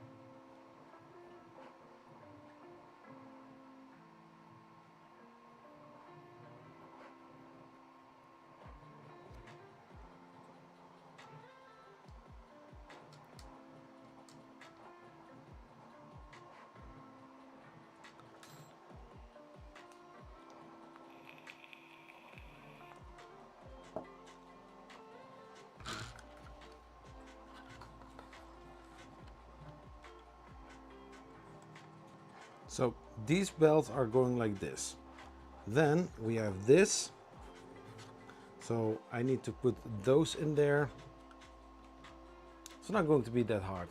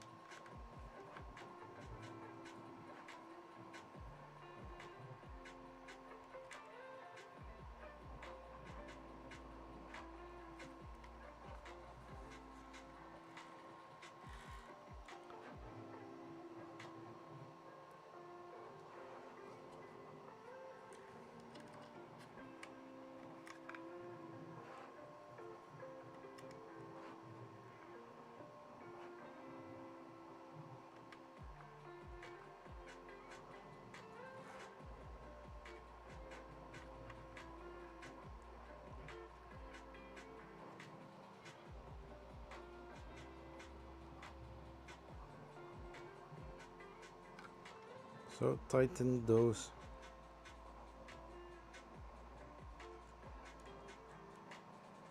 So, okay, the belt. So this one goes here, this one goes then there, then goes it like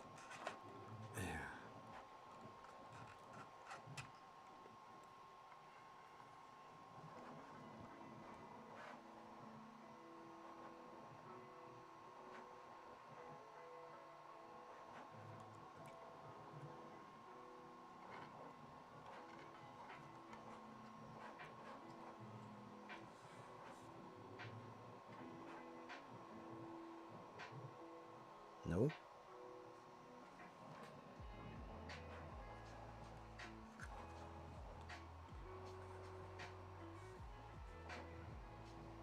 No.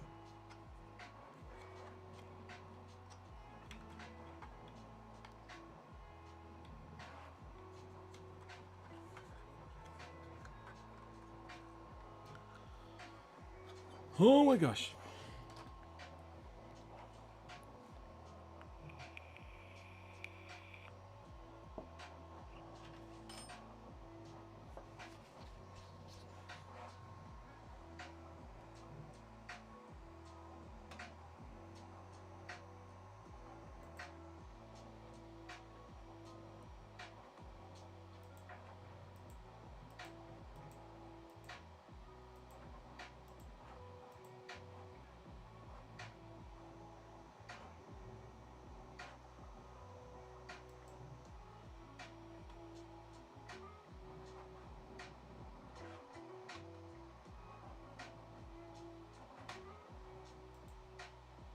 Yeah, just look it up, right?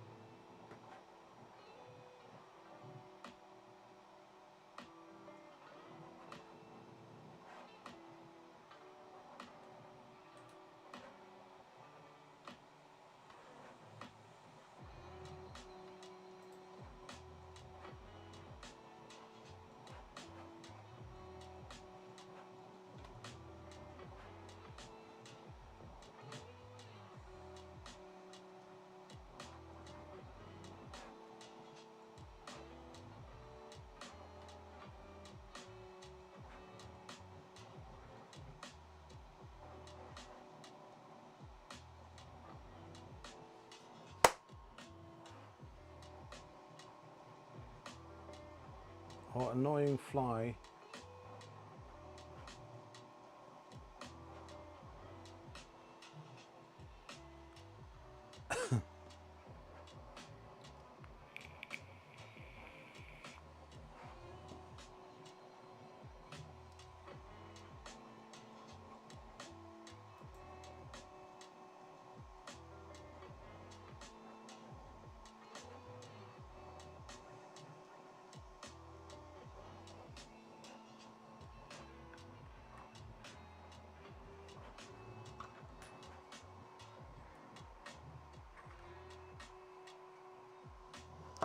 So the put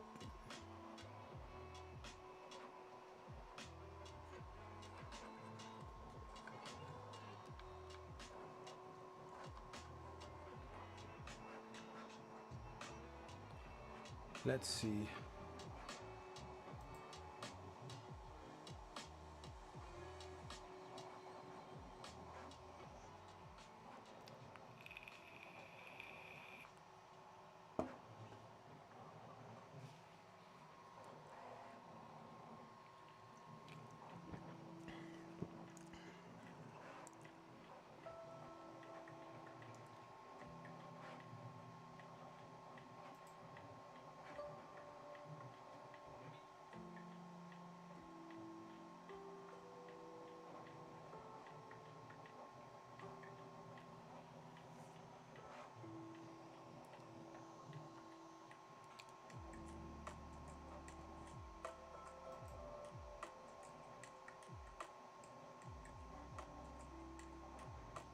So they come here, go over here.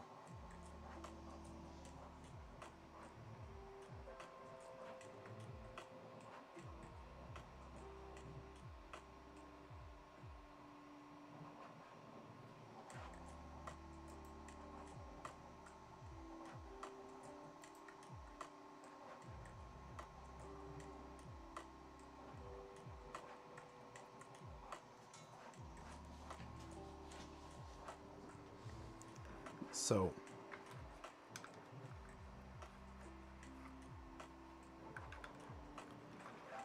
belt goes over here.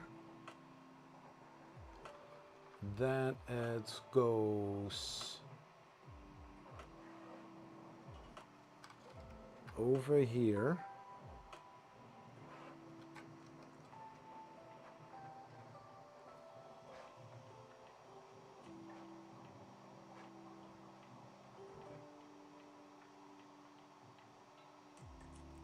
Then it goes around here.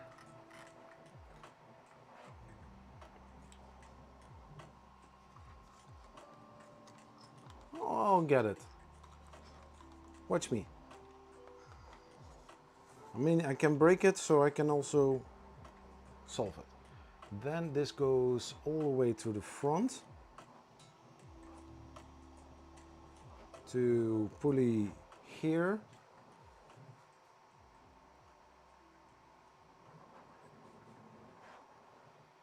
Then around there.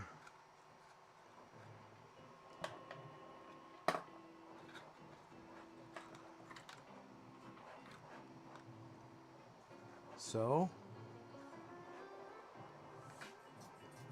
Then this goes around here. How do I get it under it? Because there it goes. I need to unscrew them.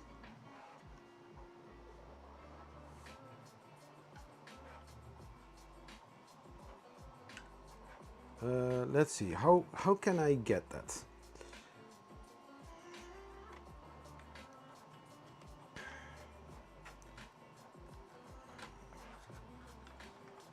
So there is one part that needs to go from here to here. So in order to get that,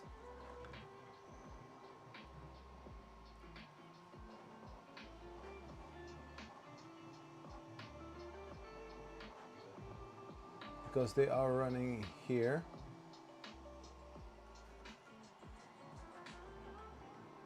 So if I take this spanner, then I'll pull here, and I take this here. I mean, how hard can it be, right? I only need to see what the belt pad is.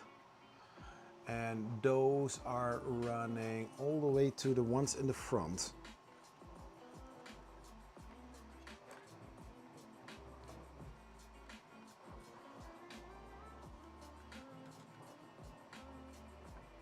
All the way to the front. Then they go around here and here. Then they go right here.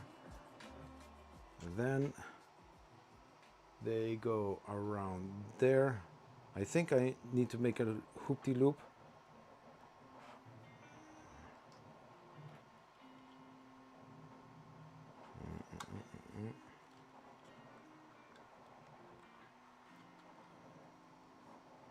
Because I didn't detach it, so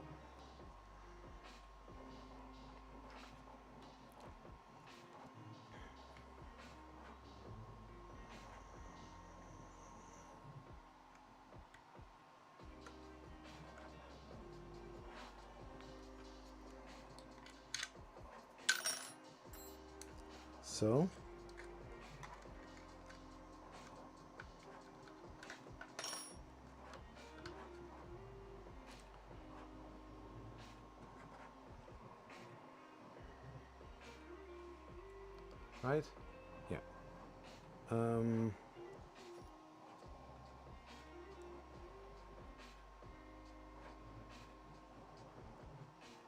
Then I need to get more space here.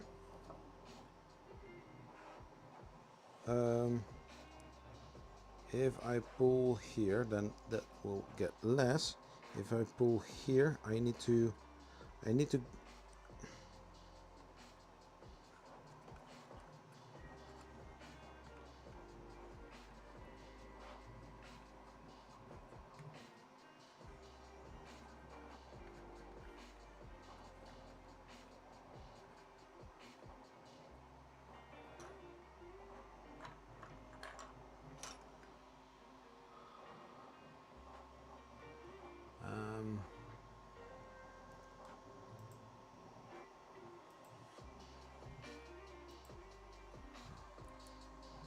where's the other chat?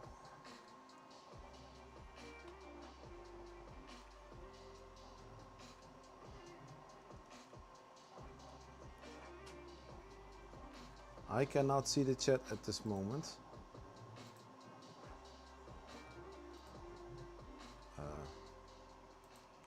Let's see. In my thoughts, the price this way to 800. Okay.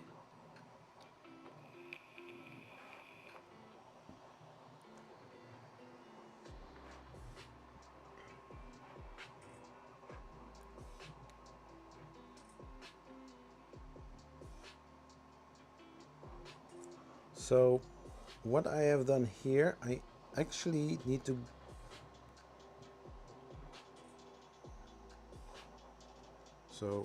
this, oh yeah, I see.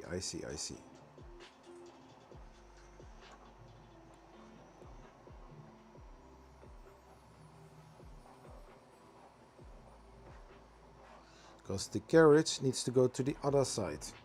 And I see that the belt is twisted, which isn't.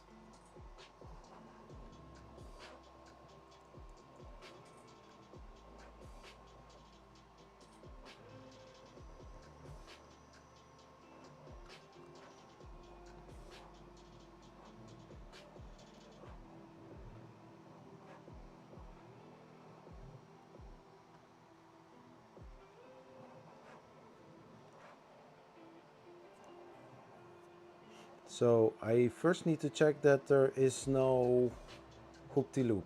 It's not twisted.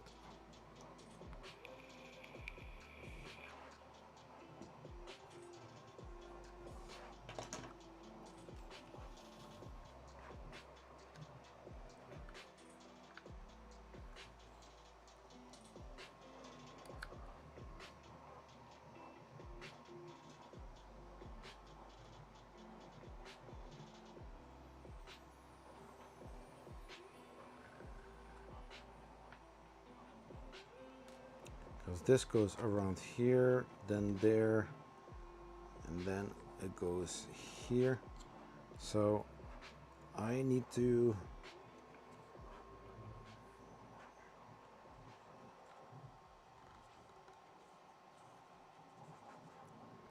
somewhere I need to check how it was.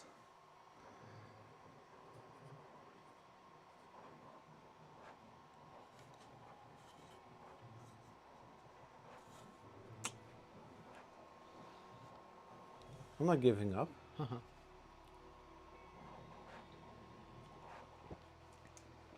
At this moment, it's 2:15 a.m. in the morning.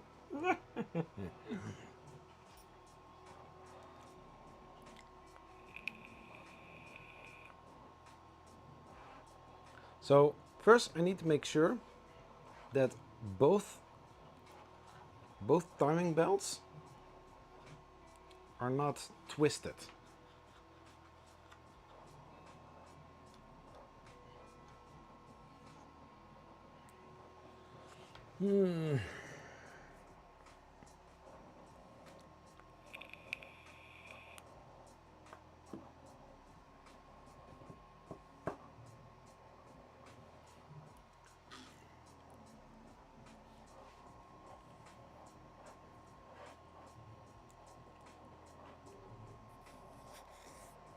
Because basically it is possible to do it without undoing the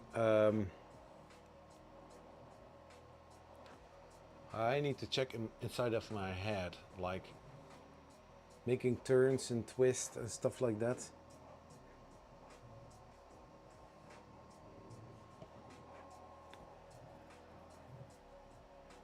Because I undo it right here. And those are coming from those two. And they are going all the way to the front to here and then here. And then they are going back to this one here.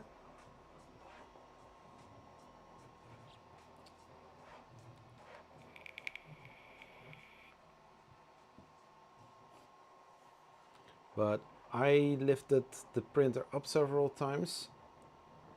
So it can be that somewhere in the process I I twisted it. So I need to take it all off again. It's not that bad. It's not that bad. Nothing too crazy. Just, you know, a little puzzle. Yeah.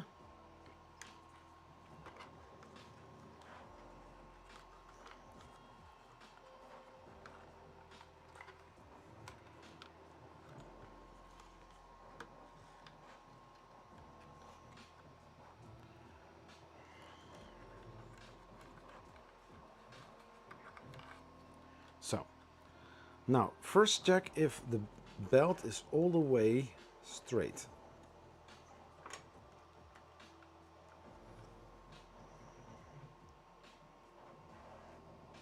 Yeah, looks like it, right?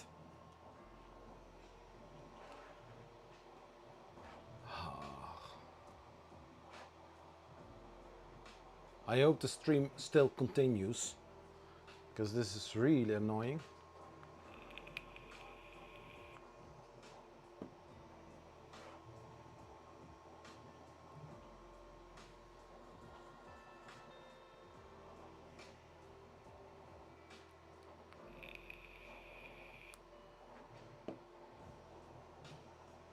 So, checking the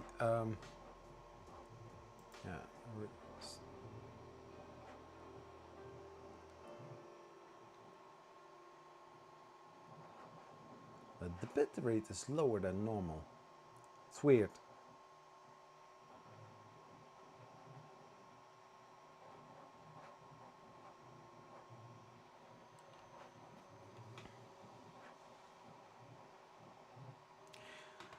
Anyways.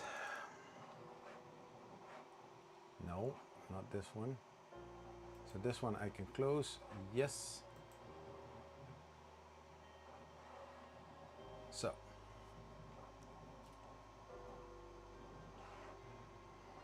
So both are going from here all the way to these.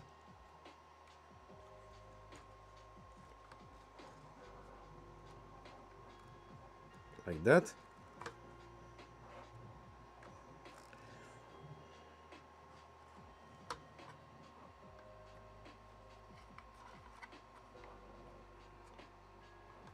So. Okay.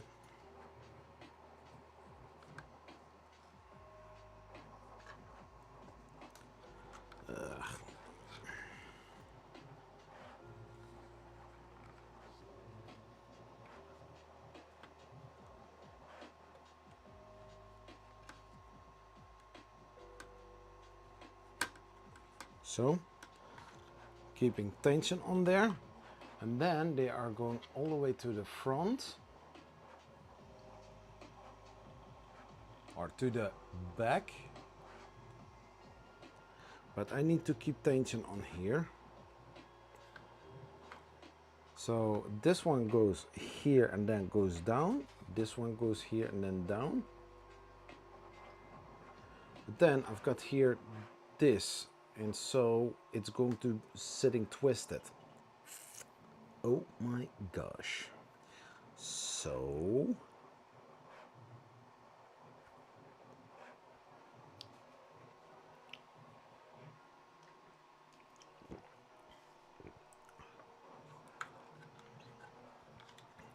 because if I think of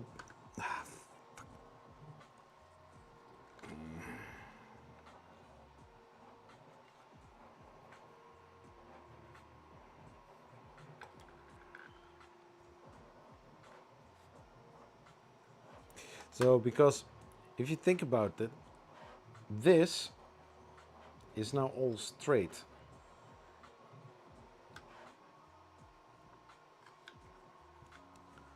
This is twisted already.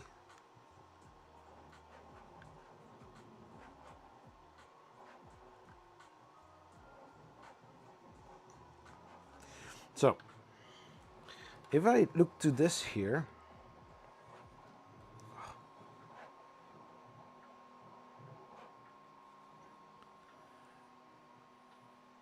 so this is one loop. So if I'm going to loop them around, they are going to twist.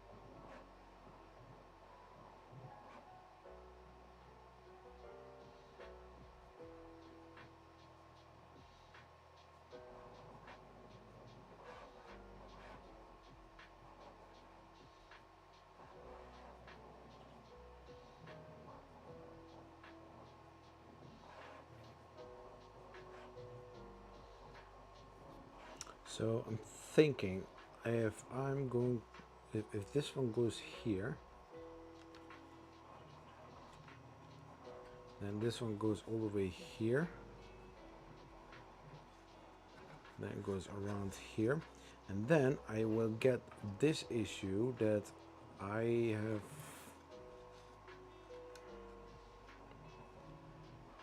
because I cannot get the belt underneath.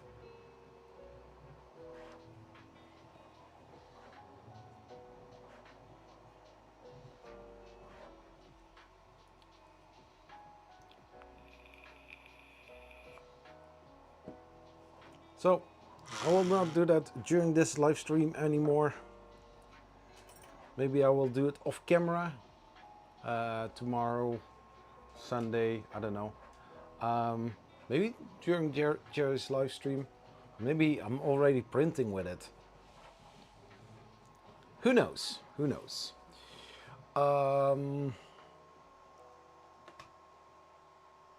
Let's see.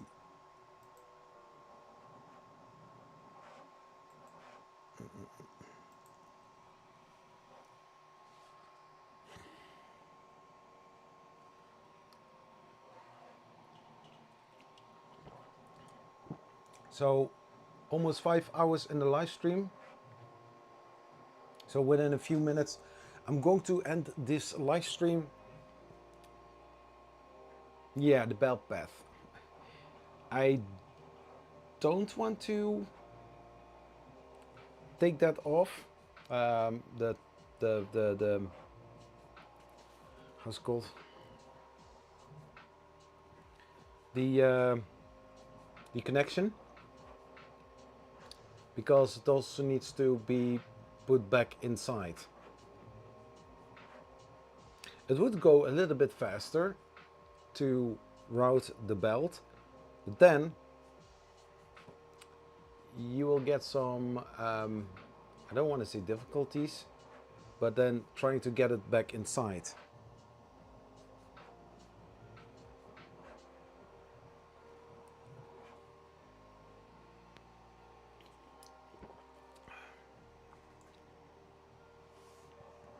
But with the teal color, it is looking beautiful.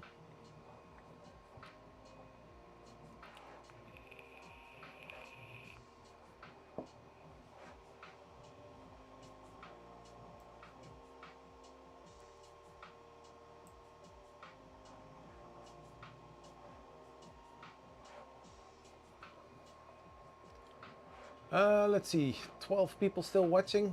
Thank you so much. I hope that your side of the stream is running smoothly. I've got some lag.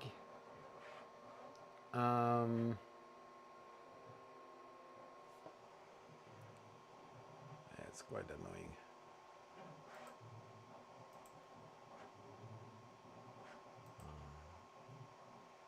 Yeah. Anyways, yeah, so everybody, thank you so much for being here, watching this live stream, and I will see you next week, Friday evening, same time, same place. So thank you so much, and bye. Peace, bye-bye.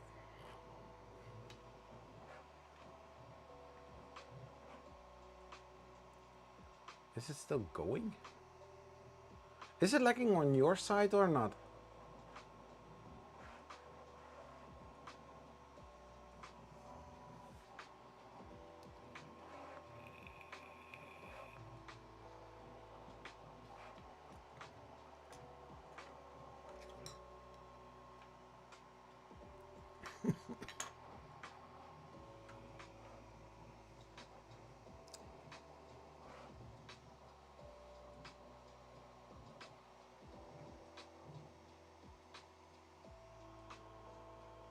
No? Okay, nice. We'll see you next time. Peace.